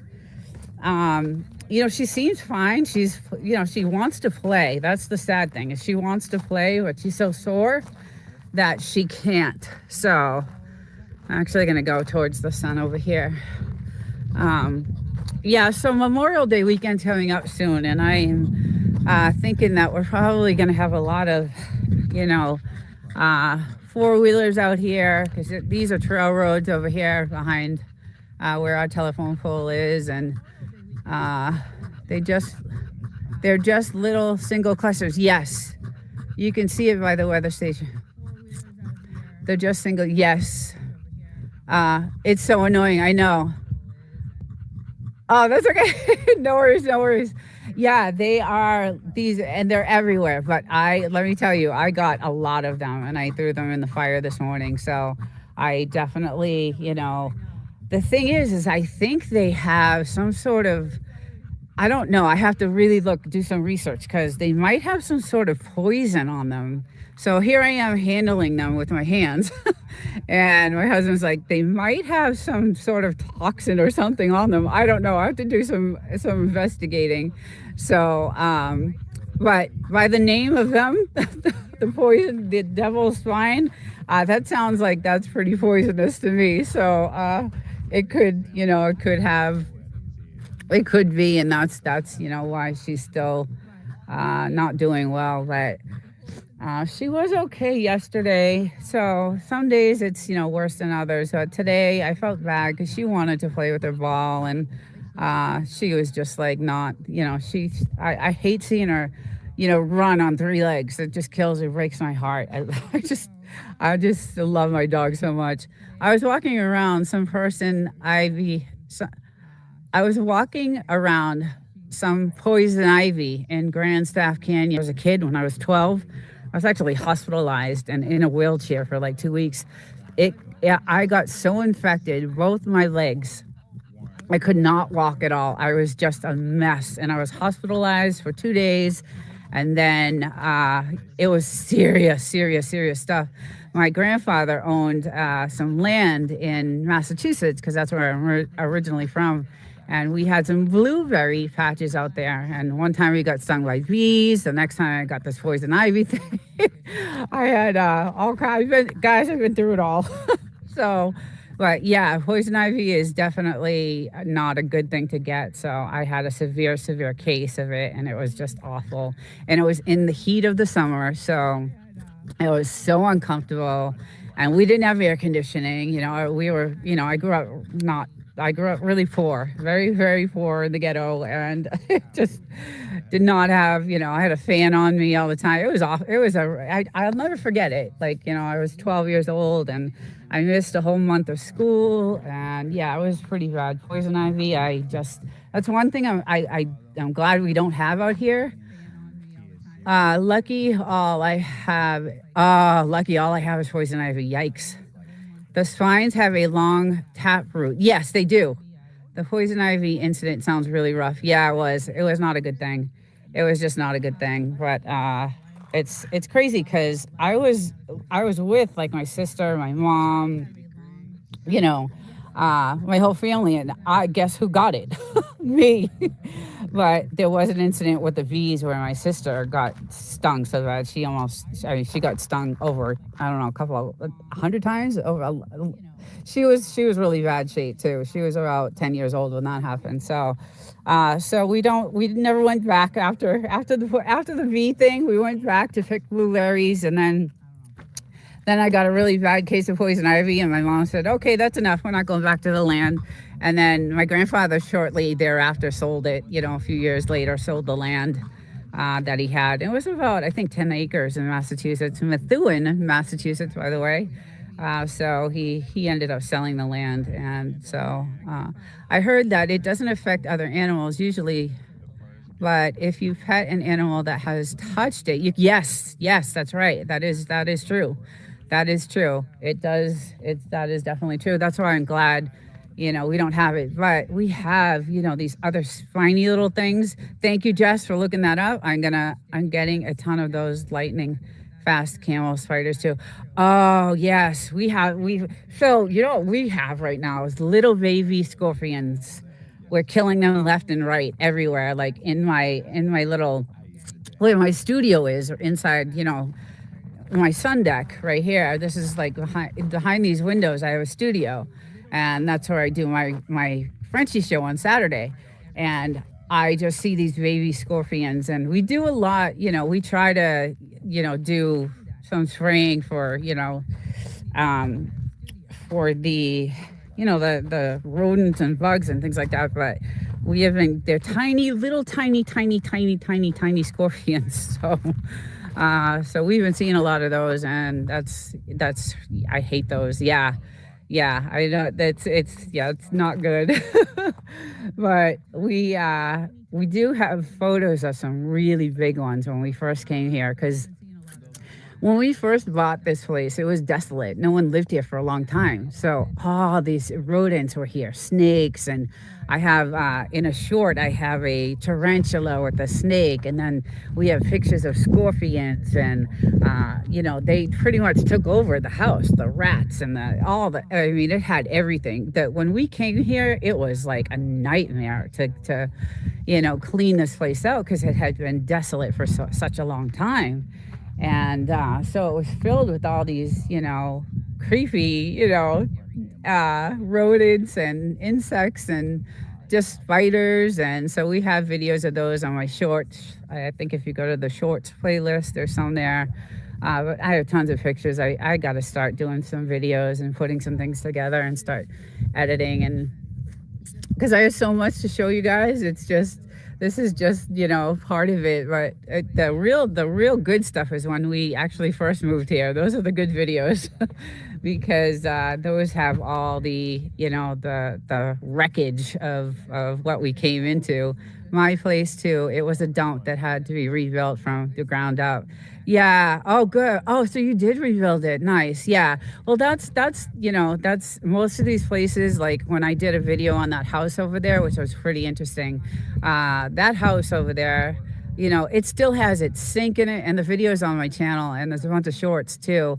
It's still all set up. Like you could just put some siding on it and clean it up, and some windows, and you'd be all set. It still has its water source connected. It still has, the stove is still there. There's still, yeah, the sink is still there. It's crazy. We did have an outhouse.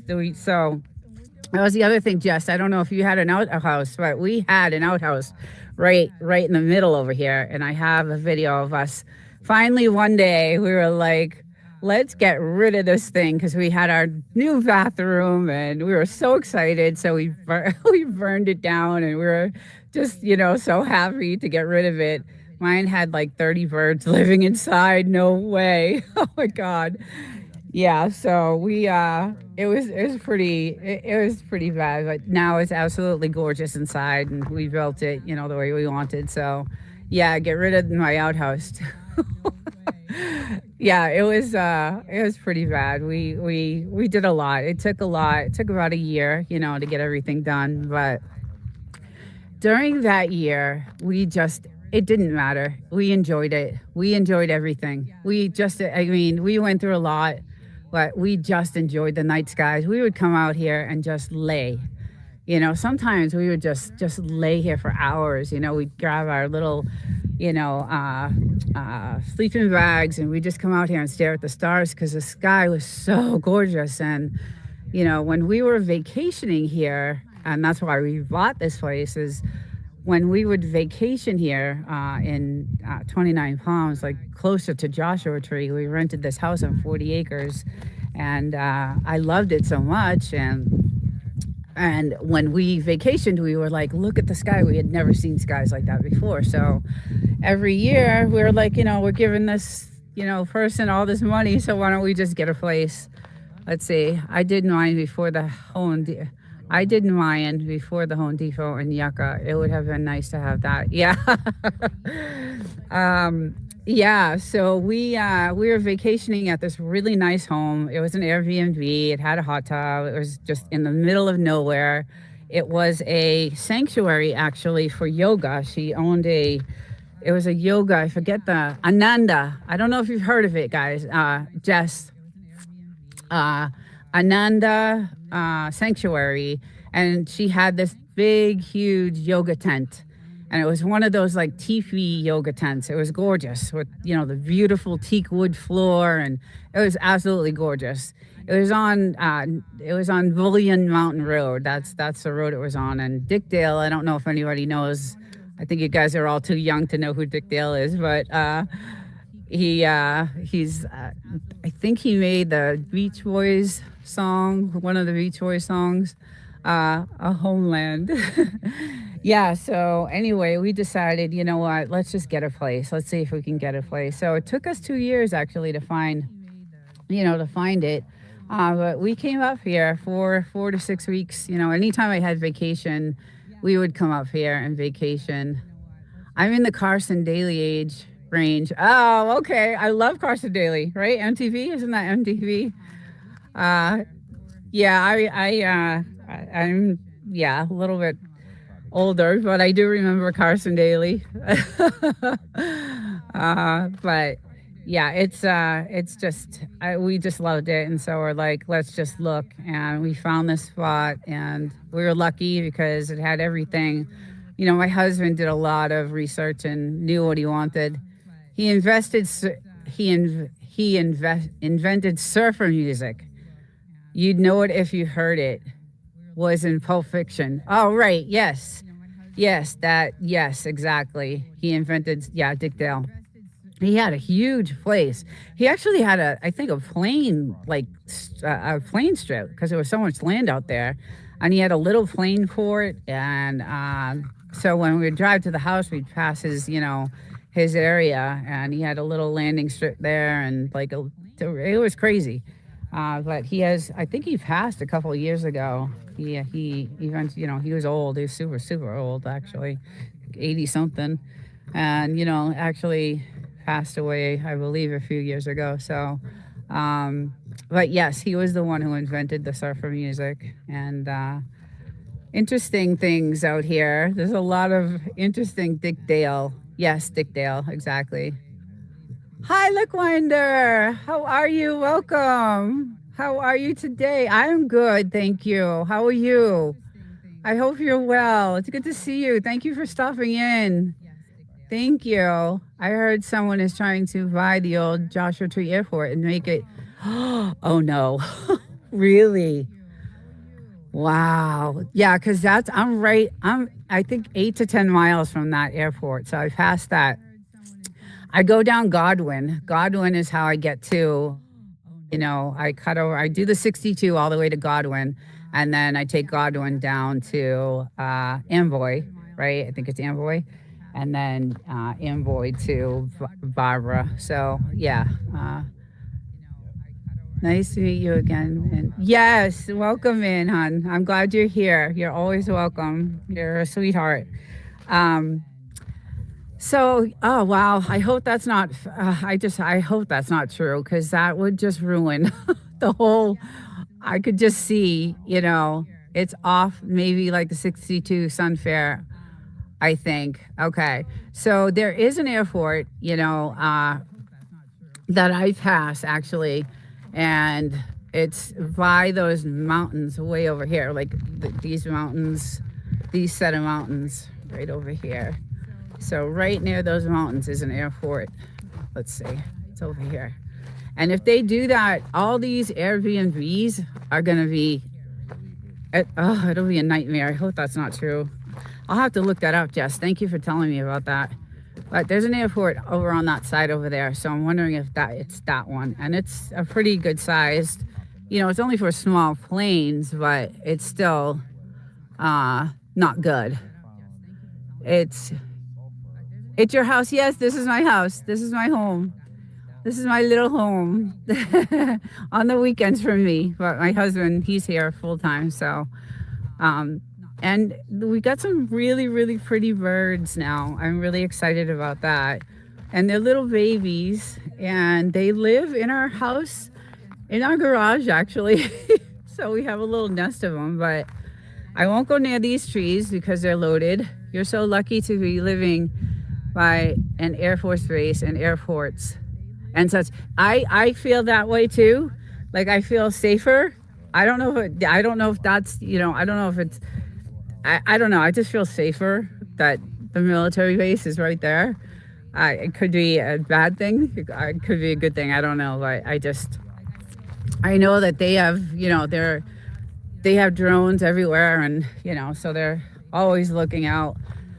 And I'm just going to get close enough.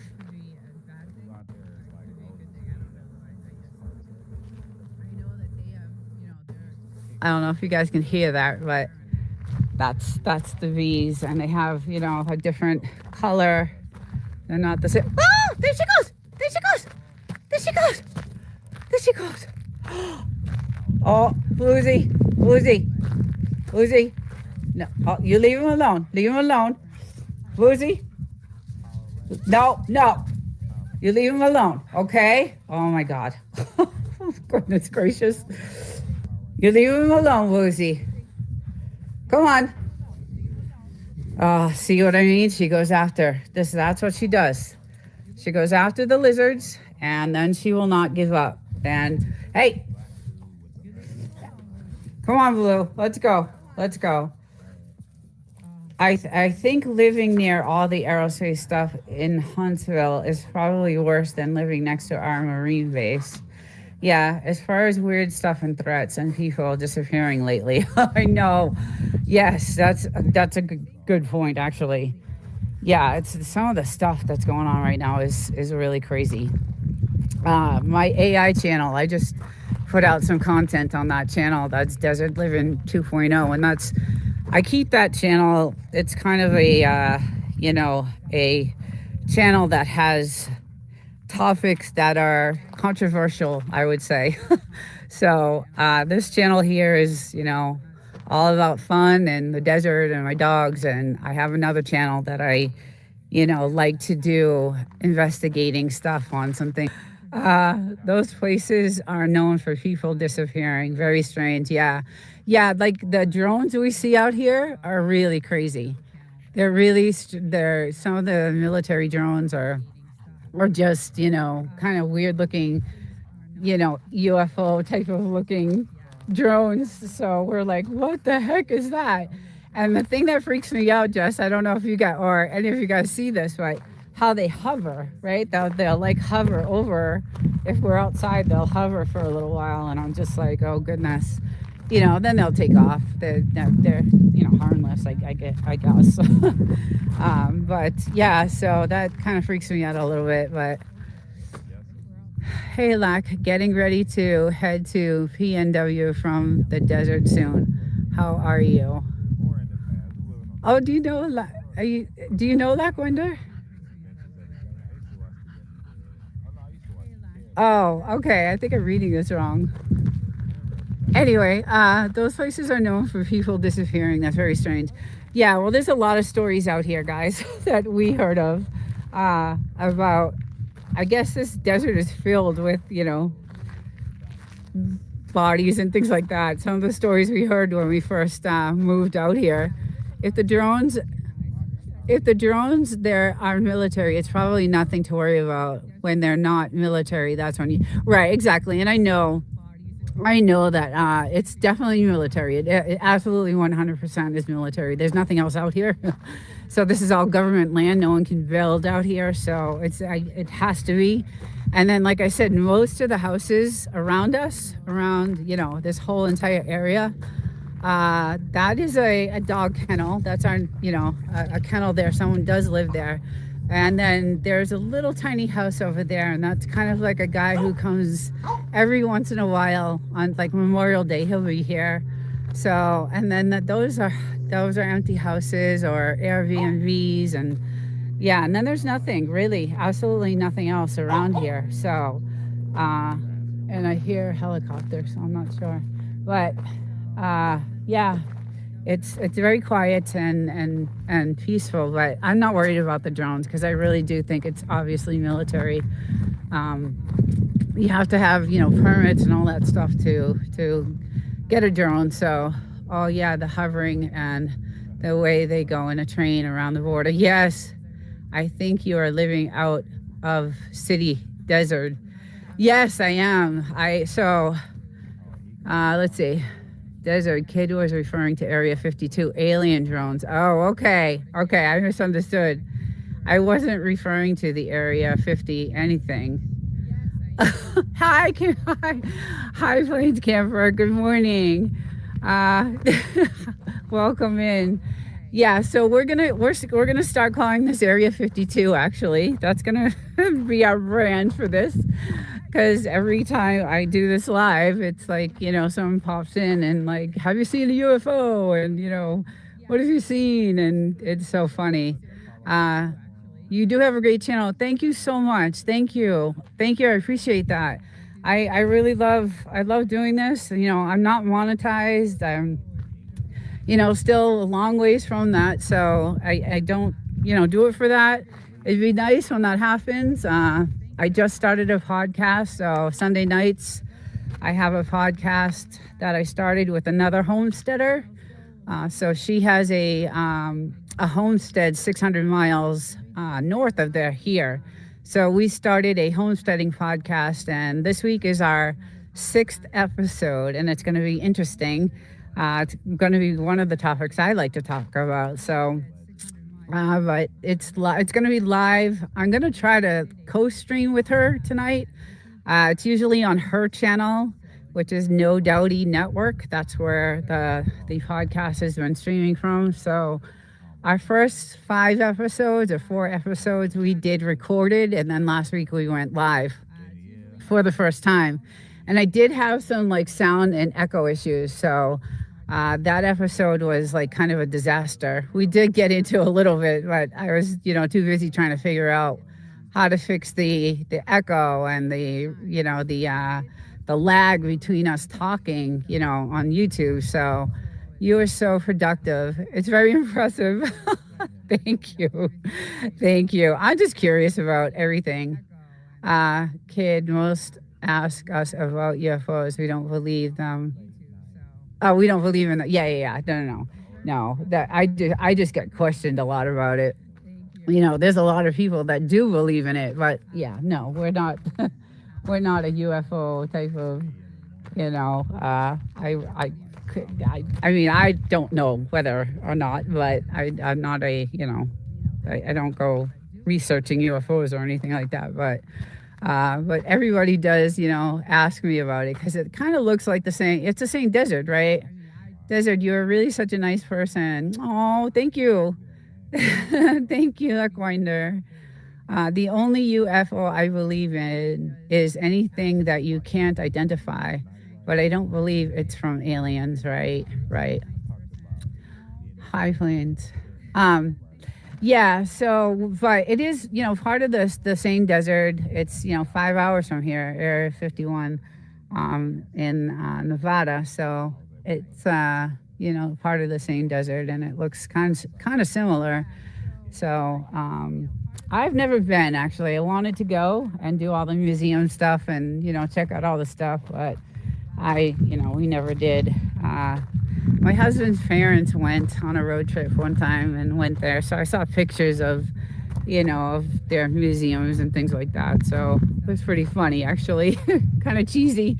But yeah. Yes, opposite of end of Area 51. I gotta find my little girl because she's the one I don't trust. Let's see if she's over here. Still trying to get the lizard. I do not. I'm so tired of the dead lizards. That was Roswell, New Mexico. That was it's crazy how. Oh, it's crazy how different the desert looks. Even just every couple of miles, totally different plant. And that's right. That's right. It wasn't Area 51 that gets all the attention. Somebody would think of some place else to glorify.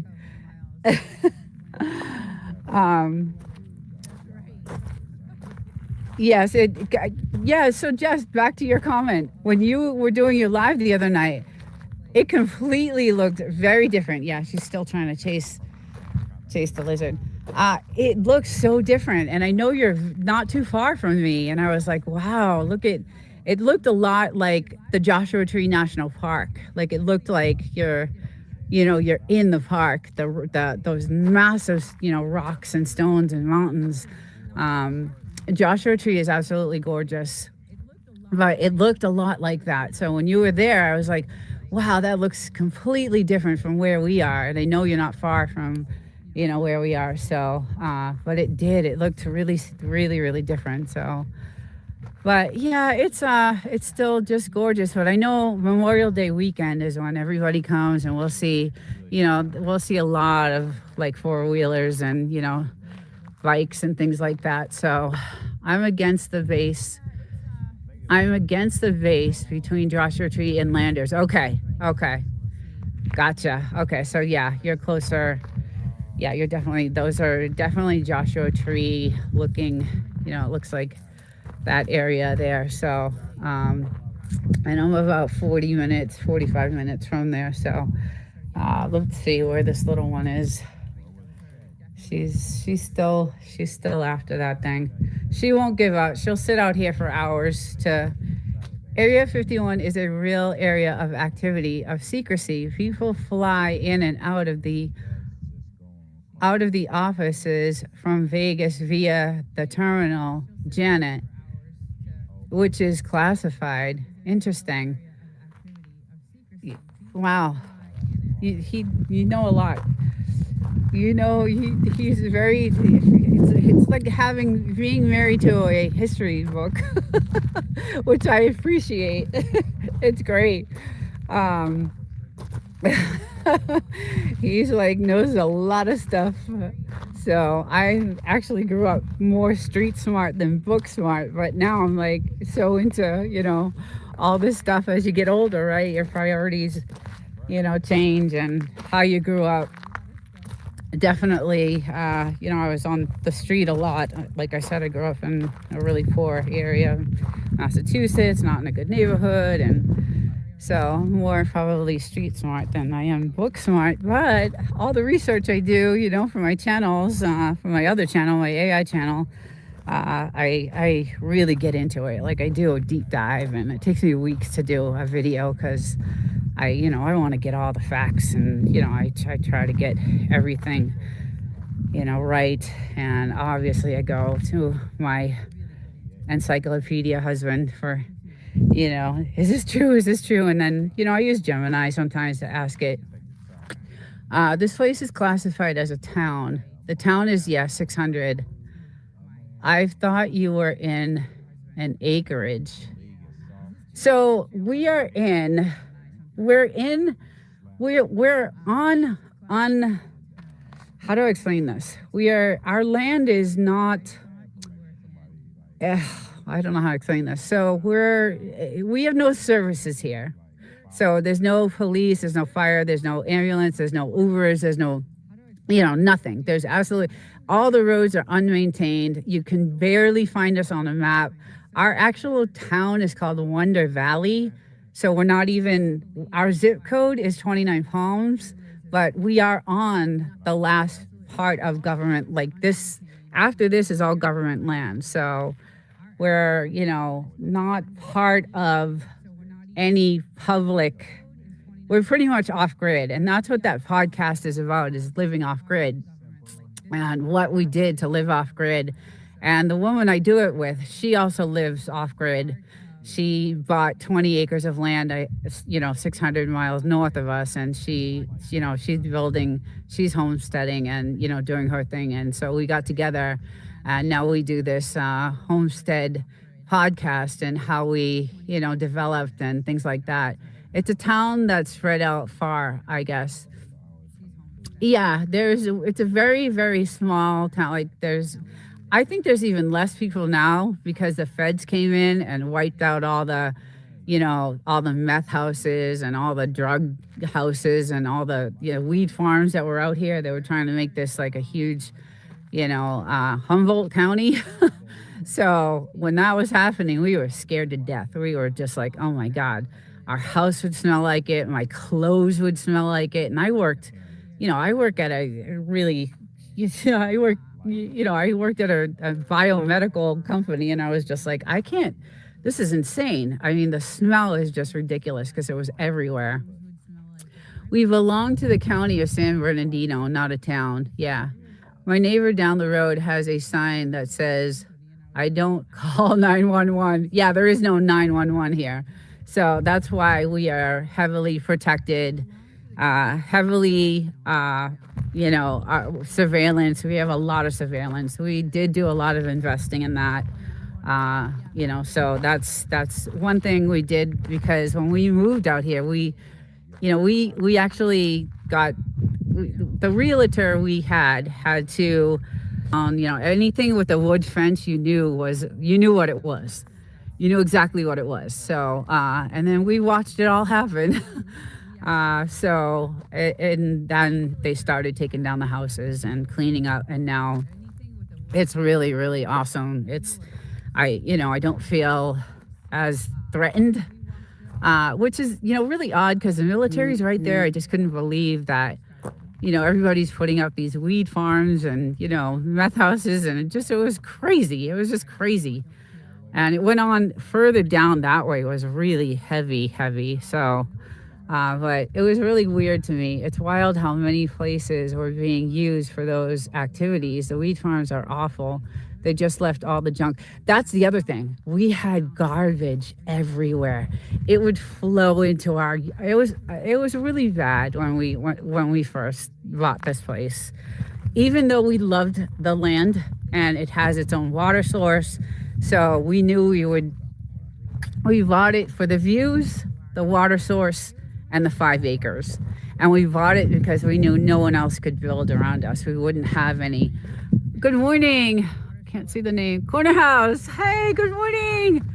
How are you? Corner Clubhouse. Good morning. Welcome in. Welcome to the Mojave Desert, California. It's really nice out today. A little windy. It's about, I don't know, I'd say 80. And it's getting warm though. It is getting really warm out today.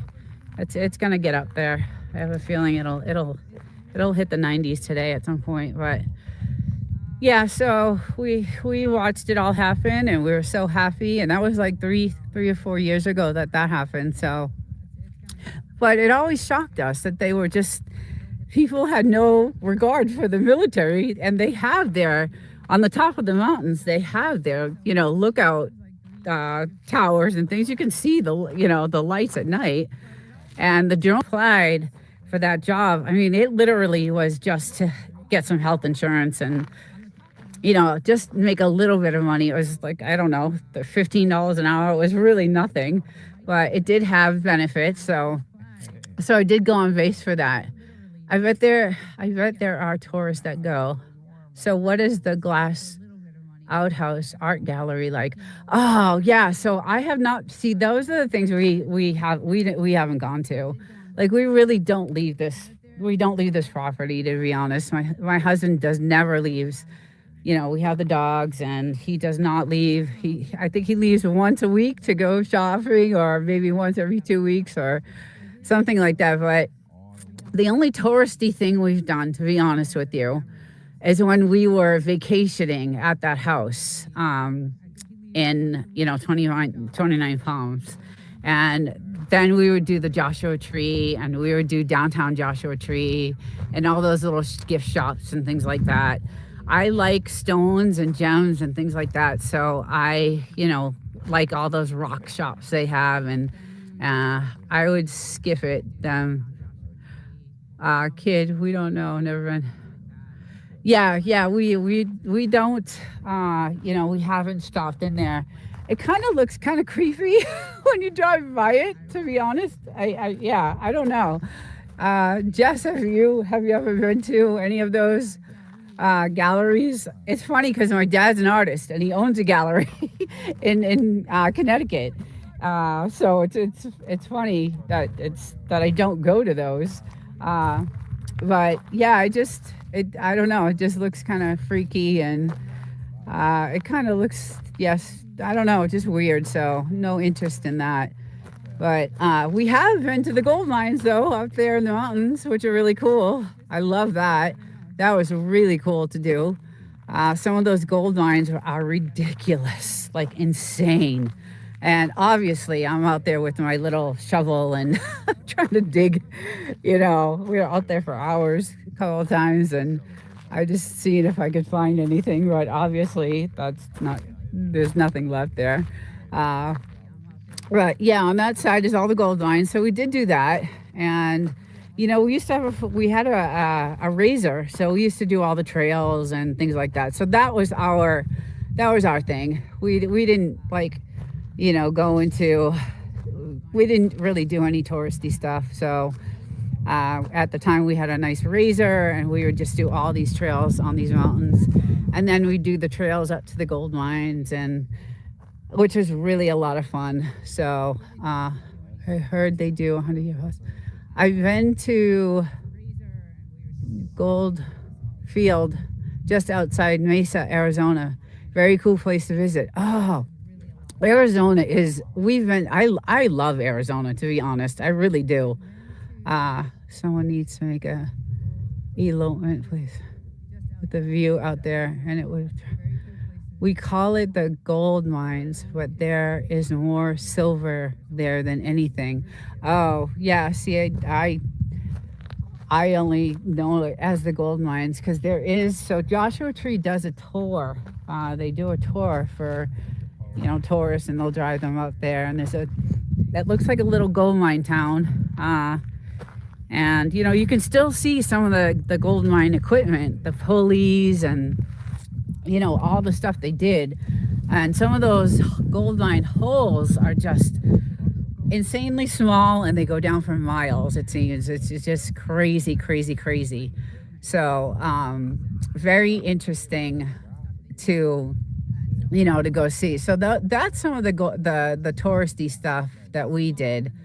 And like I said, we spent most of our time, on the Razor, doing the trails and just enjoying the views. Because when you're on top of these mountains, not on this side, but on the other side, because this you cannot go over, a certain area over there. That's all military, and it's where they hide the bodies. Yes, yes, that's the stories I hear. I hear some. When we first came out here, like I had no idea of like all these stories that, there's this channel called Wonder Hussy. I don't know if you've heard of her, but when we first came out here, actually a few years ago, we found her, and she used to come to 29 Palms and do videos of 29 Palms and, all kinds of like history. She would explain the history of 29 Palms and, the desert and things like that. So we learned a lot from her channel. She actually, I don't know what happened to her. She was on and off. She was consistent for a long time. And then she, stopped doing as many. I think she got sick, like I did, and I had to take 6 months off. But so she is still on. She does still have videos, but they're not about Wonder Valley and this area anymore. So we did have a Polaris, but sold it after a couple years. I have to go now. Okay, bye. Take care. Thank you for showing up. Enjoy the day. Enjoy the rest of the day. Thank you for coming in.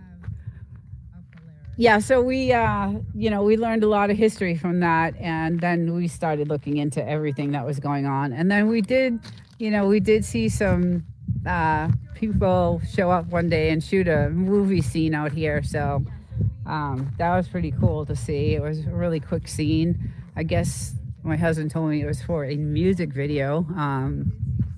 So that was that. There's a lot of history here that goes way back. And that house, that broken down house, that's what they would give the gold mine workers. They'd give them a piece of land and a house, and then they would go work the gold mine. So that's how they lived. And if you travel down the 62, like all the way past the airport and keep going all the way down there, you'll see these 5 acres and these little sheds, like little tiny houses on them. And every 5 acres is a tiny house. And those are used to be the gold mine workers. So she's still doing them. Woof, that's a blast. Yeah, so we that was our entertainment. And then we did sell it, the Razor. I had a neck injury, so I wasn't able really to be on it as much. And then we got the dogs. So the dogs were like our life. We just he just went in. I'm gonna shut that door. Our dogs were just everything to us. So we spent a lot of nights just out here with the dogs and enjoying them, playing, ball and stick and all kinds of stuff with them. I love my dog. I love our dogs. Yeah, he's there he is. Look at him. Oh, okay, you're coming in the AC?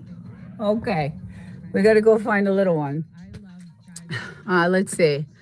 After proving up the land, the homesteader purchased the parcel at its unimproved parted value.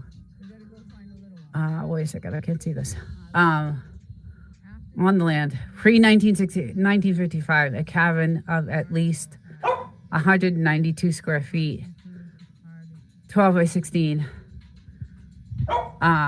costing at least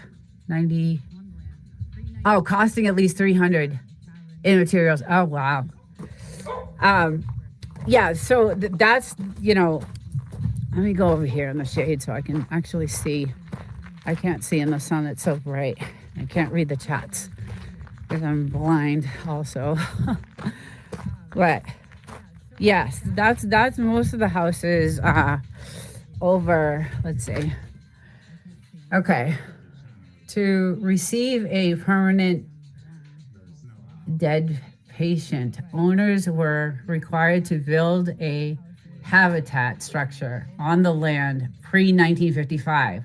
A cabin of at least 192. I got you. Okay, costing at least $300 in materials. That's pretty much all you had to do. Okay, yes, interesting, interesting.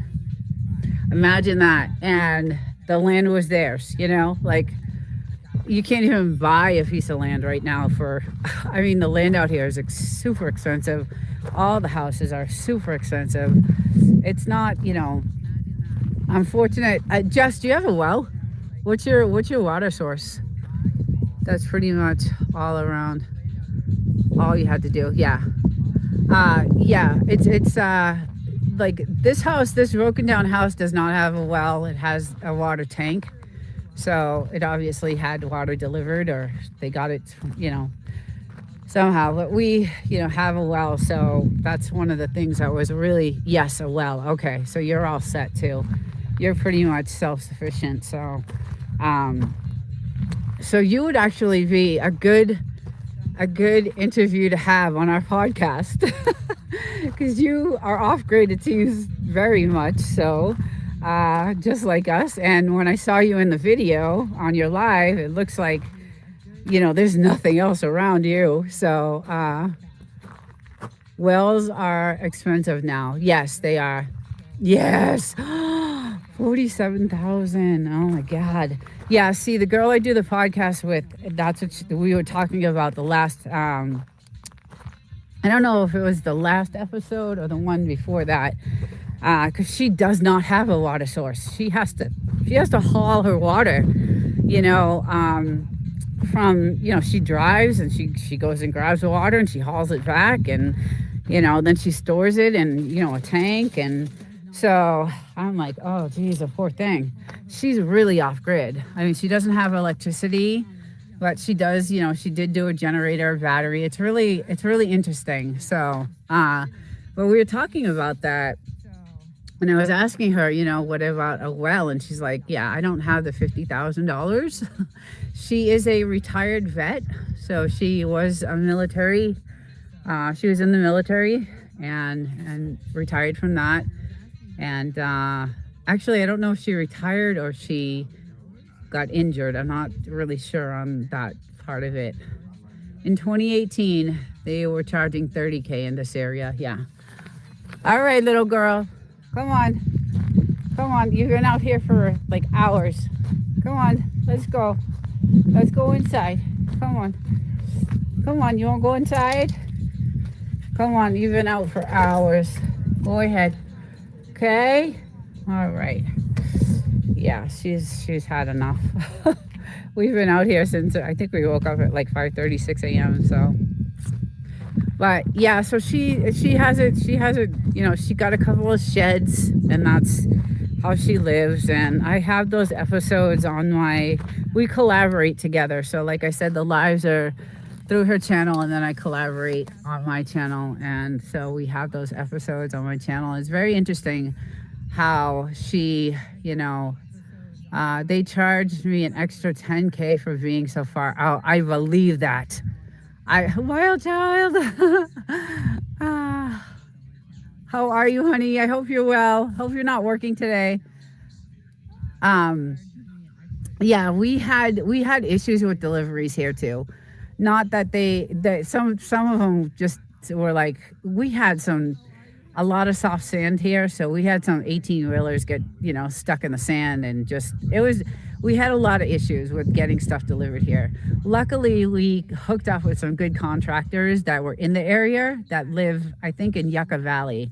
They live down in Yucca, and they're really good contractors, and they knew, they grew up here, so they knew a lot about the area, and they were really good guys, and they really kind of hooked us up. So it was nice to get someone you trusted, and that wouldn't you know, because they Yucca Valley is an hour from here, so they had to travel an hour all the way here and through the unmaintained roads and through the dirt and dust and all that stuff. So I drove by Bailey's tow. That's who towed us when we got stuck out in the desert one day. I drove by Bailey's towing the other day and thought of your story. Oh, yes. Oh my God, Jess. It was that's another experience I will never. I have a lot of memories here, just a lot. There's just a lot of memories here. So, yeah, we definitely, this is a special place for us. I don't think we don't intend on, this is it for us. This is where we're gonna, we're getting older. I'm actually a little bit older than my husband, so I'm 4 years older than my husband. So, but we're both in our 50s. I'm in my late 50s, so and he's in his early 50s, and this is where we want to be. Like I said, when we were vacationing, we could have gone anywhere, but every time I came here, I was just like, I just love it. My sister would be like, "What are you crazy? Like, there's nothing. There's just nothing out there. This, what do you?" And I would just enjoy the sun. I loved back in the days, and I still like the sun. I would just lay out in the sun and have the sprinklers on and just enjoy the quiet peace. And then at night, the hot tub and uh, yeah, those guys were lifesavers. They didn't want to come out, Jess. Nobody. We called. I don't even know how many. There's not very many. First of all, out here that would do. That would come out. But we called a few, and they were like, "No, we're not doing it." And we paid a fortune for Bailey's to come out and get us, and they were like, "What the hell are you guys doing out here?" I've changed. I have changed so many LA guys tires out here. No. Oh my God. That is hilarious. That is hilarious. I believe it too. I believe it too. That is a great story. Oh my God. Well, that's really nice of you. That's really nice of you because some of those stories I hear of the abandoned cars are the people that they find, buried in the desert.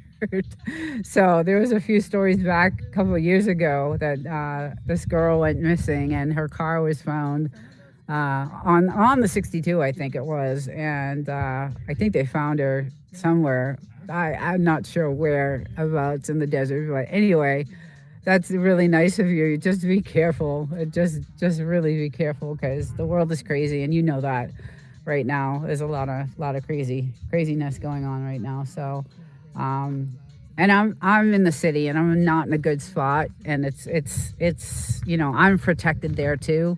But I grew up that way. That's how I grew up. I grew up in that neighborhood. I grew up in that, same type of environment. Not saying that it's, I like it, but I'm like I said, I'm probably more street smart than So I'm very careful. It is in a 55 and over, so that's not it's not too bad. But the area itself has a lot of homeless, so it's crazy. It's amazing how many people don't know how to change a tire. It's funny you say that because last weekend, I think it was last weekend, I was leaving and all of a sudden I'm driving down and my tire starts, my light comes on and the air starts slowly draining out.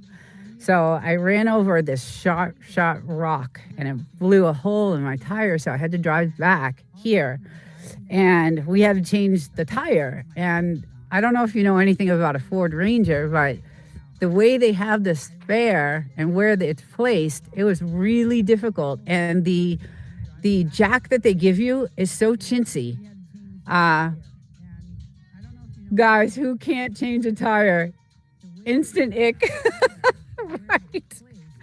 Oh, that's too funny because we actually were like, this is insane. Like we it was just ridiculous the chintziness of this jack and the crank that they gave you to change the tire. and where you're supposed to put the jack on the Ford Ranger to get the tire off. It was just, I couldn't believe the design. It was just the worst design ever to change a tire. And it was not easy. It's not like just jacking up your, because back in the day, I used to change, if I got a flat, I would change a tire. And I used to do an oil change back in the day. My grandfather, was did mechanics on the side. He worked in a foundry, and then he did, a little mechanical little place he had. And so, he taught me how to do an oil change, but that was way back in the 70s, 70s, 80s. And things are different now. But we were changing the tire on my truck, on my Ford Ranger, and what a shitty design. We were just like, I don't know who thought of this, and how they just, it was just awful. So, uh, yeah, it was just really, really bad. So, hey, work and play. Hello, welcome in. How you doing? Yeah, placing the jack is annoying. I've seen people trying to do it and cracking the turn. Yes. So, anyway, really bad design. So I ended up, getting some new tires for the truck. And what's crazy about it is that tire was only 1 year old. So I was really kind of pissed. I had just gotten those tires. I changed because I travel. So it's about 170 miles from my house in the city to here. So I think I told you guys I'm in Marietta. So it's about 170 miles. So I do that back and forth, right? Every Friday and Sunday. So that's a lot of traction. Desert used to feed her car. Huh. Desert used to what? Feed her car? Anyway, it's a lot of traveling on those tires. So I replace them very often. And the truck isn't that old. It's only like 5 years old. So, but because I travel so much, and it's, the roads are really rugged in Marietta and Hemet, and I have a conspiracy theory that the tire shops in town throws nails on the road. I love that. Jess, I gotta have you on. You gotta be a guest. So I do Thursday night. I do a Thursday night live. I gotta have you on. Uh, Especially since private equity bought private equity. I totally believe it. Yes. Good morning, Jasper. Good morning. Welcome in.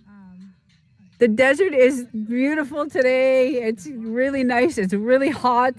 The dogs just went in. We've been out here for a while this morning. We did a fire, but it is beautiful. It is gorgeous. The weather is definitely changing. It is summer. Show you the skies and the sun. Let's go this way. It's gorgeous. So super nice out. Welcome in. Thank you for joining.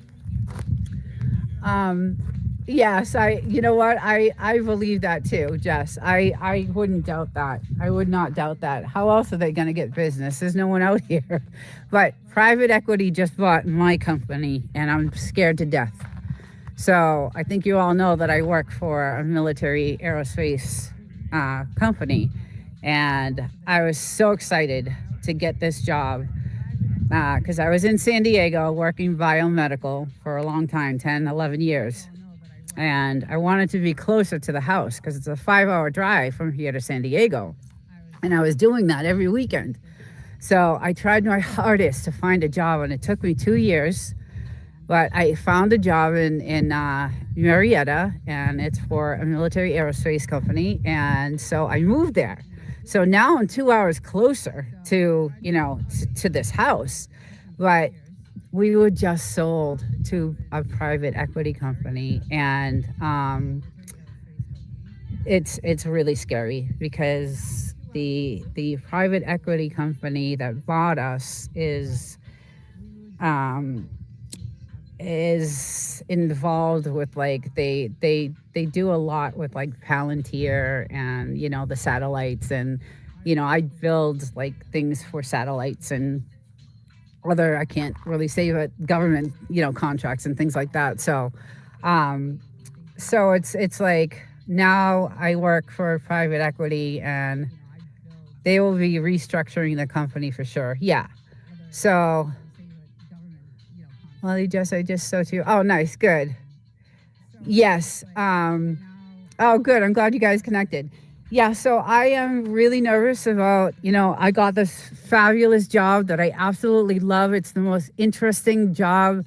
I mean, I've always had, like, being working in a chemistry um, department, doing, quality control, making formulas and things like that, and making, chemistry and things like that was really interesting. I did that for 11 years, a great job in San Diego.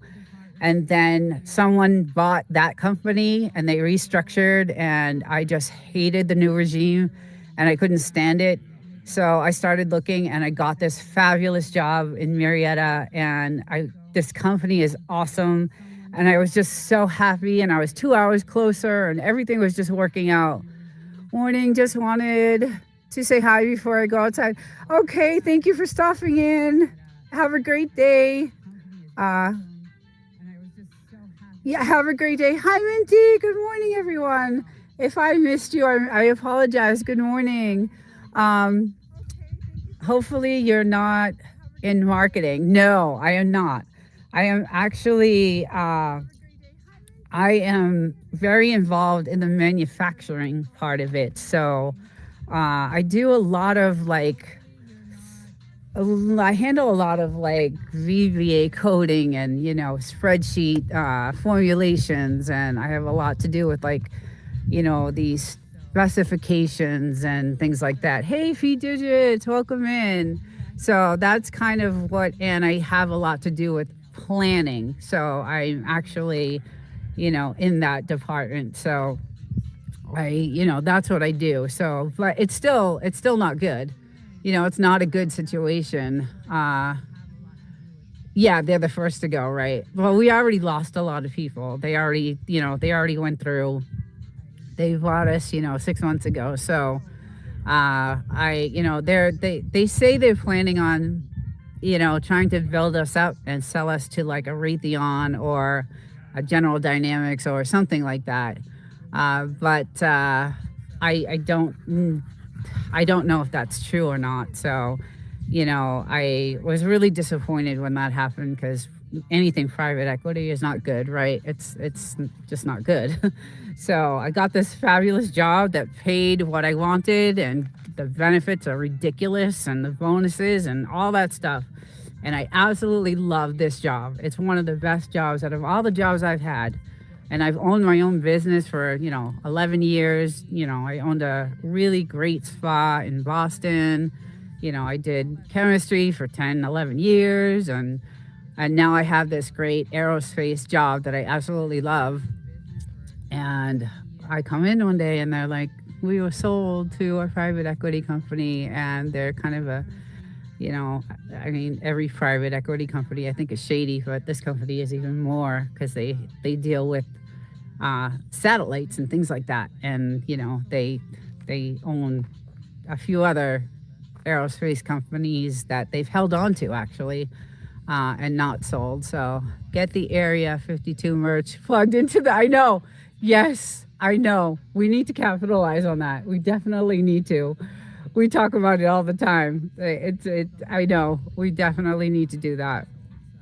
I gotta. I gotta. I'm. It's awful because I don't. I'm probably not going to be able to get another job. Right? There's no jobs out there now. So it's going to be really rough if something happens, if I get laid off. And you know my husband's retired, so he's got his fixing income for him. So but for me it's going to be really rough. Like I'm older, so they're not really, besides not having any jobs available. um there's I'm an older person, so they're not really looking for that in the workforce right now. So it's kind of stressful. I'm nervous about the future.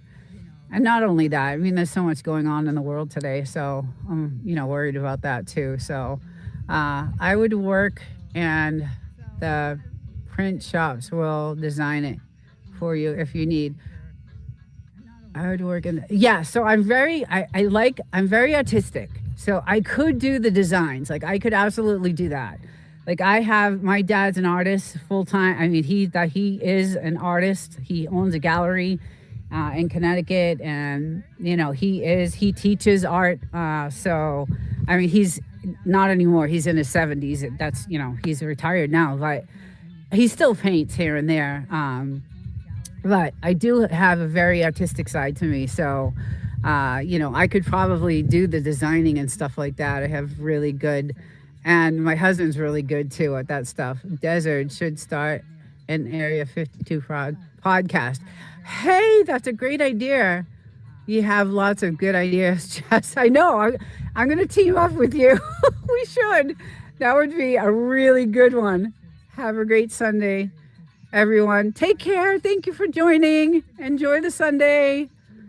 Have a great day. Thank you for stopping in.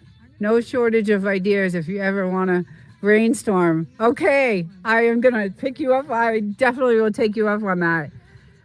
Broke but bountiful. Welcome. Hello. Welcome in. Oh, my little babies just came out again. They just came out. They've had enough of the air conditioning, I guess. So, aw, you guys okay? Huh? What are you guys doing? They came out to see me. I don't get to spend a lot of time with them, so I get the weekends, and that's about it with them. So it's kind of like sad. I hate it. I hate going, home. So, yeah, so no shortage. Okay, I'm totally gonna.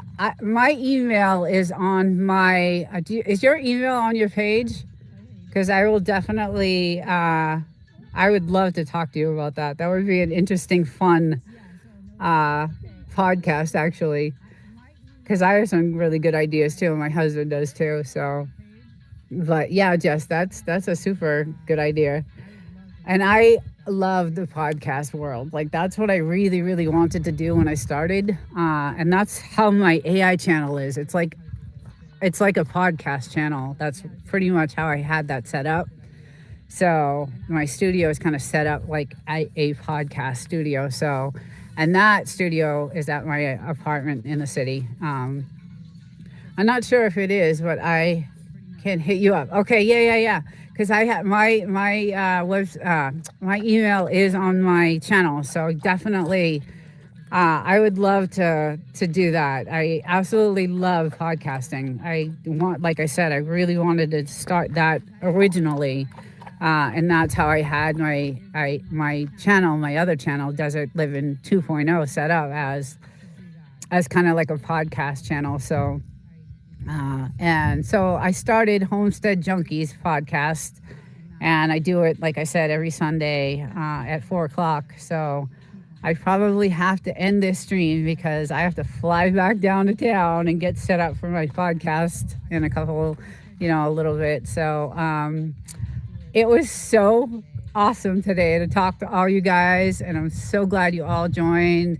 And I had a great time with everyone. I'm not sure if it is. Okay. Yeah. Okay. So everyone have a really great day. Enjoy the Sunday. Thank you so much for joining. And I do this every Sunday. So I hope to see you all again. And again, have a great Sunday. Enjoy the day. Jess, I'll be talking to you, and I'll see you guys all soon. Take care, everyone. Oh. All right. Good morning. The channel's on. Open snort. It's a little windy today. Started a little early. Gonna go just down by the fire right now.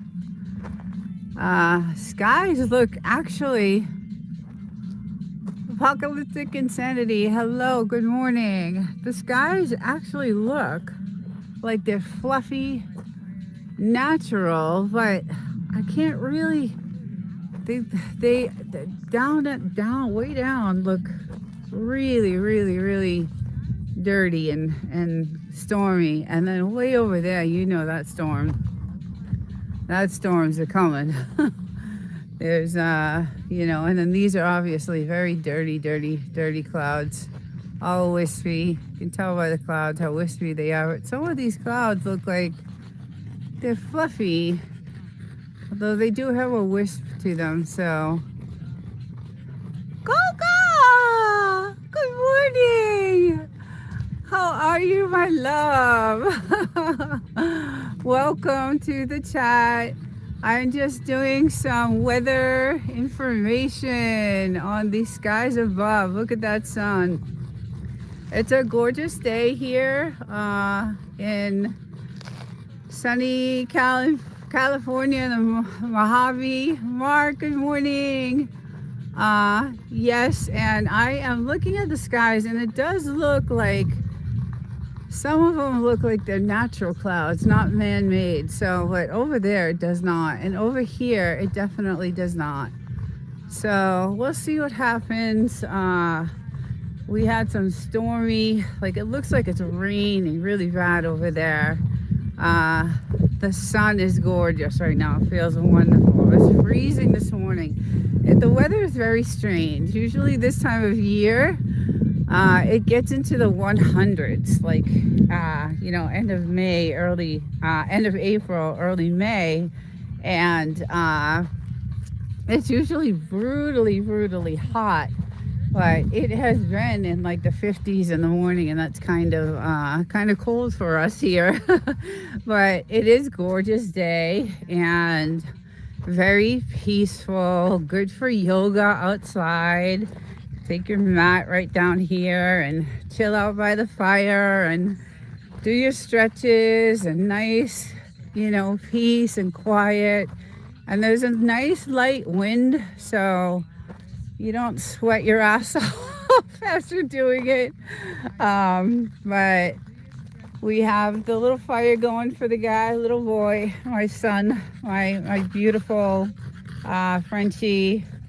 So let's see if I can get this. I have a gimbal, and I'm going to turn it this way. I'm going to try to use this toggle instead. There we go. That's Mr. Hodor Goga. He's 6 years old. And then I have a little girl. Her name is Miss Bluesy. And she is over there hunting like a bad girl. Let's see if I can turn this here. And I'm going the wrong way with it. And she's hunting. She's always hunting for the lizards. You'll hear a lot of lizard stories. So, she likes to chase. See, she goes in these holes, which I don't like. So this is what happened when really bad storms come in and they destroy the property. But she likes it in there because it's nice and cool. I just come out here and check and make sure there's no snakes. So I come out here and I actually found yesterday. I came out yesterday and I saw, because if you can tell, this is where, let's see if I can get the camera to go. This is where they like to bury all their bones that they have. So yesterday I saw an opening and I covered it up because that looked like a snake opening. And yes. So I was like, oh no, I got to cover that out. That's like a snake opening. It looked like there was a hole there. So I don't know if it was snakes or what it was. We have all kinds of critters out here, but she loves to go in there. So that's why we haven't really, and look at her, she'll dig. She'll dig. This is what she'll do. She'll dig till she gets nice, cool ground. Are you happy? Are you happy in there? Are you nice and cool? I come check on you, okay? Okay? So she just loves it in there. I love her. She's just the sweetest thing. And then we had some gorgeous Datoras. She's living off grid. Yes, wild child, welcome. We had some beautiful Datoras, girl, overnight actually. So that one came up. Sorry guys, I'm learning this new gimbal. And then we had a couple. Now this plant over here, there's a video where it had these massive, massive, like snake-looking worms, and it ate. It's a short, and it ate this plant. You could see how it ate this plant alive. There was nothing to this plant, and now look at what's happening. Look at what we're getting. Look at how beautiful. So we're, doing treatments to the plants, and they're starting to come back, and it's just so beautiful. I love it. And then of course I have all my wonderful, it's just beautiful. It's a great place, Goga, for, you know how many people you could have out here for yoga, a yoga class? It would be really, really nice. Good morning, Margaret. Good morning. Yes, so I had, tomato horned worms. Yes, exactly. The sky is looking, yes, it is looking great. It is actually looking like it is not too, I don't think they did too much with their spraying. So it looks pretty good today, thank God. Yeah, I just got something on my phone. I don't know what that was, but that was weird. But yes, it's nice and clear. The wind is picking up. It was not windy this morning, so I came out by the fire. I did obviously my normal rock, digging and finding my stones, and I found some new ones here on this side. So I also do that. I want to polish so bad, but good morning, Drunken Chef, welcome. But it is such a long process, and I'm not here all week, and you have to change the grits on them every few days. So it's looking like an oasis with all the green you have planted. Yes, yeah, so it's gorgeous. I'm gonna put a short out because yesterday I walked around the property, and I just walked around and showed all the white, gorgeous flowers that we have all the way around, and they're blooming so beautifully. And then we have these gorgeous trees that we planted last year, so in 1 year, and some of them aren't doing so well, but some of them are just gorgeous. They came out beautiful. So that was funny. Me and you are both rock lovers. Yes, I know. See, it's funny how you meet people with stuff you have in common, right? It's great. I love it. So this one is actually starting to bloom. This one's really pretty in the, when it's a really full bloom. But these yellow trees, I won't get near them because there's thousands and thousands of bees, just thousands, and they're not your natural looking bees. The yellow jackets, they're not yellow jackets. They have this, it's a desert willow, all the purple, yeah. So I don't know if you can hear.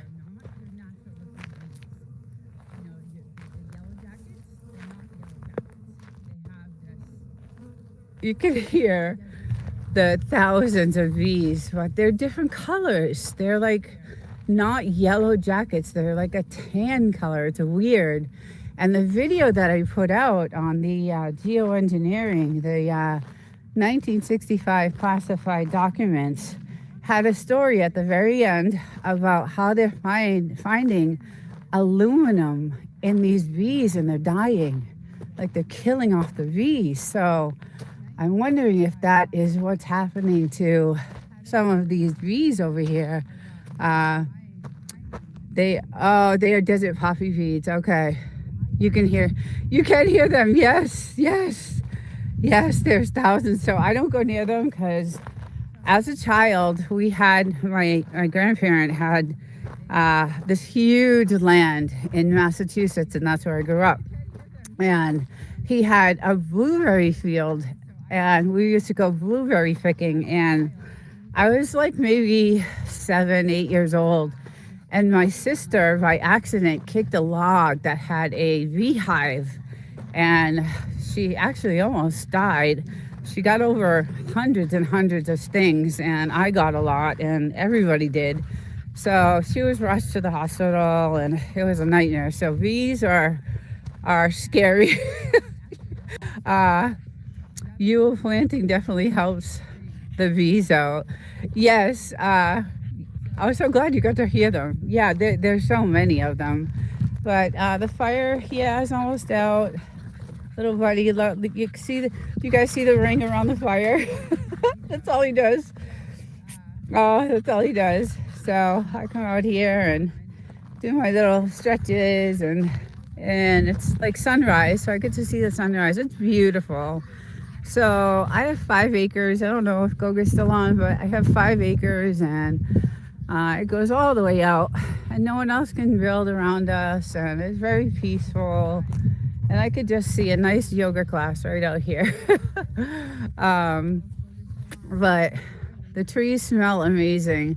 They smell just like juicy fruit gum. Yes, they do. They do. They smell just like juicy fruit gum. They smell so good. She's. So I found, okay, my little girl's been limping around not feeling good. She's just not feeling good. She hasn't been herself, and she can't walk on one of her feet. One of her paws are broken, like hurt. And so she won't let us get near it. But I went around the property today, and I found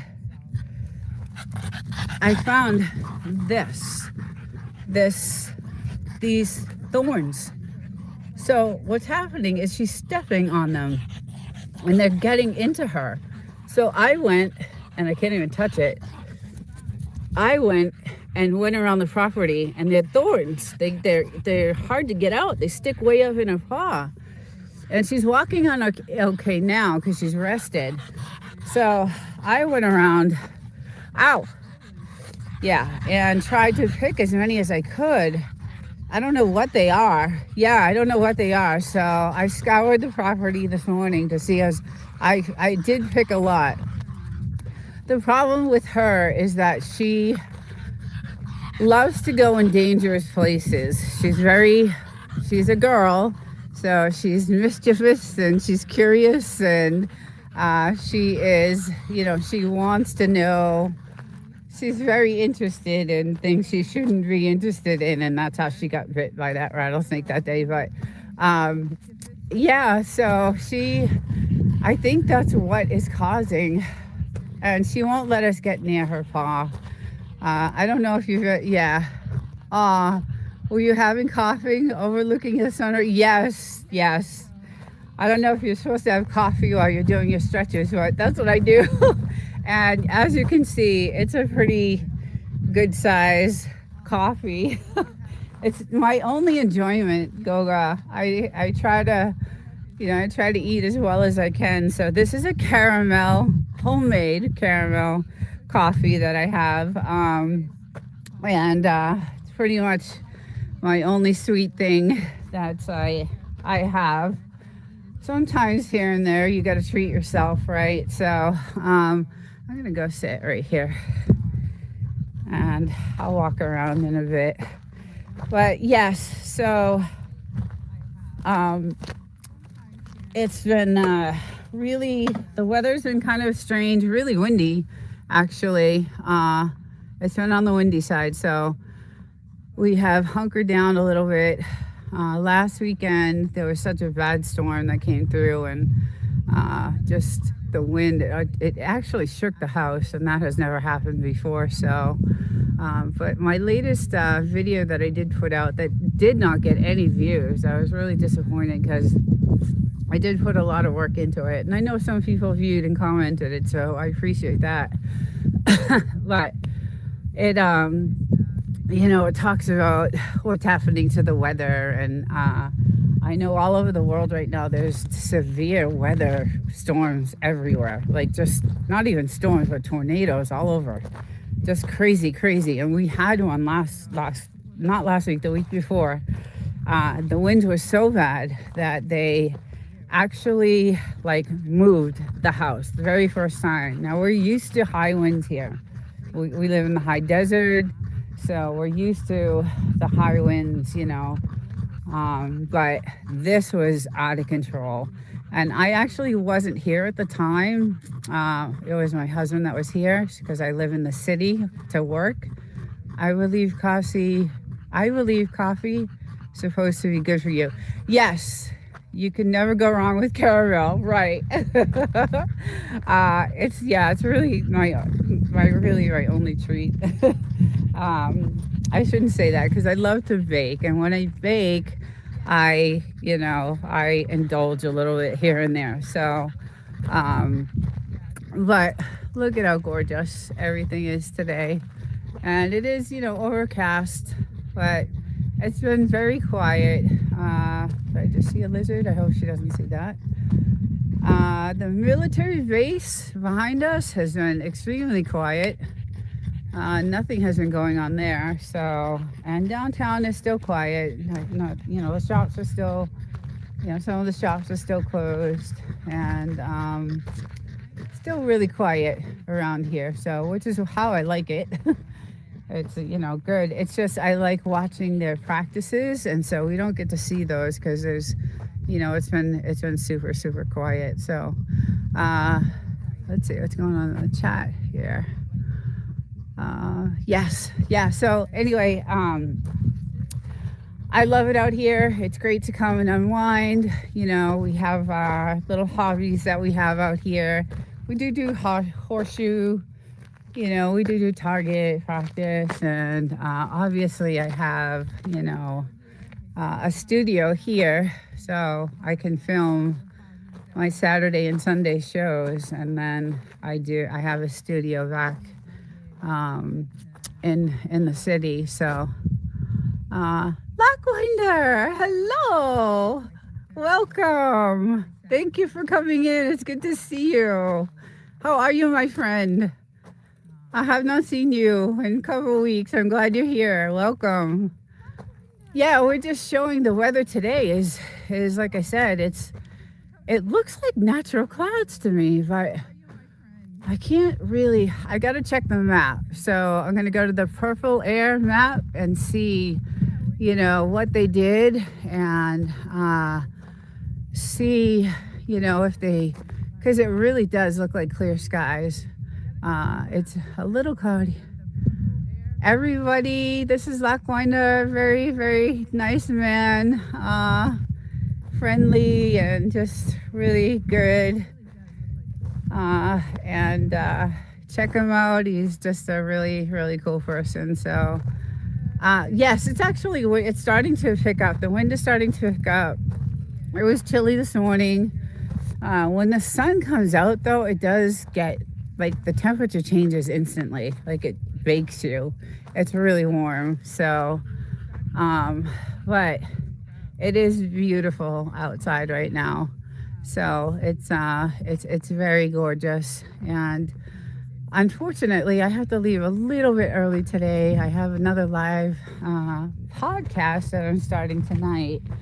I've done a few episodes that were filmed, but tonight we're going to take it live. So I got to rush back to the city, 3 hours. Yesterday at 10 p.m., I said a video to premiere, and I had no idea that meant I was going to be live. Yes, interactive. So I accidentally had a live. But good. That's the way to. That's exactly, Wild Child, the way to start. To do a premiere is great because you can be in the chat with them and talk with them, and without being physically, on the screen. I know a lot of people are petrified, and I told you I was scared to death, when I had to go on screen. But oh yes, yoga. So my land goes out to that telephone pole over there, and then it goes out to so we have 5 acres, and we have almost an acre fenced in. Not quite an acre, but almost, for the dogs. And then it goes, most of it is on this side. So most of my land goes on this side, and then most of it is on this other side of the house. It actually looks like it's gonna rain, guys, to tell you the truth. We have our own water source, which is our well, and that's where you see all these watering systems. We engineered watering systems for all our plants and things like that. So it was cool. It was cool to do that. But yeah, and this is our weather station, so you can see our little wind tunnels are, going. They're definitely going.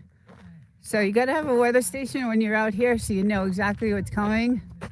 Let's see if I can turn this here, and you can see those things turning. So, and yeah, you can see the arrow where it's coming from, and yeah, the wind is definitely going to pick up, and I can see it's stormy. So I'm headed that way. So I get on the highway, and I had 2.5 hours on this side. So I'm going back to check out your channel. Okay. I learn things on accident all the time. I'm glad you tried that. That was really good. That was brave of you. That was really good. I'm proud of you. I knew you could do it. Your channel is great. You have great content. It's very peaceful and relaxing. And that's what I love about Golga's channel with the yoga is very peaceful and relaxing, and it just gives you that, the meditation of it. And then Wild Child with your, ambiance and your candles and the rain, and it just puts me to sleep, and anything like that is so relaxing. So it's very, very nice to have. My little girl, she's squatting way over there. I see her. I can't take my eye off her. And she's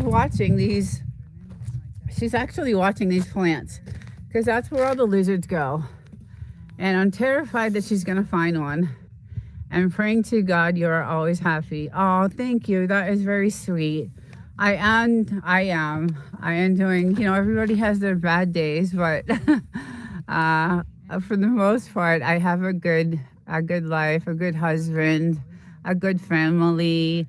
Unfortunately, my family is still back in Boston, so I don't have, close family here, but my close family is my 2 little doggies and my husband, my best friends. So my daughter, she just actually moved from Florida to Massachusetts, so she's back home with the rest of my huge Italian family. But we FaceTime constantly. So since I have, the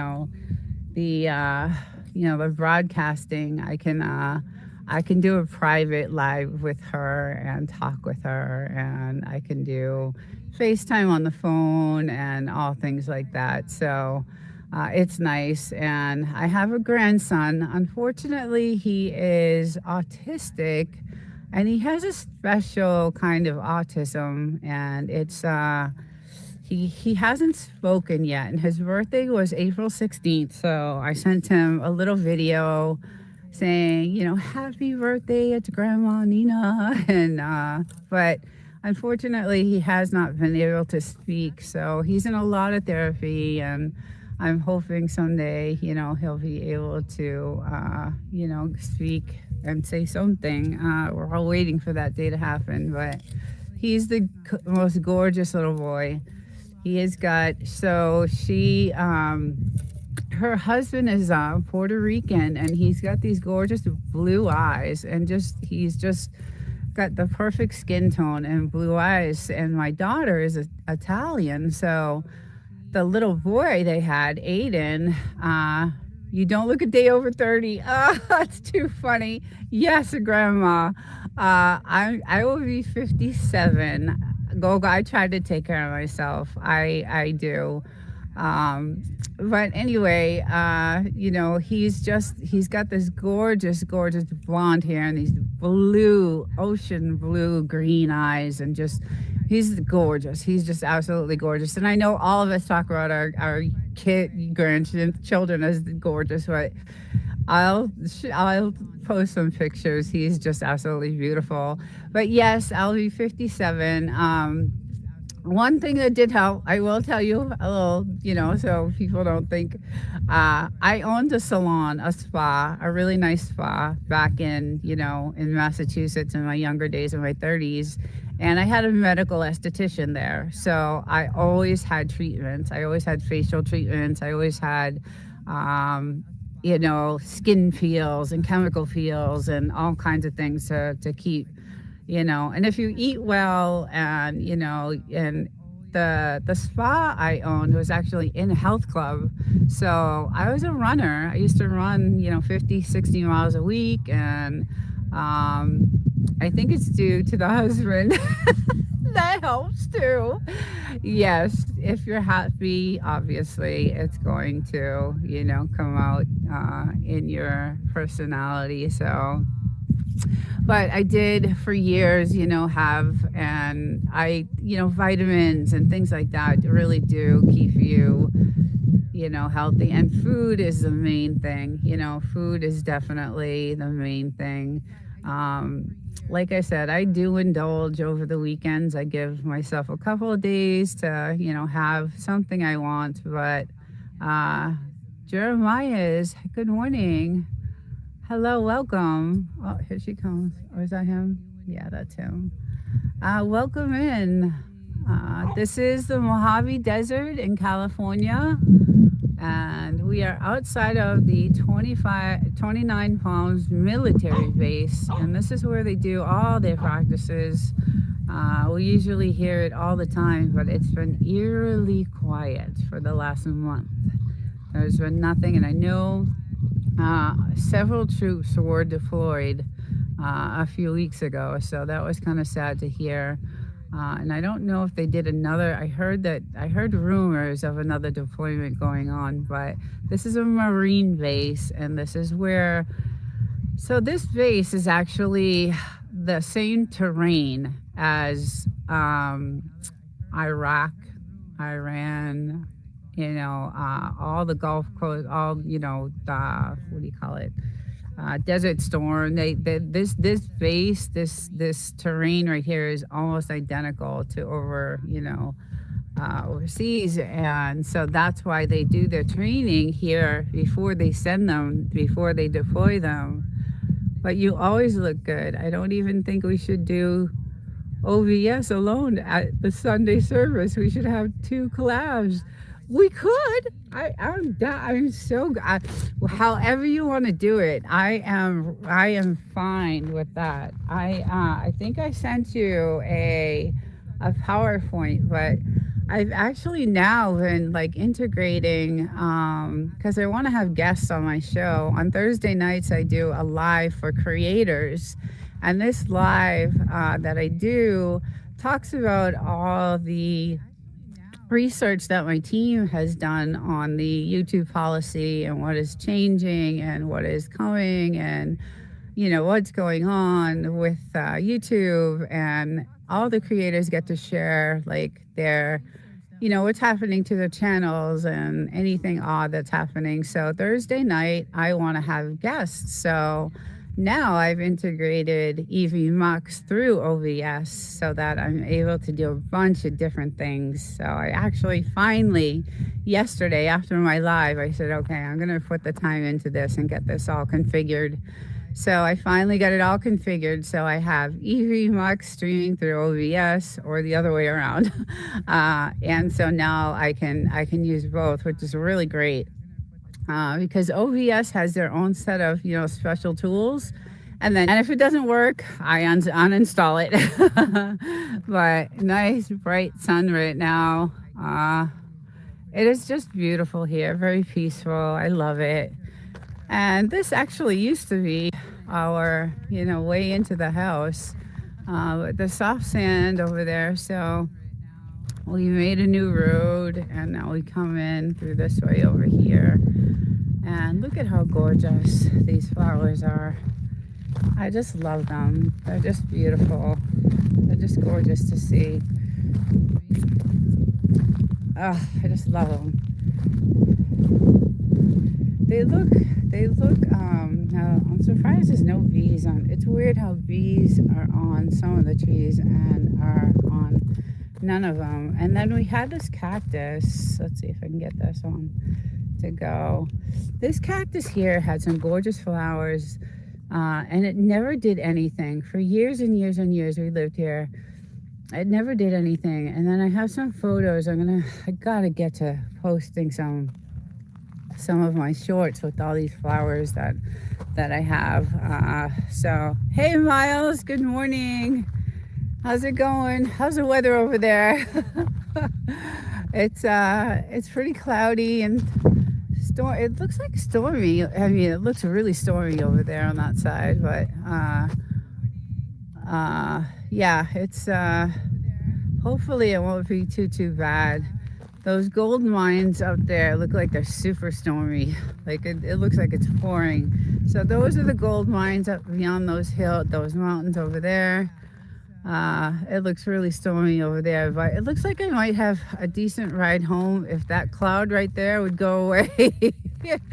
I might have a decent ride home, not a 5-hour ride like I had, a couple of weeks ago. So thankfully not windy anymore. Yesterday, yes, it was crazy. It was really crazy. We had severe winds, like out of the blue. They just sparked up and we were like, okay, let's go hunker down everything outside. So yeah, but today you can see the wind starting to pick up a little bit, not too much, but I feel like it's going to by the afternoon. So my little girl went on to this side. Let me see what she's doing over here. There she is. Yeah, she's limping, and I know she has one of those thorns stuck in her little toe, and I wish she would let us. I don't know if you guys have seen videos of, so Frenchies don't like you touching their toes. Frenchies are very stubborn, as you all know. If you don't, well, I'm telling you right now. So there's this contraption that you can buy where you can hang them in this little coat, and you can hang them on like this bar where you can clip their nails and they can't bite you, right? So we bought the contraption, but somehow she just figures a way to get at us. So yeah, you're gonna see some of these videos with these. It was a brilliant idea to do this to clip their nails because they don't like it at all. But I want to put her in it and try to get these thorns out of her because I think that's what they're so far in there. I don't know. You have seen that, right, Wild Child? It is crazy. I was about to walk my dog when I missed that one. I missed it. Okay, I was about to walk my dog when they kicked up, and I was like, Dorothy and oh my God. Yeah, I can. So yeah, I'm not going to be able to stay out here too long because you won't be able to hear me. The wind is going to kick up. I believe that's what groomers use sometimes. Yes, I've seen that at like Petco, and yeah, they use those type of contraptions to clip the nails because dogs don't like it. And there's there's only a certain point you can go to when you're clipping their nails because then you catch their I can never remember the name of that piece of nail. It's like their hey, Tuber Chat, Kevin, welcome, good morning, happy Sunday. Just doing some screenshots of or video of what the desert looks like today, and it is gorgeous, actually, very beautiful, nice. It's starting to get a little windy though. Yesterday when I was doing my show, thank God I finished it like in time because I know a lot of people had buffering issues yesterday, but yes, my bulldog's nails are always too long because when I clip them, I'm scared to go to, yes, right, too deep.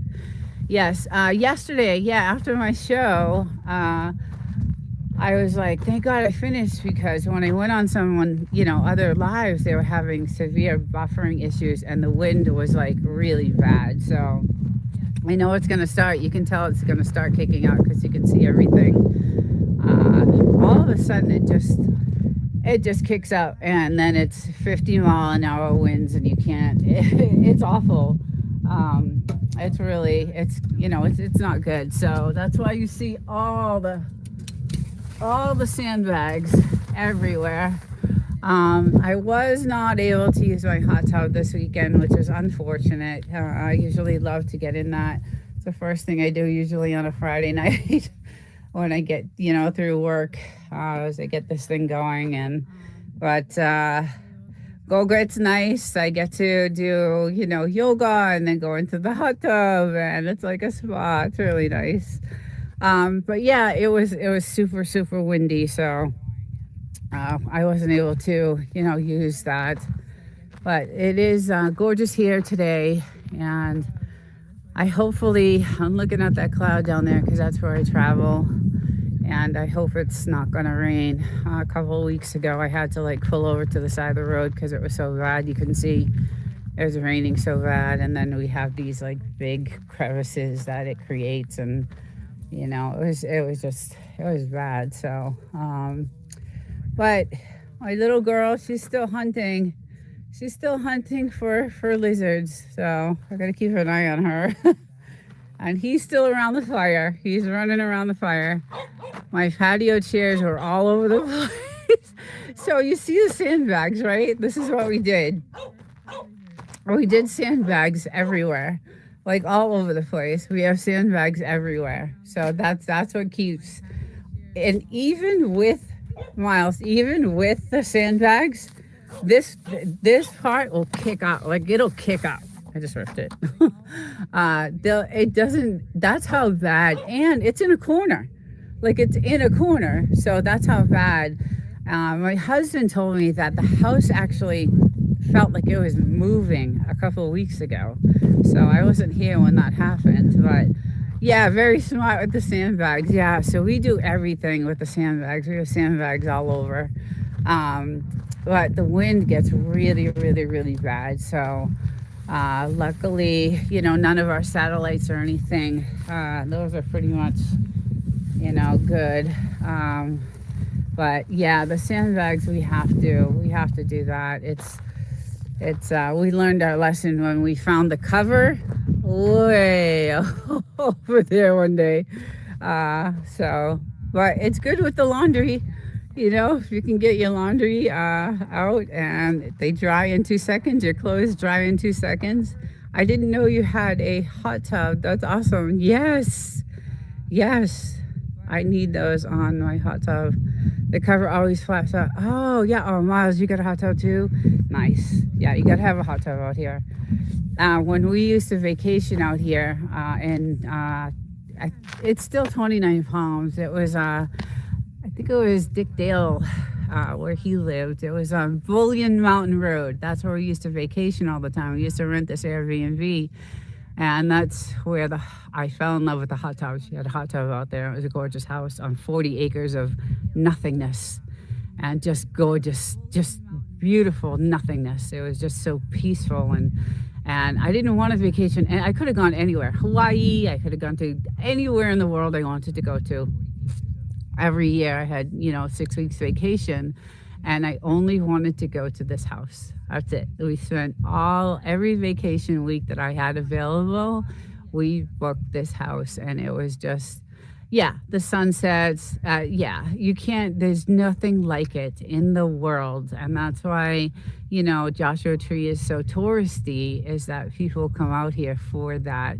They do have an observatory. I'm not sure if it's in the Joshua Tree Park or outside of it, but it's pretty cool.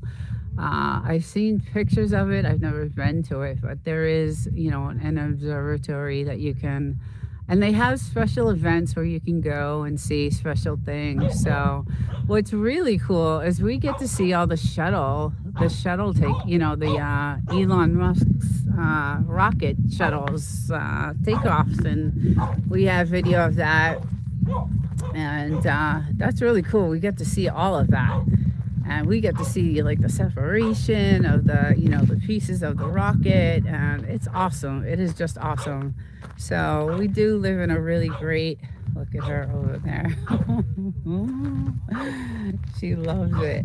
It's really great to see. It is really great to see, and we have a lot of videos on that too. I love watching those things. It's really cool. I miss a lot of them because I leave I leave in a couple hours to go back home. I work at 2 a.m. I get up at 2 a.m. in the morning to go to work. So, and right now, because I'm in, military aerospace, I am so busy just working nonstop. So, unfortunately, all the satellites that are popping out of those things are going to change our night sky. I know. That's the other thing why I was like, I don't know if you see where you are, but we see these crazy drones from the military. They look like spaceships, and we're going to start calling this Area 52, we decided. My husband was like, you know what? We're going to call this Area 52 because we are actually on the same desert as Area 51, 5 or 6 miles, 5 or 6 hours away. Uh, I know it seems like every other day.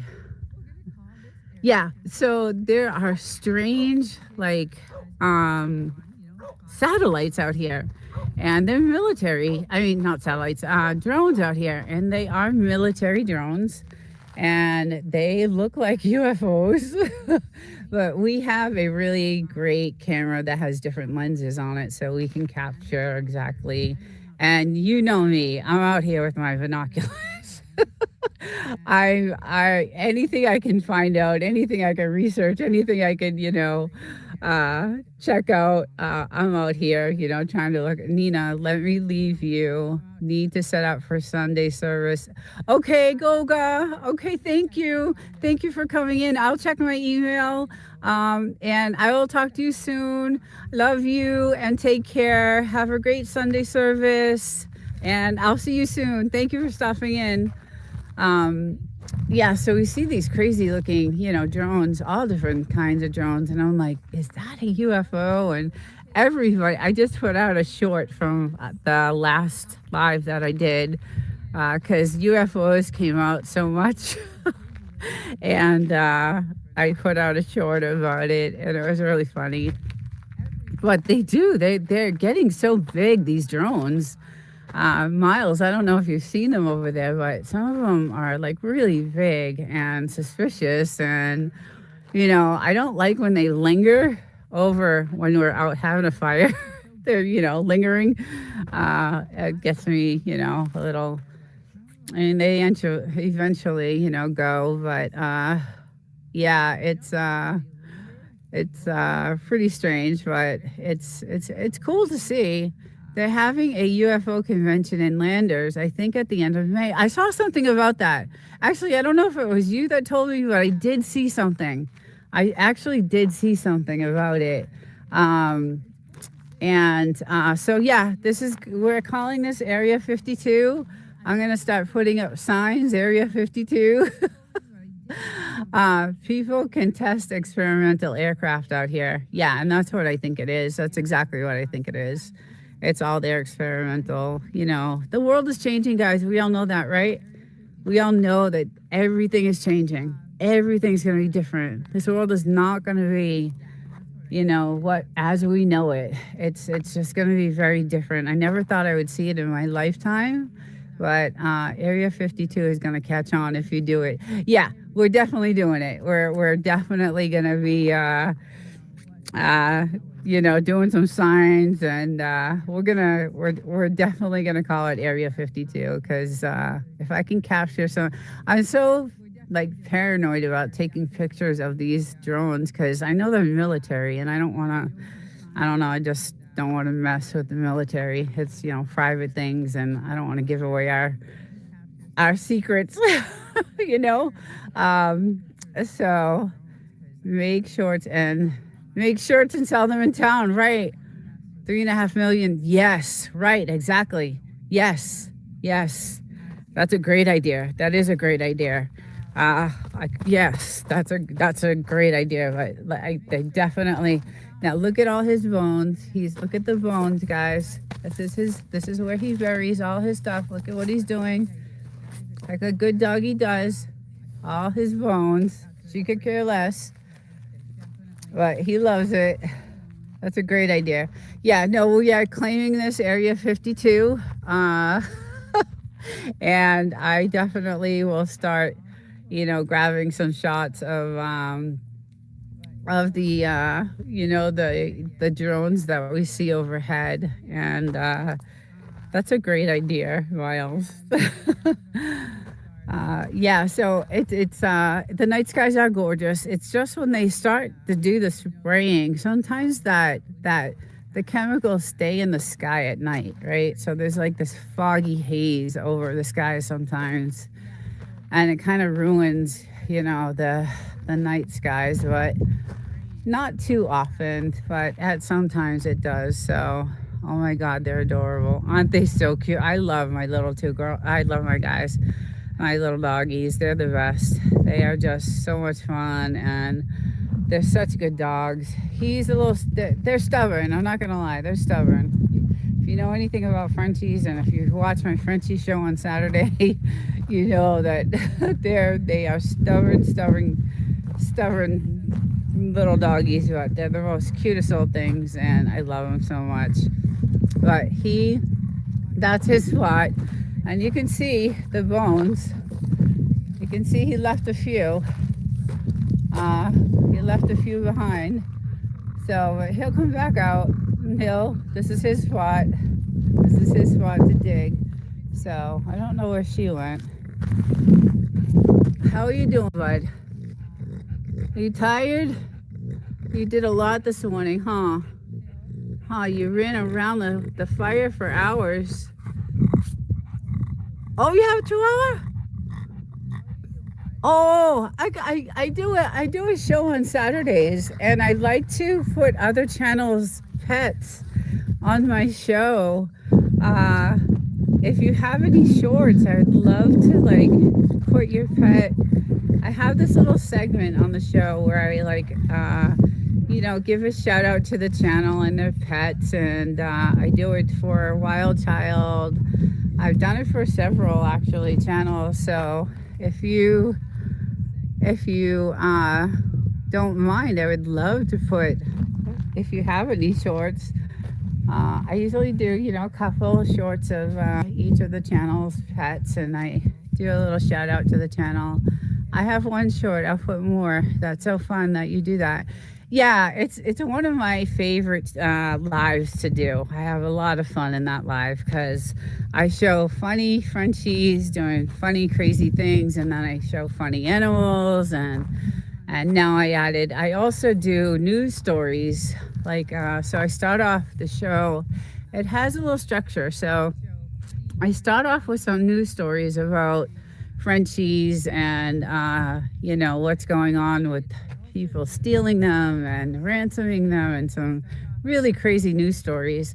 And then I do a Frenchie of the week, and then I show some channels that have really cute animals, and then I end it with a bunch of videos of my animals, and it's a fun live. I sometimes go off topic when I'm in the chat because we all start talking about different things, but it's a really good, fun show. So if you do have, some shorts, I would love to put them on. I am preparing my show for next Saturday. I usually do Thursday night. I start, preparing for right after my live on Thursday night. I start, doing some videos for my Saturday show. So it is a fun show. It's a really cool show. So I'm on my 26th episode. So there's 26 of them now on the playlist, and they're really cool. I like to do the news stories because it brings attention to what's really going on with these Frenchies and how hot they are. Everybody's stealing them and ransoming them. And there's just one story with this lady that is stuck to a hood of a car, and she's they're driving down in LA and they're going like 40 miles an hour, and she's on the hood of the car, and this car is going 40 miles an hour, and it's got a Frenchie inside the car, and just it some of the stories are just insane, the news stories that I do. So I do a lot of research to find those stories, but it is really kind of sad. Yeah, it's kind of sad what goes on with some of those Frenchies, and some of them never get them back, and some of them, there's sad endings, and I don't like doing those videos. So I only do the I only do the videos where I there's a good ending where they get them back. What I do is I follow the story. So if I see a story that has a Frenchie that was stolen and they haven't gotten them back, I save that story to see if I can find a follow up to the return. So we do not do sad stories in general, right? We don't. I don't like that. And I don't think YouTube likes that either. I like to do good, happy ending stories, but I will follow some of the stories where some of the, Frenchies were stolen. And if I don't hear that they've gotten them back, I wait and see. I'll keep that story in a folder, and I'll see if eventually they find them. And I do. Some of my shows have those follow up videos where they find them. So, and then I'll come out with that video that next week saying, oh, last week I told you about this, and here's the follow up video.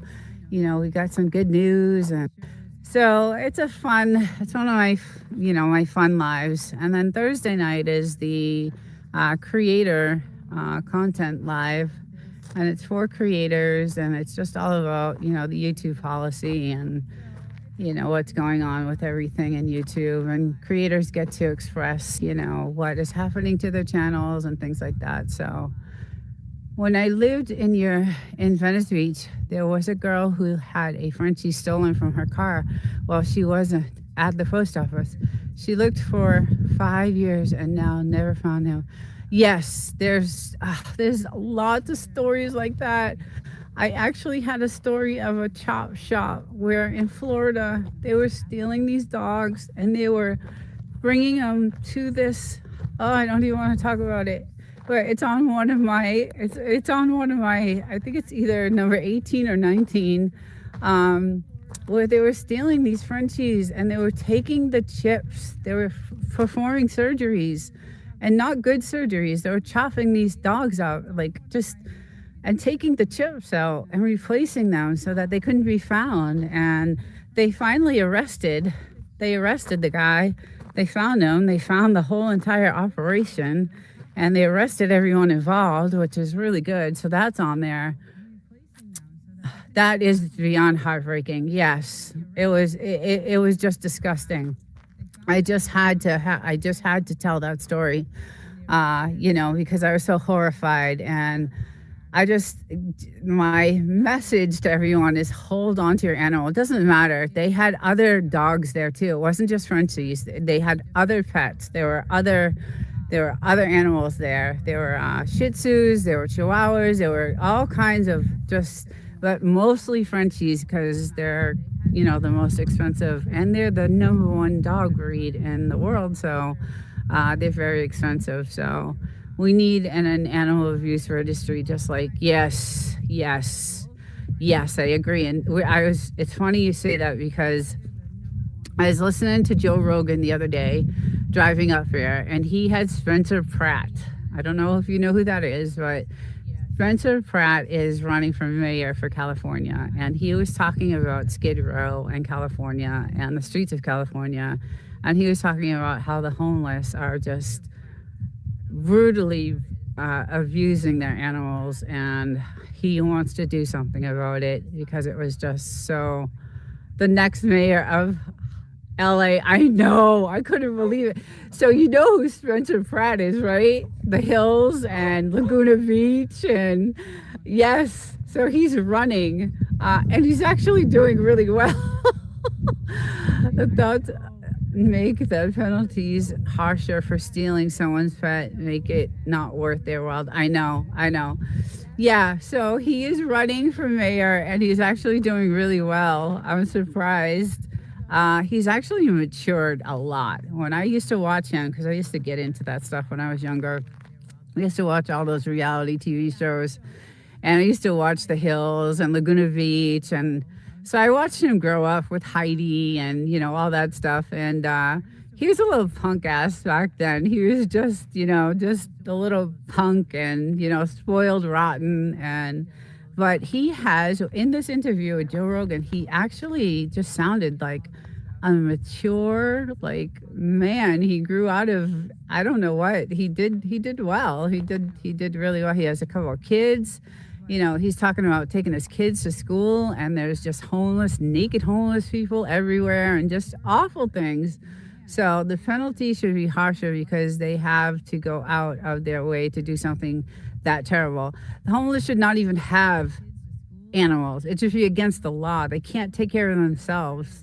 Why are they having animals? Why are they letting them? They should not have. He lost his house. Yes, that's why he's running. He lost his house in the fire, and that is what made him.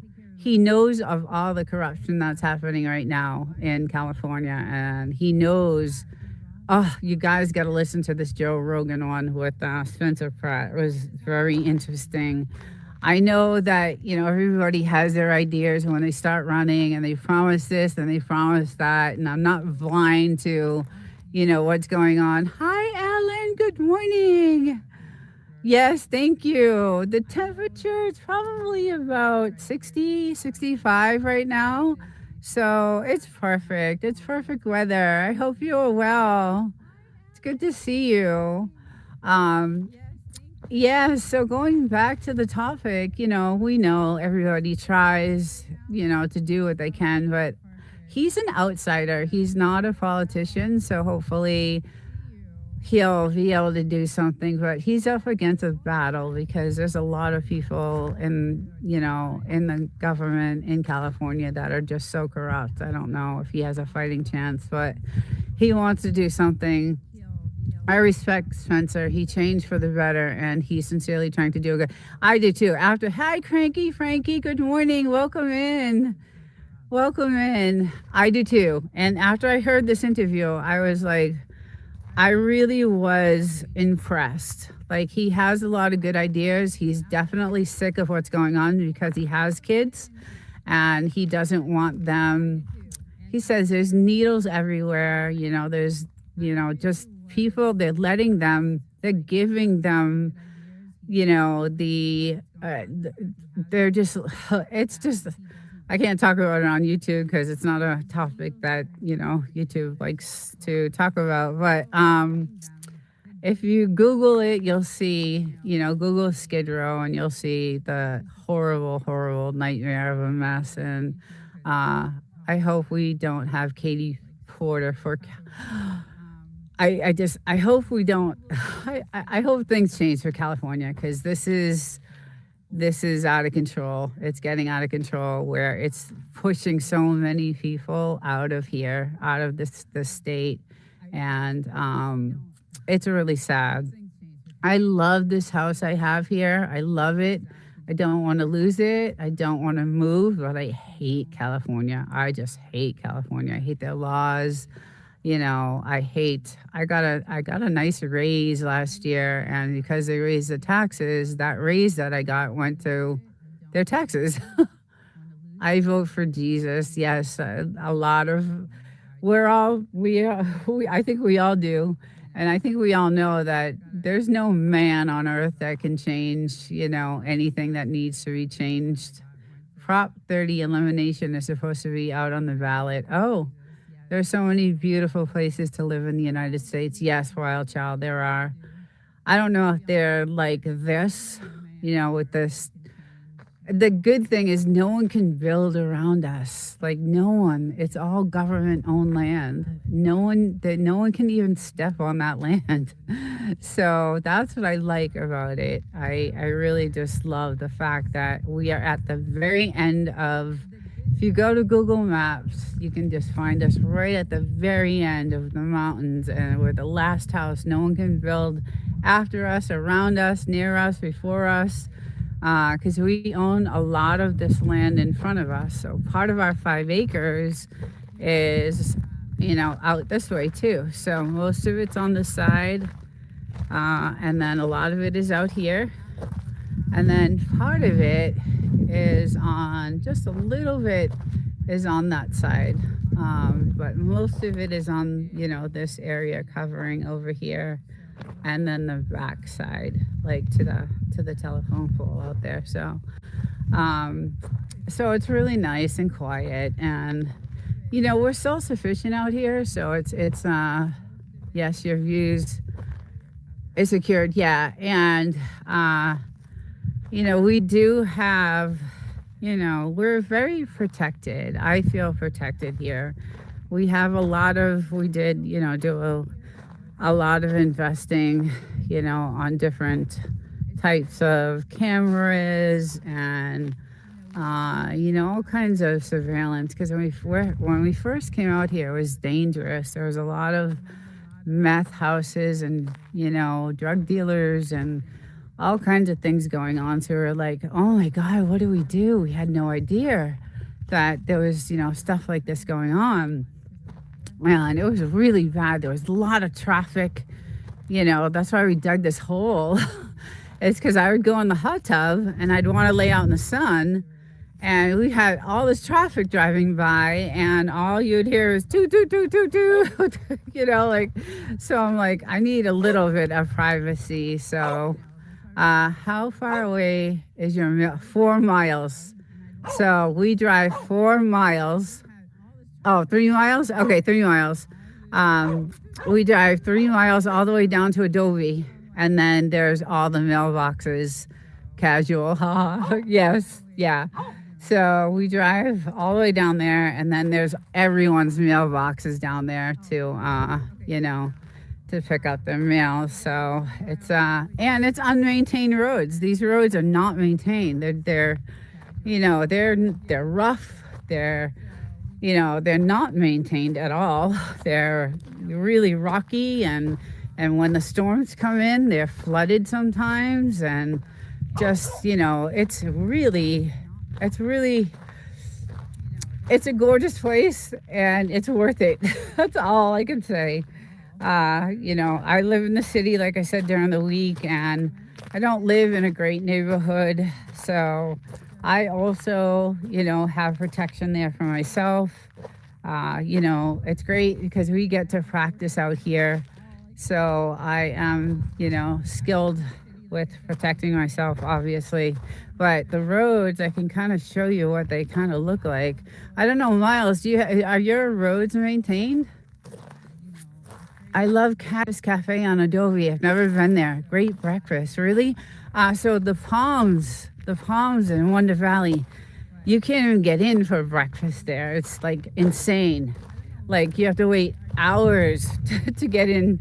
And it's a little dumpy place. It's not, anything great, but it's really good. But I'll have to check that place out. I never even heard of it. But yeah, so the roads are kind of like really rough. Listen to the bees, guys.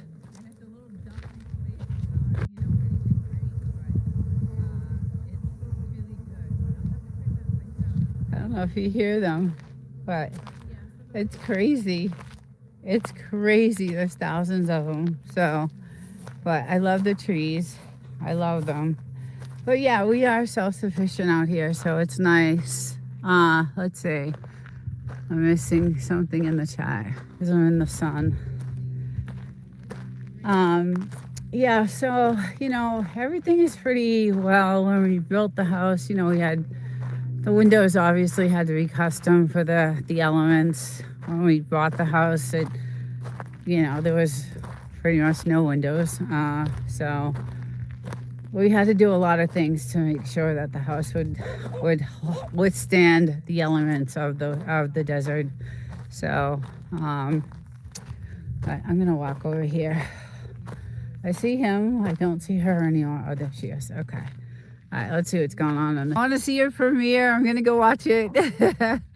Yeah, I have my own place on 5 acres too. Oh, I have some distant neighbors, but we all do our own thing. Yes, one of the collector neighbors is kind of annoying because his trash goes all over. Yeah, so we had that too when we first moved here. That white house over there was a meth house before, and when the feds came in and killed all, like, just came in and just tore everything, all these houses over here, like, just clean them all out. And then they redid that house, but the trash that used to come flying into our yard from that house, because they would just throw their trash right out the window, and it would end up in our yard, and it was so annoying. It was awful. And that's when we started saying, okay, we're gonna put in all these, cameras. We're gonna put all, get some pews and protect ourselves, and and then finally a couple of years ago, I think it was like 4 or 5 years ago, the feds came in and just cleaned house, which is, thank God, because it was getting out of hand. It was getting out of hand. So I was glad that happened, and now it's nice and safe, as safe as it can be. Those neighbors, we never hear anything, a word, nothing. These are all Airbnbs, or they don't. So this house down here is a kennel. So we do hear barking dogs. They raise Shih Tzus, I believe. So that greenhouse down there, and then the other house is not lived in. That tan house way down there. I don't know if you can see. It's really frustrating. I wish we could suppress. But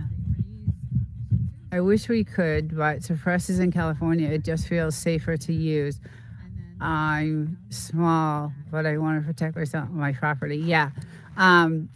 Yes, those are. We can't. You're right. We don't have suppressors either. But we have several different types of.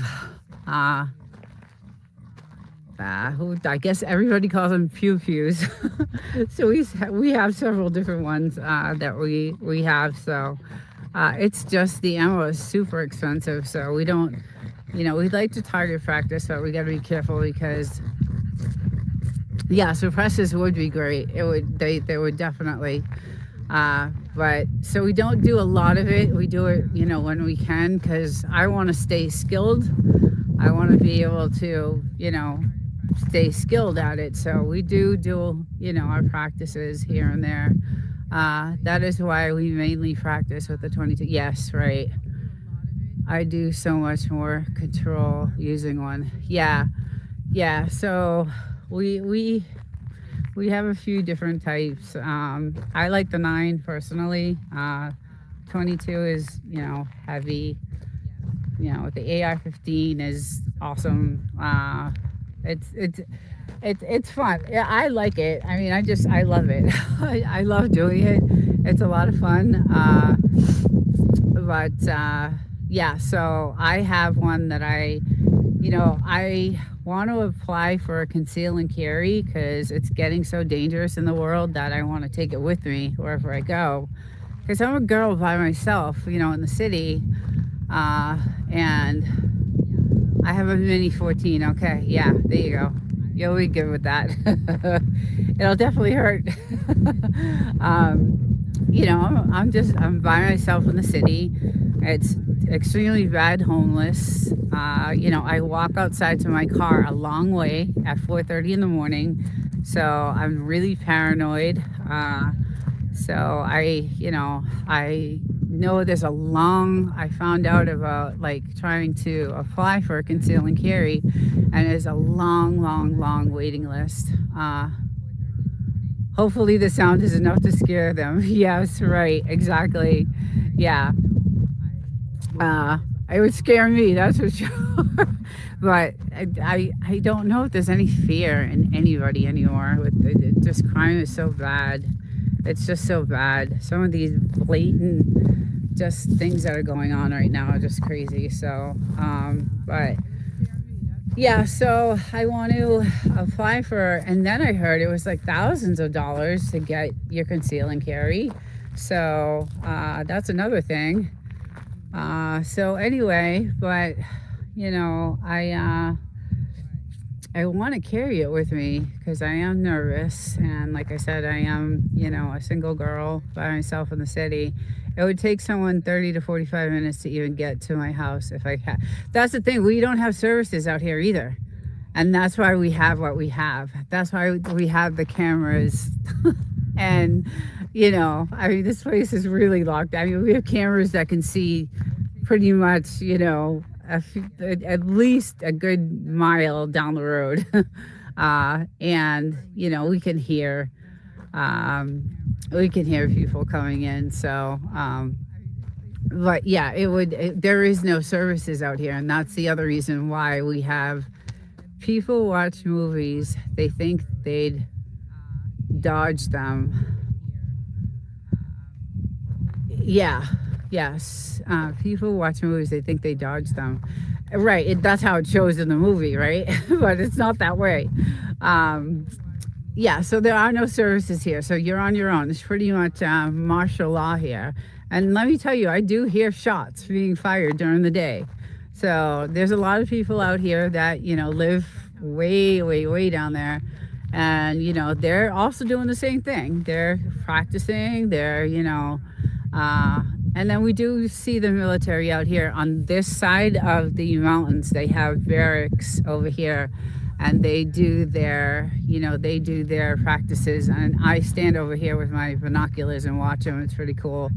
But yeah, no fire, no ambulance, no police, no Uber, no nothing out here.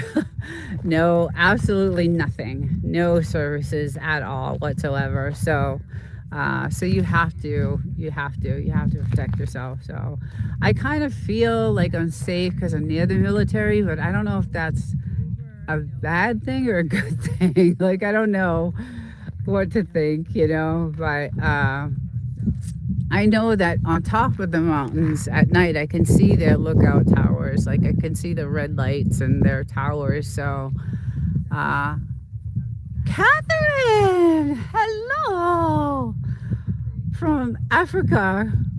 Hello, long time. It's been so long. How are you?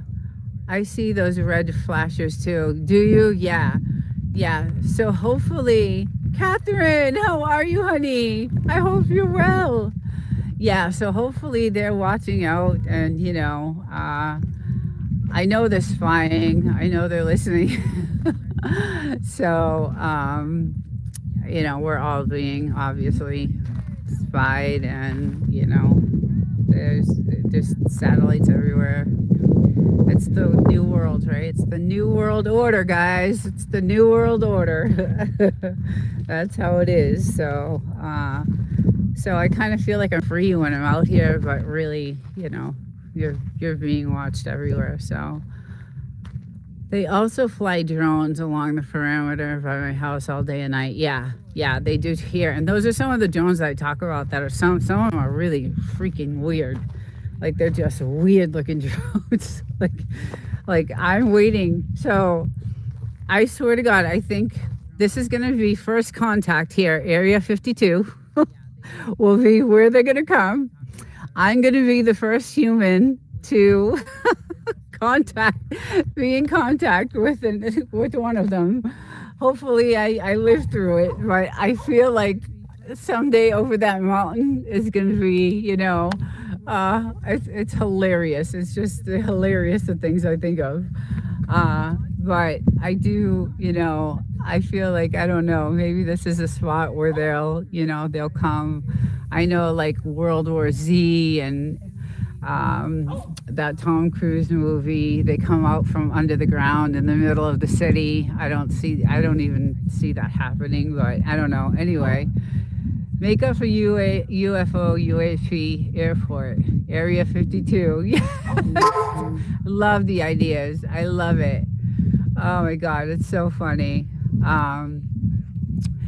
Okay, guys, I gotta run. I just got a text from my co-host from the podcast, so I got to get on the road and get back to the city to set up for my 5 o'clock podcast that is going live. So You'll be the Uncle Eddie in Independence Day.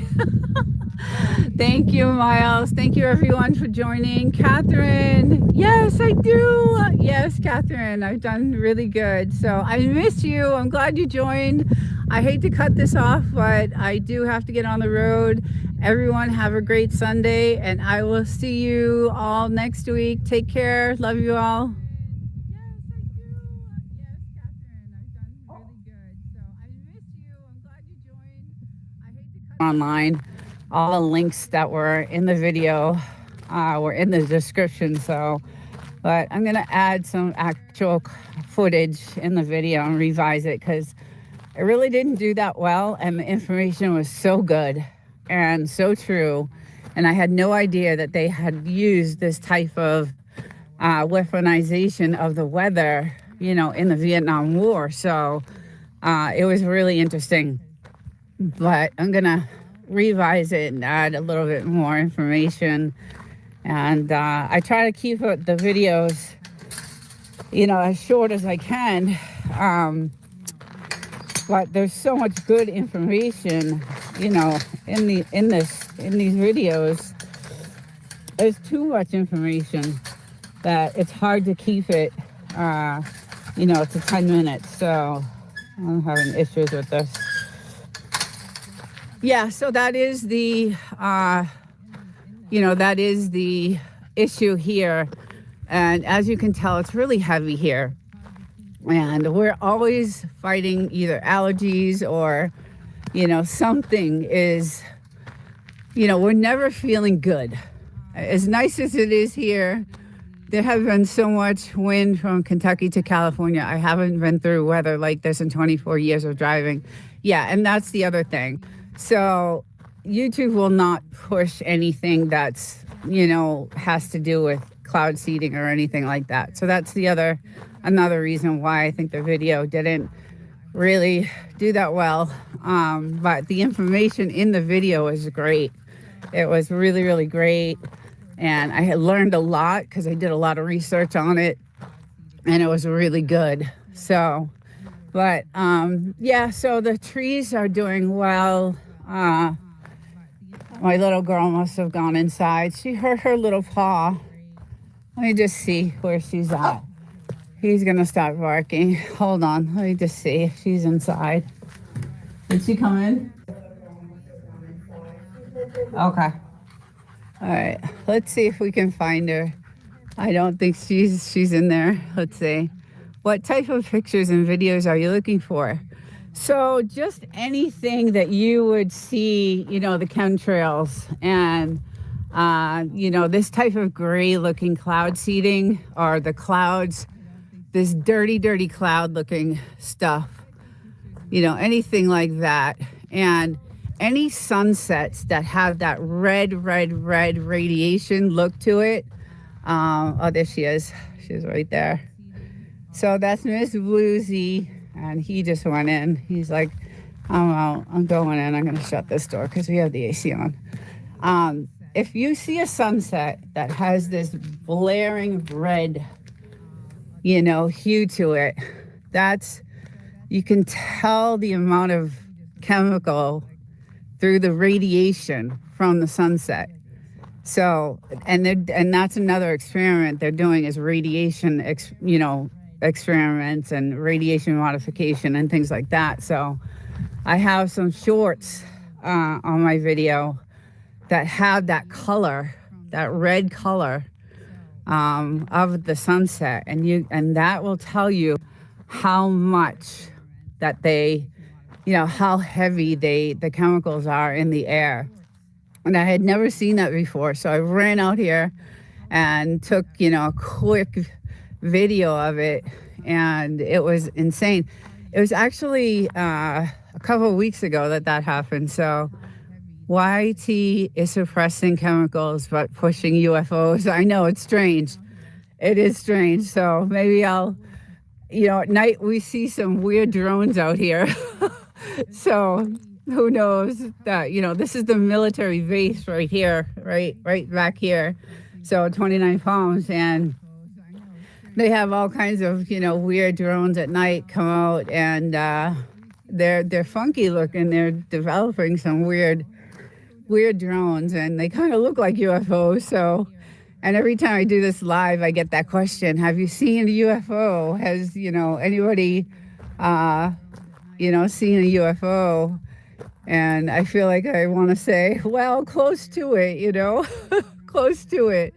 Um, because they look very strange. They're not your typical, drones. They're developing some really sophisticated stuff. So we get to see all that stuff.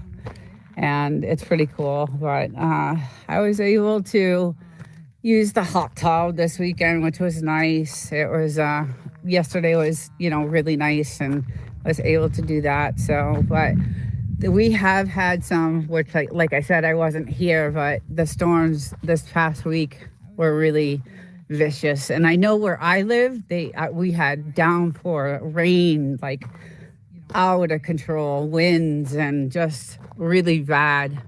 My dad was in the Army. He hauled the AO that they sprayed to kill the vegetation in Korea. That exposure is what took his health. Yes, and that is in my video, actually. So when the government developed this tactic, this warfare tactic, using the sky and the clouds, and putting the chemicals, it not only caused a lot of it was monsoon season then. It not only caused all the mud and all that stuff so that no one could get through those tunnels that they made, it also dispersed those chemicals into their water supply, their food supply.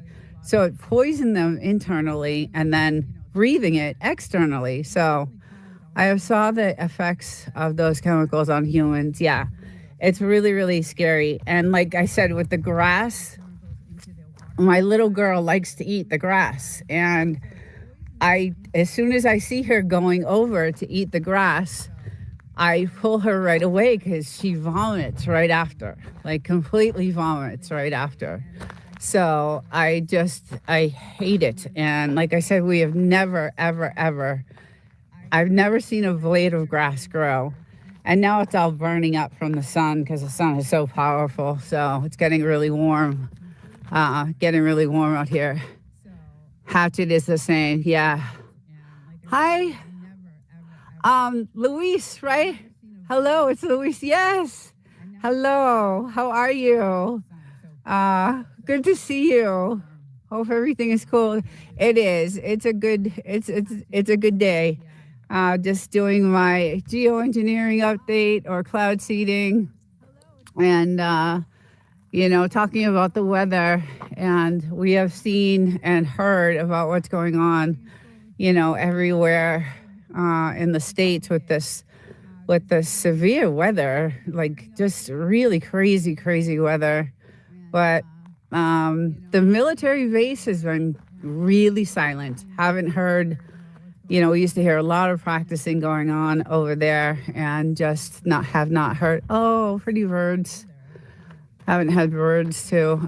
So, hey, hi, Camper. Good morning. Welcome in. Yeah, so I was just looking for like anybody who has any photos of these dirty looking chemical, skies that I would, put in my videos when I revise this video, because it is, it's really crazy what they're doing. And I know it's not only here. It's this is blowing in from the west. This isn't something. It's just the planes right now are just spreading it. You can see the trails. So it's not good. But I have had a few people send me some photos, which is great, and I appreciate that. And I will use those when I revise that video, but I don't know how much YouTube will push, like Wolf and Snort said, they don't like any type of this information getting out. So, and I have reached out to Dan Wigington several times, which is the CEO of the geoengineering organization. And I've also gone to his YouTube page and, showed him, left links to my channel, but really haven't heard anything. And there's, on his site, there's a place to leave comments, but it was when I went to go leave a comment, it was 19 or 20 pages in, and that's how many comments of people, complaining about what's going on. So I said, well, he's never going to see this. He'll never see this one. So I didn't bother. So I ended up, just going to his channel and leaving several, every once or twice a week, I'll go there and just leave, my link to the channel to see if he'll, notice it. But I know he's got hundreds of thousands of people on his channel. So, and he's also the CEO. And, he's also doing several interviews. The government doesn't want people to know. Right, exactly. And that's what that video was about originally, is that back in 1965 or 1967, when the Vietnam War was going on, nobody knew about it. Like, it was classified, and then all of a sudden the documents got leaked.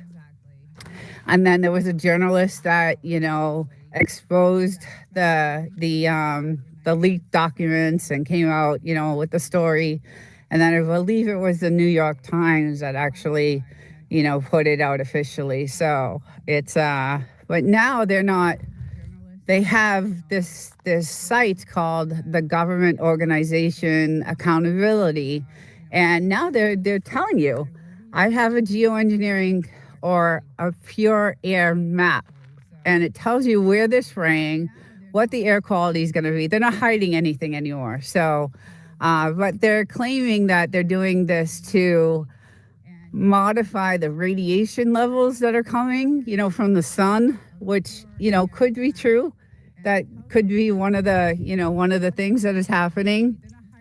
But it's causing really bad weather and really bad, devastating storms. And, if you're stealing rain from one part of the country, another part is going to suffer. So it's like a weaponization of the weather, really. And it's just, not good. So, but today is really hot, actually. It's getting to be really warm. I was going to do a fire, but my little girl, see if I can find her down here. I think she broke her toe.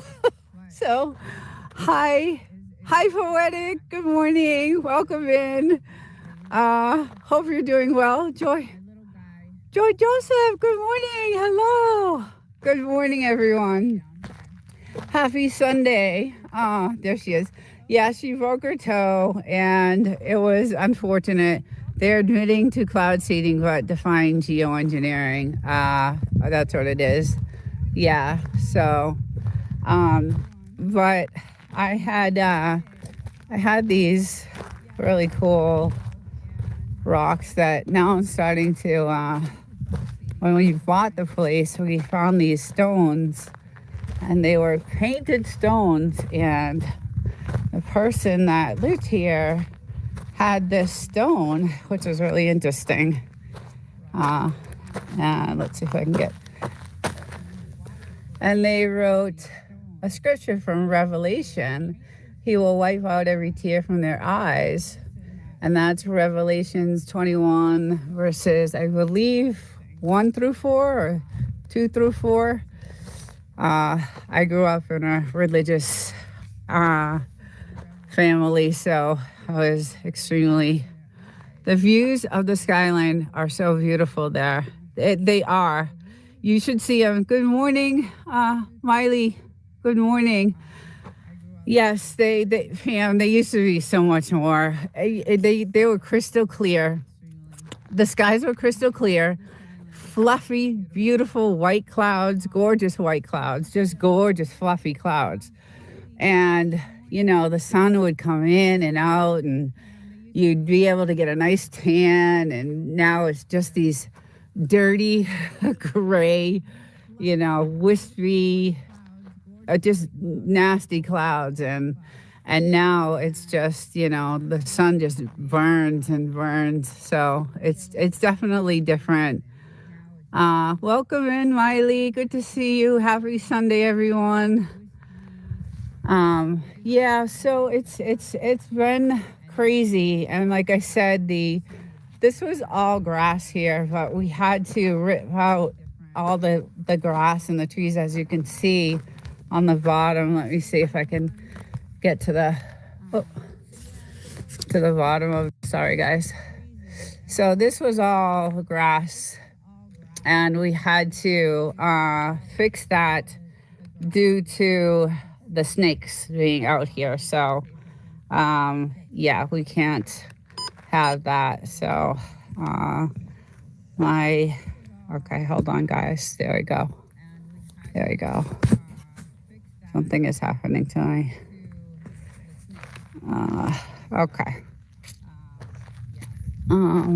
Yeah, let's see if I can change the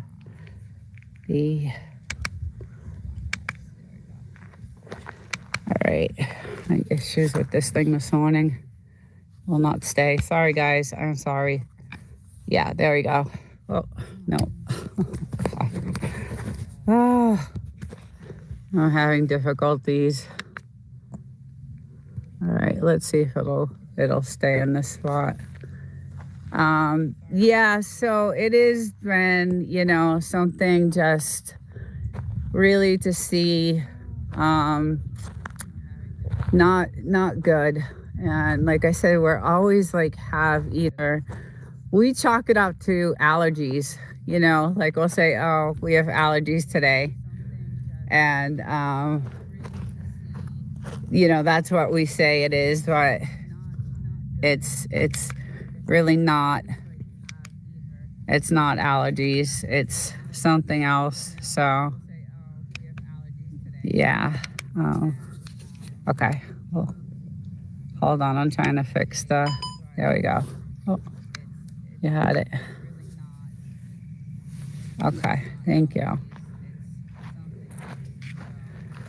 Yeah, so we chalk it up to allergies and say, hey, it's, allergies, and that's what it is. But I know it's not. I know that's not what it is. So, and it's weird because this time of year, Joshua Tree is a very touristy town, and it's been so quiet. And I know people are hurting for money, and they don't have a lot of money. But Coachella was packed. I had to travel with the Coachella traffic this weekend, and I mean, some of those tickets, I don't know if anybody's heard, but I mean, it's over $10,000 to go, and it's just for one weekend.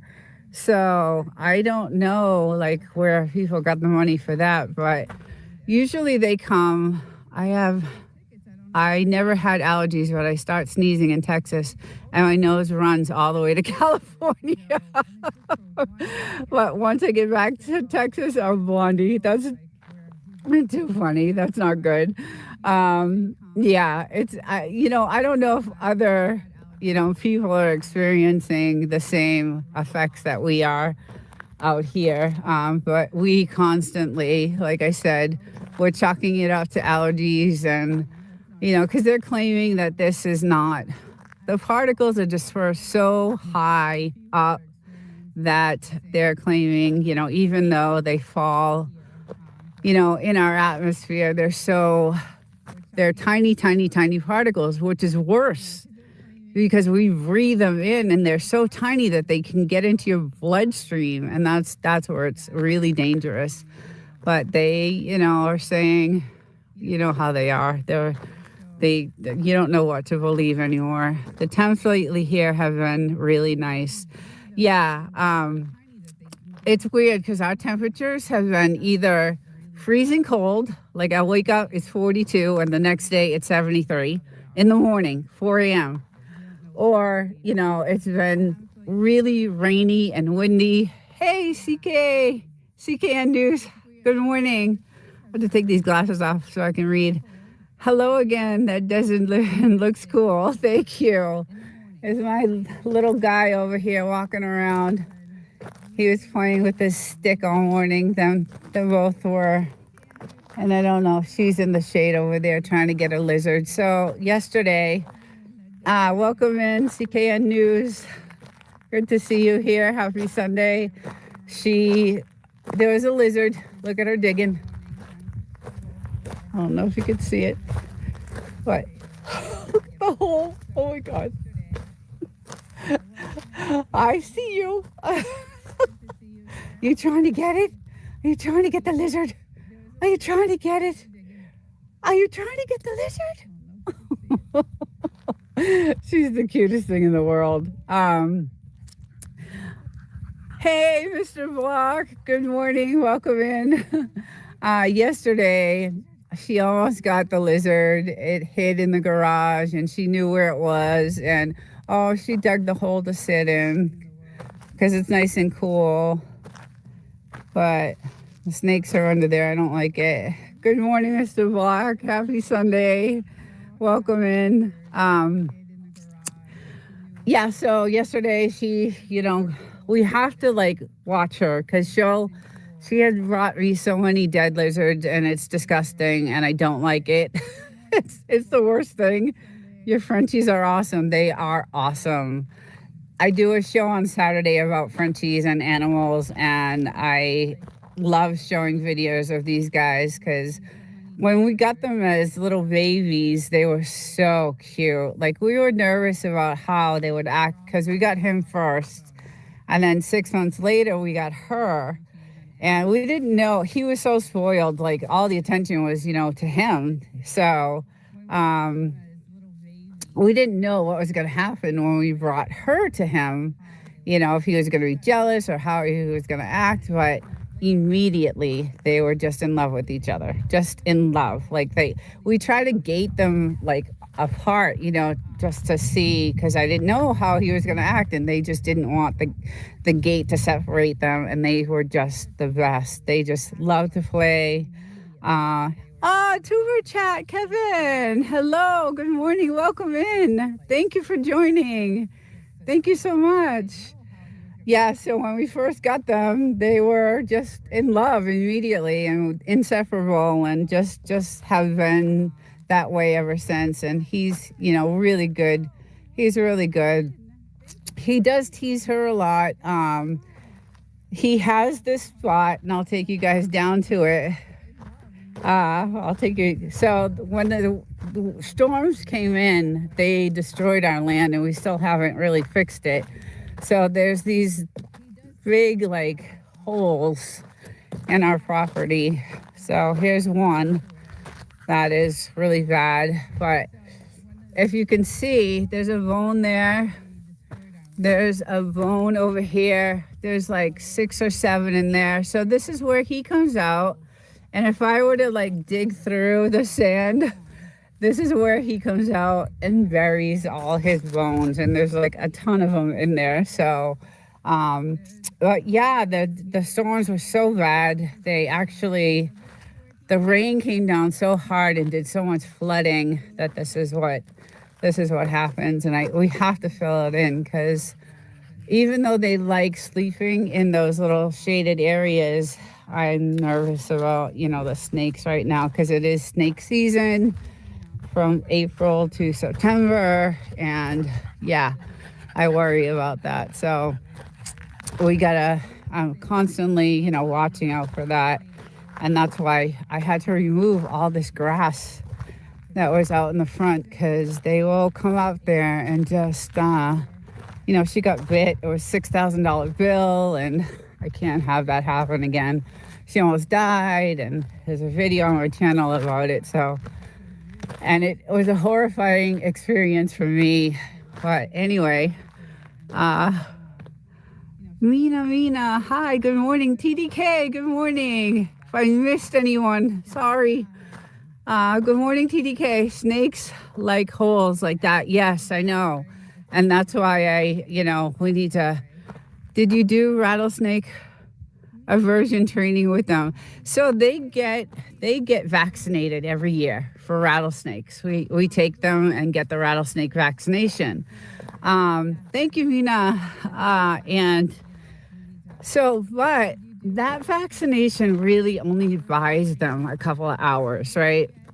And it depends on what type of rattlesnake bites them. Each rattlesnake has a different venom. She happened to get bit by one of the most poisonous, deadliest snakes called the Mojave Green, which I had no idea was out here. I know there's several different species, but when they did the blood work, they were able to determine what type of snake bit her. And she, I'm 2 hours away from the hospital that I'm taking her to. So the vaccination did help because it gave her that extra time. But she was, almost dying by the time I got her. So it was really traumatic. It was very traumatic. And I had the video on my channel. It was a really traumatic experience, and I don't want that to ever happen. Besides the fact that it was a $6,000 bill, because each one of those bags of anti-venom is $1,000, and she needed 2. And so it was $2,000 for that, and then all the antibiotics and all the other care that they gave her, it just added up and kept adding up. So I ended up, I had no money. I just put it on a credit card, which I had no credit card debt at the time. So that really sucked. Frenchies are not very trainable, and that is the truth. Yes, those Mojave Greens. Now that I know they're out here, yes, they are very, very deadly. And so, some dogs can get bit. In that video, I have a story of a couple that had a big, I think it was a Labrador, and it got bit by a snake, and they gave it Benadryl. They took it to the hospital, and the hospital, said it's going to be a $6,000 bill. They said, no, we don't have that kind of money. We'll just take him home and see what happens. And they gave the dog Benadryl.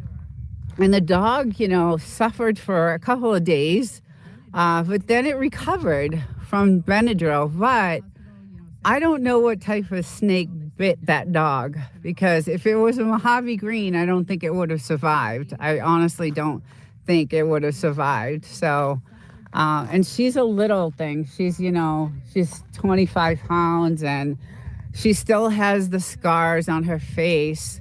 I have to run. I will definitely catch the replay from. Thank you so much, Wandy. Thank you for coming in, and drive safe and be careful. And we'll see you soon. Take care. So, I don't know what type of snake it was that bit that dog, but there were several cases in that video during the time that she got bit. So I know the snake season is April through September, and I just am so cautious of it right now, having, them out here. And I always, look around, and I'm cleaning up, like this bush needs to be cleaned. We got to cut down the bottoms of that because they like to hide in those. And she got bit by chasing a lizard, and she chased it into this, place where the snake was. So the dog was 80 plus pounds and was bit by a common rattler. The greens have neurotoxins. Yes. Okay. So, okay. I don't remember that in the story, but it was a big dog. It was a big Labrador or golden retriever or something like that. It was a big dog. And it got bit in the face just like she did. And she still has the scars, which every time I look at her brings me back to the memory of her almost dying in the car, in the seat next to me as I'm driving. It's 2 hours away. I made it there in an hour and 15 minutes. So I put on my flashers, and I just went, I probably can't say it on YouTube, but I just got her there as fast as I could. So it was really, really traumatic. I saw a snake skin stuck on a creosote bush. Oh no. Okay, see, so they are, they're coming out. It's the season. Oh, we're getting some flowers blooming on the tree. Oh, that's pretty. These trees look really gorgeous. Like in June, they're beautiful. All yellow flowers, but thousands of bees. Thousands. Thank goodness you're fast driving saved her life. Yeah, I didn't even care. I was just, people were like honking at me and, chucking me the finger. And I was just like, you have no idea what's happening right now. So I didn't even care. The 62 has, 5 lanes and I took one of them and I just, yeah, I can't. Anyway, I don't want to be, I don't want to say how fast I was going, but she was, by the time I got her there, she was not breathing. She could barely breathe. It was really, really, really traumatic. And I was a mess. I was freaking out. And, but they were there ready for her, waiting for her. So, what's your annual rainfall? Well, lately, CKN News, it has been sporadic. We never used to get rain. We've lived here for a long time. We got rain maybe, I don't know, once every 6 months or so. Now it's these crazy storms. It should be near zero, but it's like 8 inches now. Yeah, these storms come in. They're vicious. Like a couple of weeks ago, I was saying on one of my lives, it took me 5 hours to get home because the rain was so heavy and the wind was blowing so bad that everybody was pulling over to the side of the highway because you couldn't drive. You just couldn't drive. And the flooding was up to my top of my tires on the 62. So I couldn't. It was just so bad. It was just really, really bad. So these storms come in. They last about a half hour and they're gone. But the damage they do, we got to sprinkle every few months. Now it's weekly. Yeah. That's why I'm saying all this grass that's growing is just really strange. We've never had it. We've never had it. So, she's watching me. She loves me so much. We went through that experience together. And I was doing everything I could for her while she was sitting there. And every time I look at her, I remember that. And every time I see the scar on her face, because I think the fang went through her skin somehow. I don't know. It wasn't good. I just noticed all the blood on the floor and, it was not good. And she started vomiting and I tried to, pick her up and let her stand and she just couldn't. She couldn't even stand. We carry tire repair kits. They usually work. She got one last week. Jeez. She got one last week. Yeah. The lizard you're talking about? Yeah.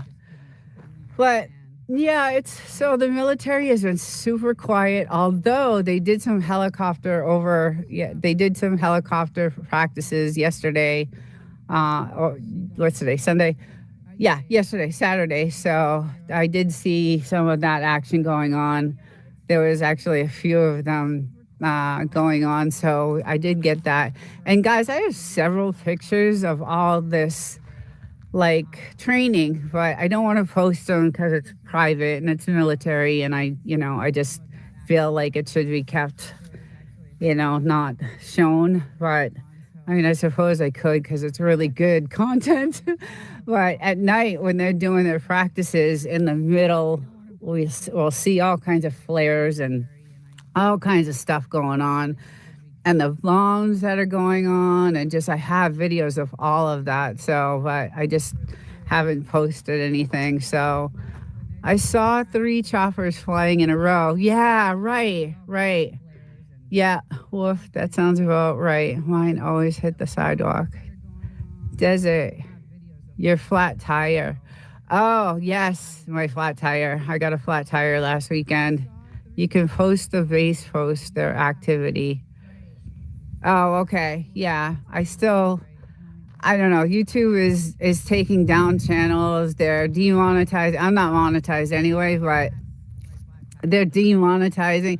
YouTube is doing all kinds of crazy things right now. So I'm trying to be cautious and careful about what type of content that I put out. And that's why I think that the the video that I put out on the 1965 Operation Popeye didn't do well at all. Like it wasn't shown to anyone. You know, it was only shown to a few people that, you know, are subs of mine. But the information was so good. And I had no idea that this had started, you know, this weaponization of the weather started way back 60 years ago. But I'm going to redo that video and kind of put some more, you know, B-roll in it and give it a little bit more information. So I will take that down and redo it.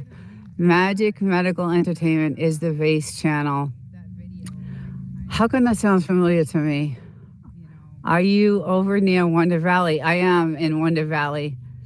We are right near the Palms restaurant. Yes, we are by the Palms. Yes. Peace and love. MEV. Welcome. MEV SMS. Chris Lee. He changed it. Hello, good morning. Welcome. Yes, we're in Wonder Valley. That's why, like, our address is technically, we have a zip code that we live in, but technically we're not, like, if you were to look for us on Google, you wouldn't be able to find us. It's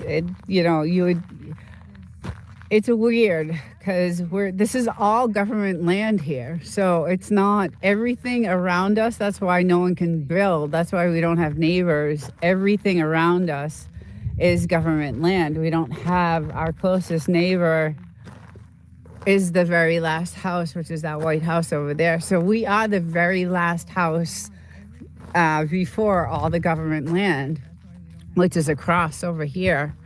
So we are 4 miles from the main road, which is where our mailbox is. I got stuck by the sign once in loose sand. Haha. Yeah, we've had that problem too. Are they still building the massive resort in Wonder Valley? I didn't hear that. I did not hear that. I don't know. I wouldn't be surprised. My thought is that all the data centers were going to go here. That's what my thought was. Because they had a video out that this is what was said, that any government land that's available, they're going to build data centers on. So, but who knows? I don't know about that either. Being secluded definitely has its privacy. Yes, for sure. And that's why we're here. So, but yes, all this is government land. No one can build on it. And speaking of soft sand, this used to be our entrance. But because of the soft sand, we had to hire someone to kind of redirect the entrance to this was our gate right here to come and drive in and out right here. Was it right here? And then we kept getting stuck. And when we bought the house, the delivery trucks, the 18-wheelers were getting stuck. And they were stuck there sometimes for days before they could get out. It was awful. It was really bad. So we had a new entrance put in. We also had a weather station put in because of the severity of the weather here. So now that we know, we can see what's coming, and which is really helpful. It's extremely helpful, the weather station, for what's going on right now. Hi, Jasper. Good morning. So we had them, get us another entrance where the sand was solid. And so now this is the road. This is the side road here. And then this is the main road. And our entrance, this is our gas tank. So it's nice. We're pretty self-sufficient out here. This tank will hold us for years. We have, our own water source, which is our well, which is really nice. And, cameras are everywhere, all over the house, everywhere. And we have our own protection, which is nice. One good thing about here, you can target practice. So we got a few toys, and many toys actually to, do target practice. And so we are protected, and like I said, cameras everywhere. But this is our new entrance now, and that's the road we come in on. And there's also another way to come in, and it's through this back way, but it's coming from way down there. Like you got to take a road that's way down there and then come around, and there's a little bit of soft sand on that side too. So it's we're really out there, guys. I do a podcast with No Doubty Homestead. If you guys have a chance, go check out that channel. If you haven't, we do a podcast together, and it's about off-grid living, because she literally lives on 20 acres of nothing. Like, she drove there and she didn't have water, electricity. She had nothing. Just drove her car there one day, bought 20 acres, and is completely off grid. So she started getting like a lot of sponsors that started, sending her different things to help her along, like batteries and just all kinds of stuff. So she's doing really well. But I do a podcast with her that gets released every Sunday about off-grid living, and it's on her channel, but we collaborate. So the videos are on my channel also. But it's really interesting about how many people now are doing, off-grid living and wanting to, go, change their lifestyle and be self-sufficient, because this world is getting really crazy, and who knows, what's going to happen. Hi, Tommy. I'm missing Tommy. Hi, Tommy. Sorry, I missed you. And this is really cool, because we're getting now these beautiful, these are growing gorgeous, and they're purple, the Taurus. I don't know if you can see the purple hue on them, but these are, we did these ourselves. We planted those ourselves, and these are gorgeous. These are coming out beautiful. And look at her. She's looking for the lizards. She knows where they hide out. That's the thing. She knows where they hide out. Oh, her poor leg. She did something to her toe. But look how gorgeous. They're just so pretty. And, yeah, the poor thing. Oh, I don't know what she did. But look at this, guys. Look at this view. It's just incredible. There's nothing like it. And at night, you can see all the galaxies. It's just beautiful. Sometimes the night is still filled with these gray clouds. So sometimes, it wasn't like it used to be 5 years ago when we first, started coming out here. And the skies were crystal clear, and you could see all the galaxies, and it was just so beautiful. Looks like a moonflower, right? Yes, yeah. I love the moon rises. We get out here, so underrated. Yes, yeah. We have a really good camera with some lenses, and I have some shots. I think I posted them on some shorts. If you go to my shorts playlist, there's some really cool burning hot sun photos and really crystal clear moon shots that we got with this camera that we have. It's a Datura. It is a medicinal toxic night shade. Woof. I think they do the plant sales in October. It's loaded with scopolamine used for seasickness patches. Yeah, Datura is right. That's, I don't know if I would eat one of them, but they obviously have to be extracted. But anyway, yeah, we grew those like ourselves. So there was one when we bought the place right here. It was huge, but it was, it had all these like maggots on it. And it was just, it was really, really bad. It was gross. So we ended up, taking it down. And it was really beautiful, though, because it had so many flowers. And but we had to take it down because it was poisoned with these. I don't know what you want to call them, but I'm going to stand in the shade for a little bit. Well, I don't know where she went. Oh, there she is. Okay. Okay, I see you. I see you. I see you over there. He must have gone in. He can't handle the heat. So he's probably indoors. Yeah, so when we built the house, we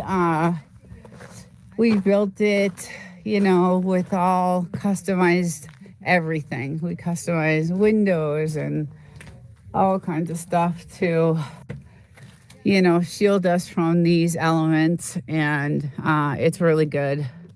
I'd not suggest it. Okay, nice wolf. Our moonflowers is related to gypsum weed. It's hallucinogenic. Oh my goodness. Must be great not to have a lawn to maintain. Yes, it is great. It is. It is. But there's other things that we have to do. So lots of other things that we have to do.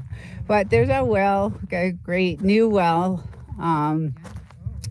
So we are pretty, good. If anything were to happen, I would drive from the city right to here and just lock down. And we are starting to prep. We are, getting our food supply ready, and, the water and all that stuff we're starting. I don't know what's going to happen. I know they deployed thousands of Marines from this base, a few weeks ago. So the washboards are so bad here. Yes, they're really bad here too. Like even when I drive 4 miles, because none of these roads are maintained, guys. We don't have services out here. We don't have like ambulances that will come out, or fire trucks, or police won't even come out. Like there's no services here. We're so off grid that we don't have services. Now we do have electricity, so the definition of off grid is not being connected to, an electric supply, but we do have that, and we do have Starlink, and we do have all the other. You can see the dishes, and then we just put in this Wi-Fi extender so that I could do streaming outside. I also have a video on that, on how we did this. This thing is pretty cool, because I wouldn't be able to stream right now without this Wi-Fi extender. So let's see, some roads are one times a week, others are not at all. Yeah, so the roads are hardly maintained out here, and you got to have, a truck, a 4-wheel drive, because like Wolf and Snort said, none of the roads, nothing is maintained out here. And this road back here is a trail road. So where the telephone pole is a trail road behind it, and then behind that is all military. So you can't go on that side of the road. If we have seen people like try to go on that side, and the military will come right out on their what do you call it, 4x4s or whatever, and they'll be like, get off the property. So just subbed up to you. Thank you so much. Thank you so much. That's awesome. I'm glad to have you. I'm really glad to have you. So they'll come right out and be like, get off the property. And we've seen that happen. So they have, like, on top of the mountains, they have these lookout towers, and you don't see them now because it's daylight, but at night you'll see the red blinking, lights, and they're definitely watching. Like, we all know we're being, tracked, all of us. Anything we say and do, especially on YouTube. So gotta be really careful. I drive a 4x4 and still carry boards, mostly get used by the Joshua Tree tourists going to Airbnbs that get stuck. Right. Yes. And Yeah, there's a lot of Airbnbs right now, and I'm hearing they're having issues, like a lot of issues with even like filling them, obviously, because no one has any money, and they're asking a ton of money for one night stay in these Airbnbs, and then you have to pay all these other fees. And but we did get stuck. So one year we went to the gold mines way on the other side. With that, when we first came here in 2019, when we first saw this property, we all on that side is all the gold mines, right? So we drove up, we hiked out to the very top, and we got to see some of the gold mines. But coming back, we got stuck, and nobody wanted to come out there. Like none of the tow truck people like wanted to come out there, and it was in the middle of, I think, July. It was like 150 degrees. It was ridiculous. And we had one bottle of water. So we were not happy, and we tried everything. We tried digging ourselves. We tried boards. We tried rocks. We tried for hours. We tried. And then finally, I think it was 29 Palms that came. There's a tow company in 29 Palms. Desert kept wasting the water. I was thirsty. I was pouring it all over me because it was so hot. It was awful. But that's another video we have. I wasn't wasting the water. I saved some for you. But anyway, we finally got someone for, I think it was $600. Yes, Bailey's Towing. They finally came out, and we're like, what the hell are you guys doing out here? Like, why are you out here? And we were like, oh, we're going to the mines, and you have to have, a 4x4 or, four-wheeler or Razor or something like that to get to those. You can't. We had a Jeep 4x4, and we thought we could, get in and out easily. So that was not the case. But after 4 or 5 hours, Tommy, doubtful just to consistently monitor someone takes 3 to 4 people with 4 to 7. I was talking about Tears Desert. Okay, I missed that whole chat, I guess. I have a neighbor that has a serious ham. That's what I want. A ham radio setup that was visited by the vase. So the ham radio, you have to have a certification for that, right? Like you can't just go have one of those. You have to go through like a certification to have one of those radios. Because I looked at it because I was like, if something ever happened with the world, how could we communicate? And I thought, I don't know if anyone saw the movie Greenland, but they were communicating through this, device, which was, I'm thinking, a ham radio. It's the movie, so I'm just, who knows? But then I looked it up, and it said that you have to go through these, like, I think Jess was talking about background checks and general associations that would definitely get their attention. Have you ever visited Death Valley National Park? I haven't been, but it's on my bucket list. I read Dante's View. Oh, Dante's View is a must. Okay. I've never been to Death Valley, but I did feel the earthquake that came in 2019 from Death Valley. That earthquake was insane, and it was when we first got the house, and I was sitting in the kitchen, and we were talking to contractors. The house wasn't livable at that time. We were just tearing it down and rebuilding, and this massive earthquake came through, and it was the first time I had experienced, because I'm from Boston. I'm not originally from California. I was born and raised in Boston, and I've been out here 17 years now, but in Boston, we don't experience earthquakes. We have other, bad weather, 10 feet of snow and, really bad conditions, but it was scary. I'm sure they do, but crazy not to know what's next to MTNK security asset. Death Valley is the hottest Mojave, 134. This is the second, 129. Yes. So that year that they had 134 temperatures, it was 129 here. We could not even go outside. Thank the good Lord we have a garage because the dogs, as horrible as it was, that's where they had to go to the bathroom, and we're constantly washing the garage out, and just it was just unbearable, and it was days in a row. And I'm sure anybody in 29 Palms or Wonder Valley, hello Nina, hey DTR, hi, I'm good, how are you? How are you? You're traveling everywhere. I've been watching. Welcome. Happy Sunday. I hope you're doing well.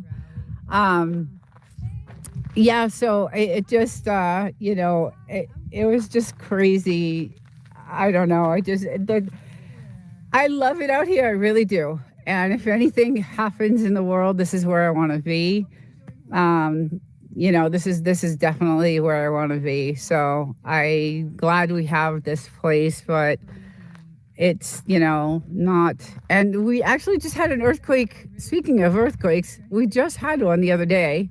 I didn't feel it, but my husband did. Doing great. Thanks. Moondocking around the area. Nice. Yes, it is beautiful here. It is gorgeous here. It's peaceful, quiet, just amazingly gorgeous. Just the scenery at night when we do our campfires. It's gorgeous. We get to see just the skies at night are just gorgeous. And like I said, if you go to my shorts playlist, I have a bunch of, really cool shots of the moon because we have that, a special lens camera that we use into photography. But I have some stones that I'm into like collecting stones, and I found this one today, which I'm going to shine up. It's really cool. I'm into these, and this one was really strange. So it's got some sort of, I don't know what's in it, some sort of chemical in it. But so all these, when they're shined, like some of these look like diamonds. Like this one would look like a diamond if I had it shined and polished. I like to shine and polish. So I found some today, and I found this one was really cool too today. It's kind of like a gray with a line going to some sort of, it's really pretty anyway. So that's what I do. That's my hobby here. I go off site. I go off the property and do you tumble the rocks? So I do not. That's the thing. I want to start to do that because there's a place in Joshua Tree that has almost the exact stones that I have, but they're all shined up and they're all, tumbled. And so to do a tumbling or shining of rocks is like a 4-week process. And I'm not here all the time. So yes, coyotes can be followed a long way. It's rare to see them. Yeah, so I'm not here constantly. If I was here all the time, I would totally do it because I love to see, them. So there's this rock store in Joshua Tree called The Rock, and they have almost the identical stones I have, and they're selling them. And I actually went on eBay I have one crystal that I found. So I try to look for crystals. I have one that I found that is just amazing. And I went on eBay and it said it was like worth $25. So I was like, oh my goodness. So I know I have some, crystals and stones that have some value to them. But because I'm not here full time, it's, I can't do the tumbling, but I want to. And it's super expensive because of all the different grits you have to buy. It's hard here. There's too much cover. They can win you before you ever see them. I like looking for rocks at night with the UV light. Yeah, that's the other thing. We